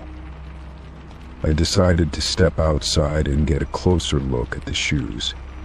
As I crouched down to inspect them, I noticed something else on the inside of the shoe. A tiny piece of paper folded neatly and tucked into the heel. My stomach twisted as I pulled the paper out and unfolded it, my hands trembling. The note inside read, "You were chosen." I felt a chill run down my spine as I stood up and read the words again. What did it mean? Who had chosen me? And for what? My mind raced with possibilities, none of which were comforting. I didn't recognize the handwriting, and there was no indication of who had left it. The note seemed cryptic, deliberate, as though the sender wanted to provoke me to get a reaction. I immediately felt the urge to get rid of the shoes, to throw them out, but I hesitated. What if this was just the beginning? What if this was part of something bigger, something I didn't understand yet? What if I ignored it, and it only escalated? I couldn't shake the feeling that whoever had left the shoes knew something about me, something I didn't know. My thoughts spiraled. Had I seen something I shouldn't have? Was there someone watching me, someone planning something I couldn't anticipate? I took the shoes inside, locking the door behind me. I needed to figure out what was going on, and I couldn't do that if I left the shoes outside. I set them down in the middle of my living room and took a step back, studying them. Every detail seemed so deliberate, so carefully chosen. They weren't just random shoes, they were meant for me. I had no idea how I knew that, but it felt true. They weren't just a gift or a mistake, they were a message. I spent the rest of the afternoon trying to distract myself, but every time I walked past the shoes, I couldn't help but look at them. I considered calling the police, but I didn't know what to tell them. A pair of shoes had shown up at my door, with a note inside that made no sense. How could I explain that? Would they even take me seriously? The sun began to set, casting long shadows across the room. I sat on the couch, my eyes never straying far from the shoes. The silence in the house seemed to grow heavier with every passing minute, and I couldn't shake the feeling that I wasn't alone, that someone was still watching. Just before bed, I decided to take one last look at the shoes, to make sure they hadn't changed or revealed anything else. I walked into the living room and froze. The shoes were gone. The spot where I had left them was empty, the floor bare. I checked the whole house, searching every corner, every room. Nothing. The shoes had disappeared. My heart raced as I called the police, but by the time they arrived, there was no trace of anything. No shoes, no note, nothing to prove that anything had happened. I tried to explain, but without physical evidence, they couldn't do anything. It was as if the shoes had never been there at all. Weeks passed, and I tried to move on with my life, but the memory of that day stayed with me. I would check the door, look around my house, always expecting to find something new, something that might explain it all. But there was nothing more. No other strange gifts, no more notes, just silence. The shoes never returned, but the feeling of being watched never truly left. Every now and then I would catch a glimpse of something unfamiliar, footsteps on the sidewalk, a figure lingering in the distance, but when I turned to look, no one was there. It was as if whoever had left the shoes had simply disappeared, leaving me to wonder if I had imagined a maddening of the whole thing. I never found out who was behind it, or why they chose me. But I couldn't shake the feeling that I had been marked for something I wasn't prepared for. The shoes had been a warning, and I had no idea what would come next. But I knew deep down that my life would never feel the same again. Story 29. I had just finished a long day of work when I sat down at my desk to check my email.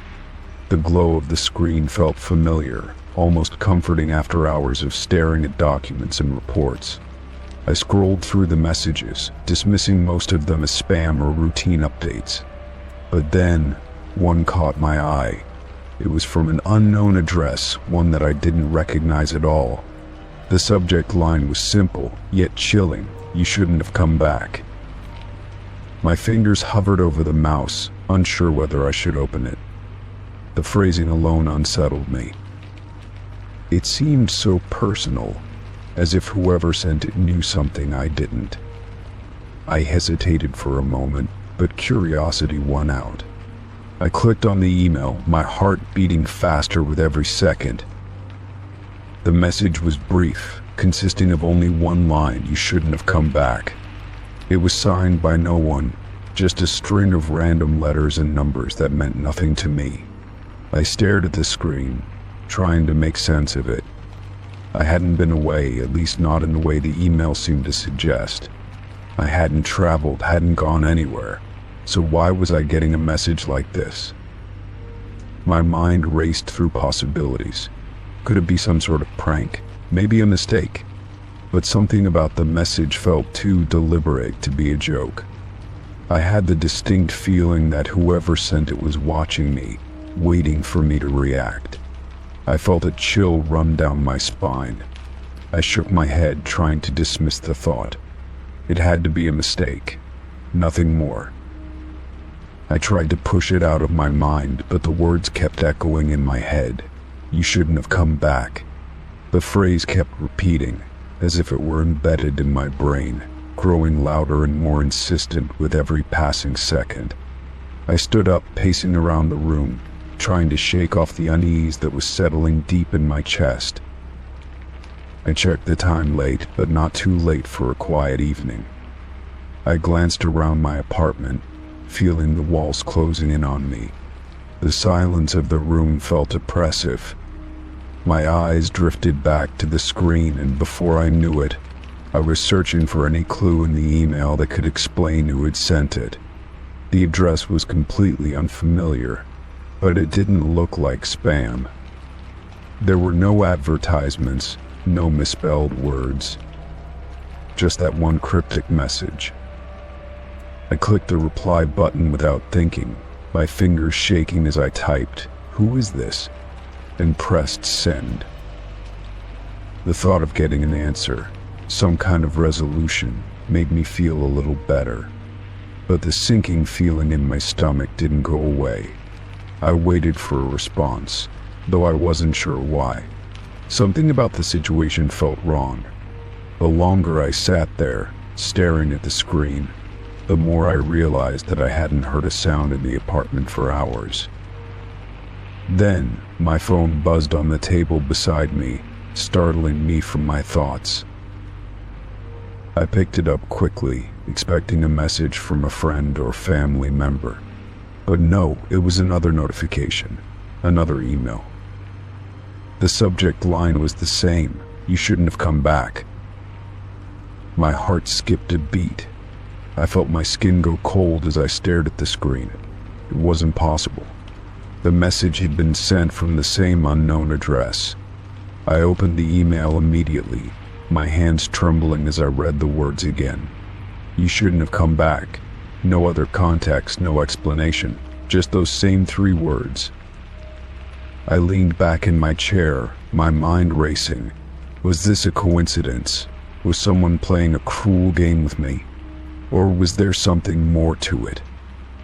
I glanced around the room once again, feeling the overwhelming sense that something was terribly wrong.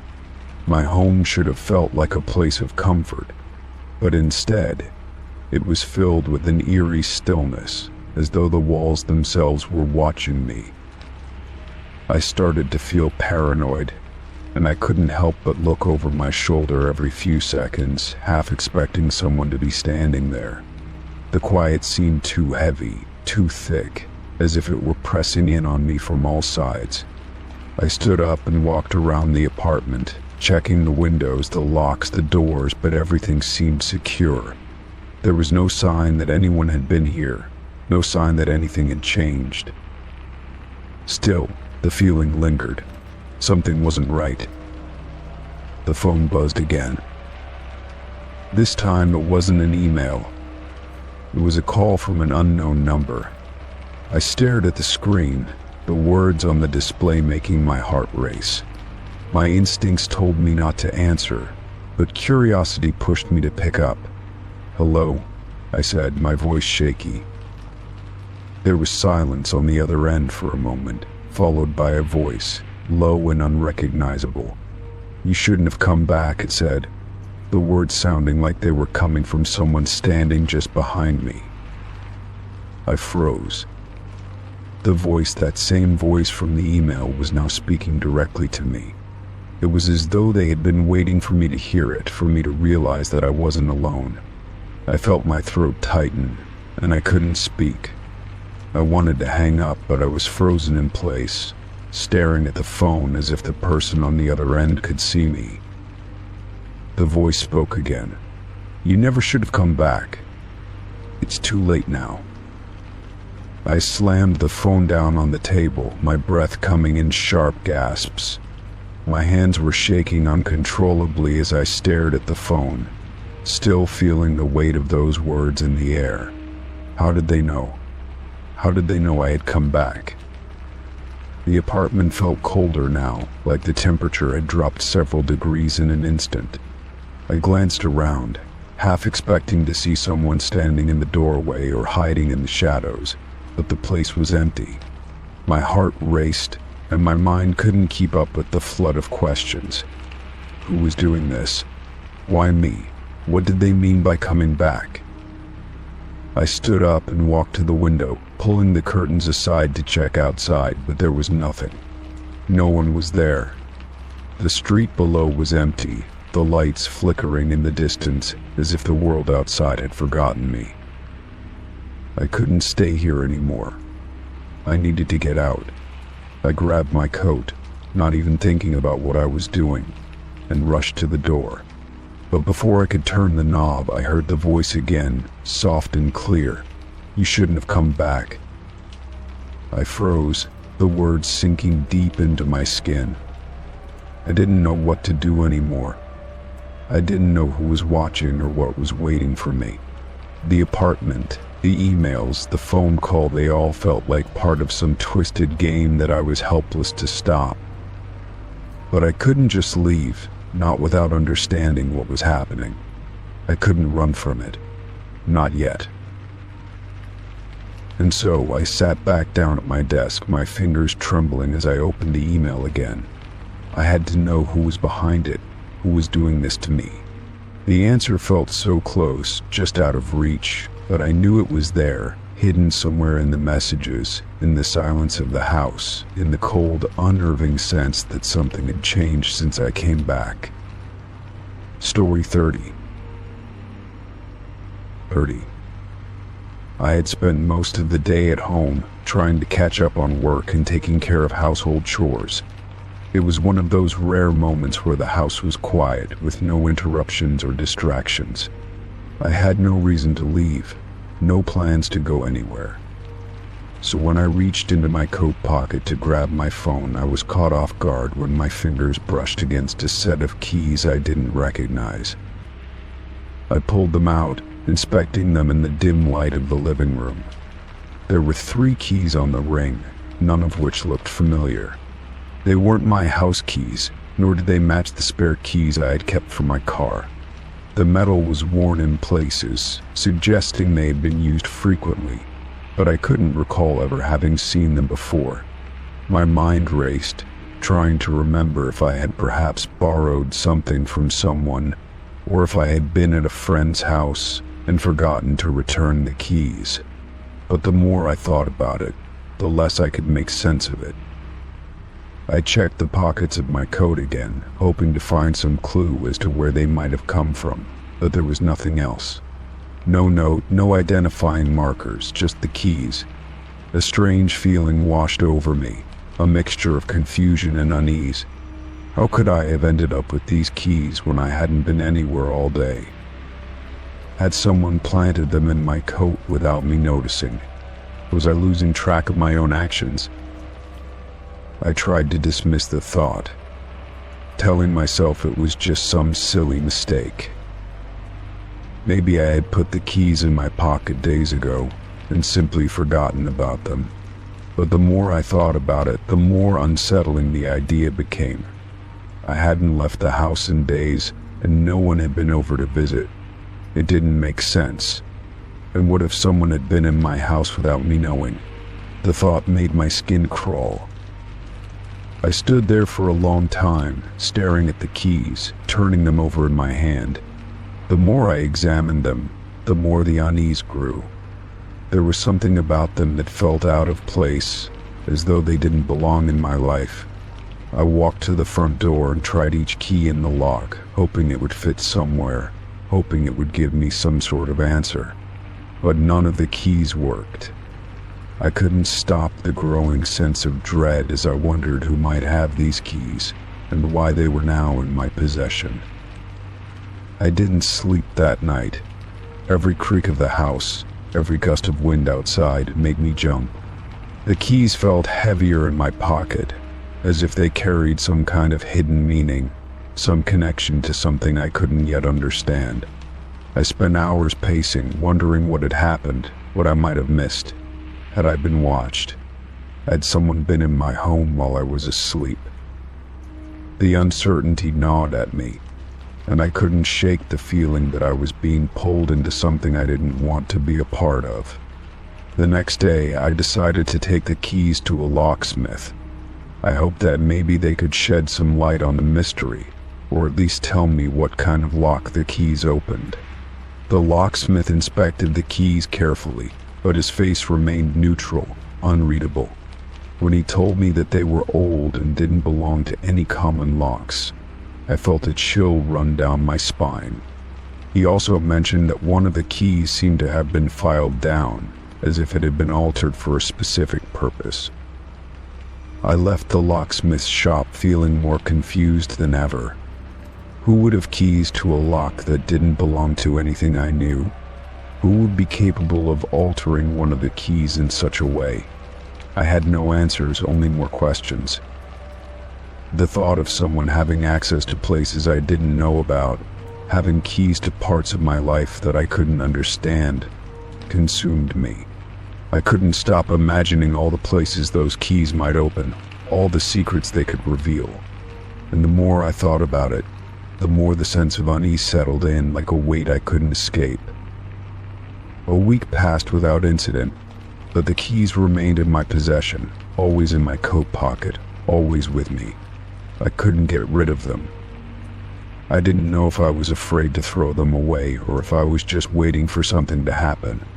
The strange feeling that I was being watched never went away. Every time I left my house, every time I returned, I half expected someone to be waiting for me. Someone who knew exactly what those keys meant. One afternoon, as I was sitting at my desk working, I heard a soft knock at the door. It was strange there was no one around, no reason for anyone to be at my door. I hesitated before getting up to check, my heart racing in anticipation. When I opened it, there was no one there, but lying on the doorstep was a small, brown envelope with no return address, just my name written in neat handwriting. I picked it up, feeling the same chill run through me. Inside the envelope was a single sheet of paper with the words, "The door is waiting." I stood there for a moment, staring at the message. My mind raced. What door? What did this mean? I glanced down at the keys in my pocket, my heart pounding in my chest. The words felt like a warning, a message to guide me towards something I wasn't sure I wanted to find. I turned the key ring over in my hand, as if expecting it to reveal something hidden, something I had missed before. I walked back into the house, my thoughts spinning. The keys. The message. The feeling that I was being drawn into something that I couldn't control. It was as if my life was slipping through my fingers, and there was nothing I could do to stop it. I wasn't sure if I was being paranoid or if there was truly something dangerous lurking just beneath the surface. I didn't sleep that night either. The message weighed heavily on me, and the keys felt like a reminder that there were things I didn't understand. Things I wasn't meant to know. The door, the keys, what was waiting for me? The next day, I stood before the front door, the keys clutched tightly in my hand.